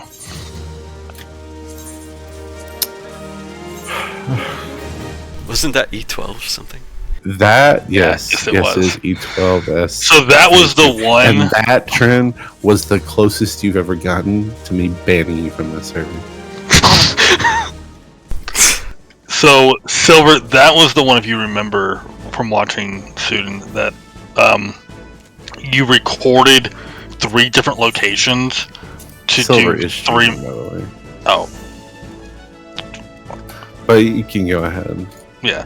So you recorded 3 different locations to do 3 different mechanics, and the order is on their debuff timers. Yeah, I vaguely remember. It's just been a while.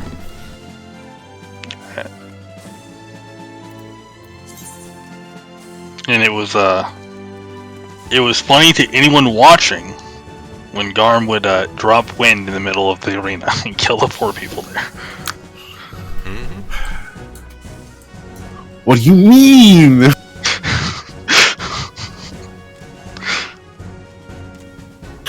I just triggered myself by saying that because I can hear it so fucking vividly. Yeah.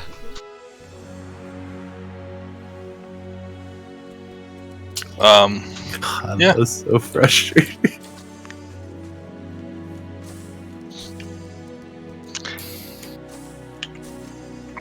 But yeah, overall, it's an EX trial. It's hard. I think it's harder than the first 2 of the expansion. So, if you want some more difficulty than those 2 offer, it definitely has more than that. I mean, yeah, of course it's going to be more difficult. The normal was more difficult than the other 2 normals. I mean, fair. I mean, it's Shinryu all over again. It's even kind of sort of Hades, although I don't think Hades was as bad. I never did the extreme to completion, so... Hades was an extreme for me that it just felt like a bunch of ads, which was like I didn't like it. Like I never felt like I was fighting a boss.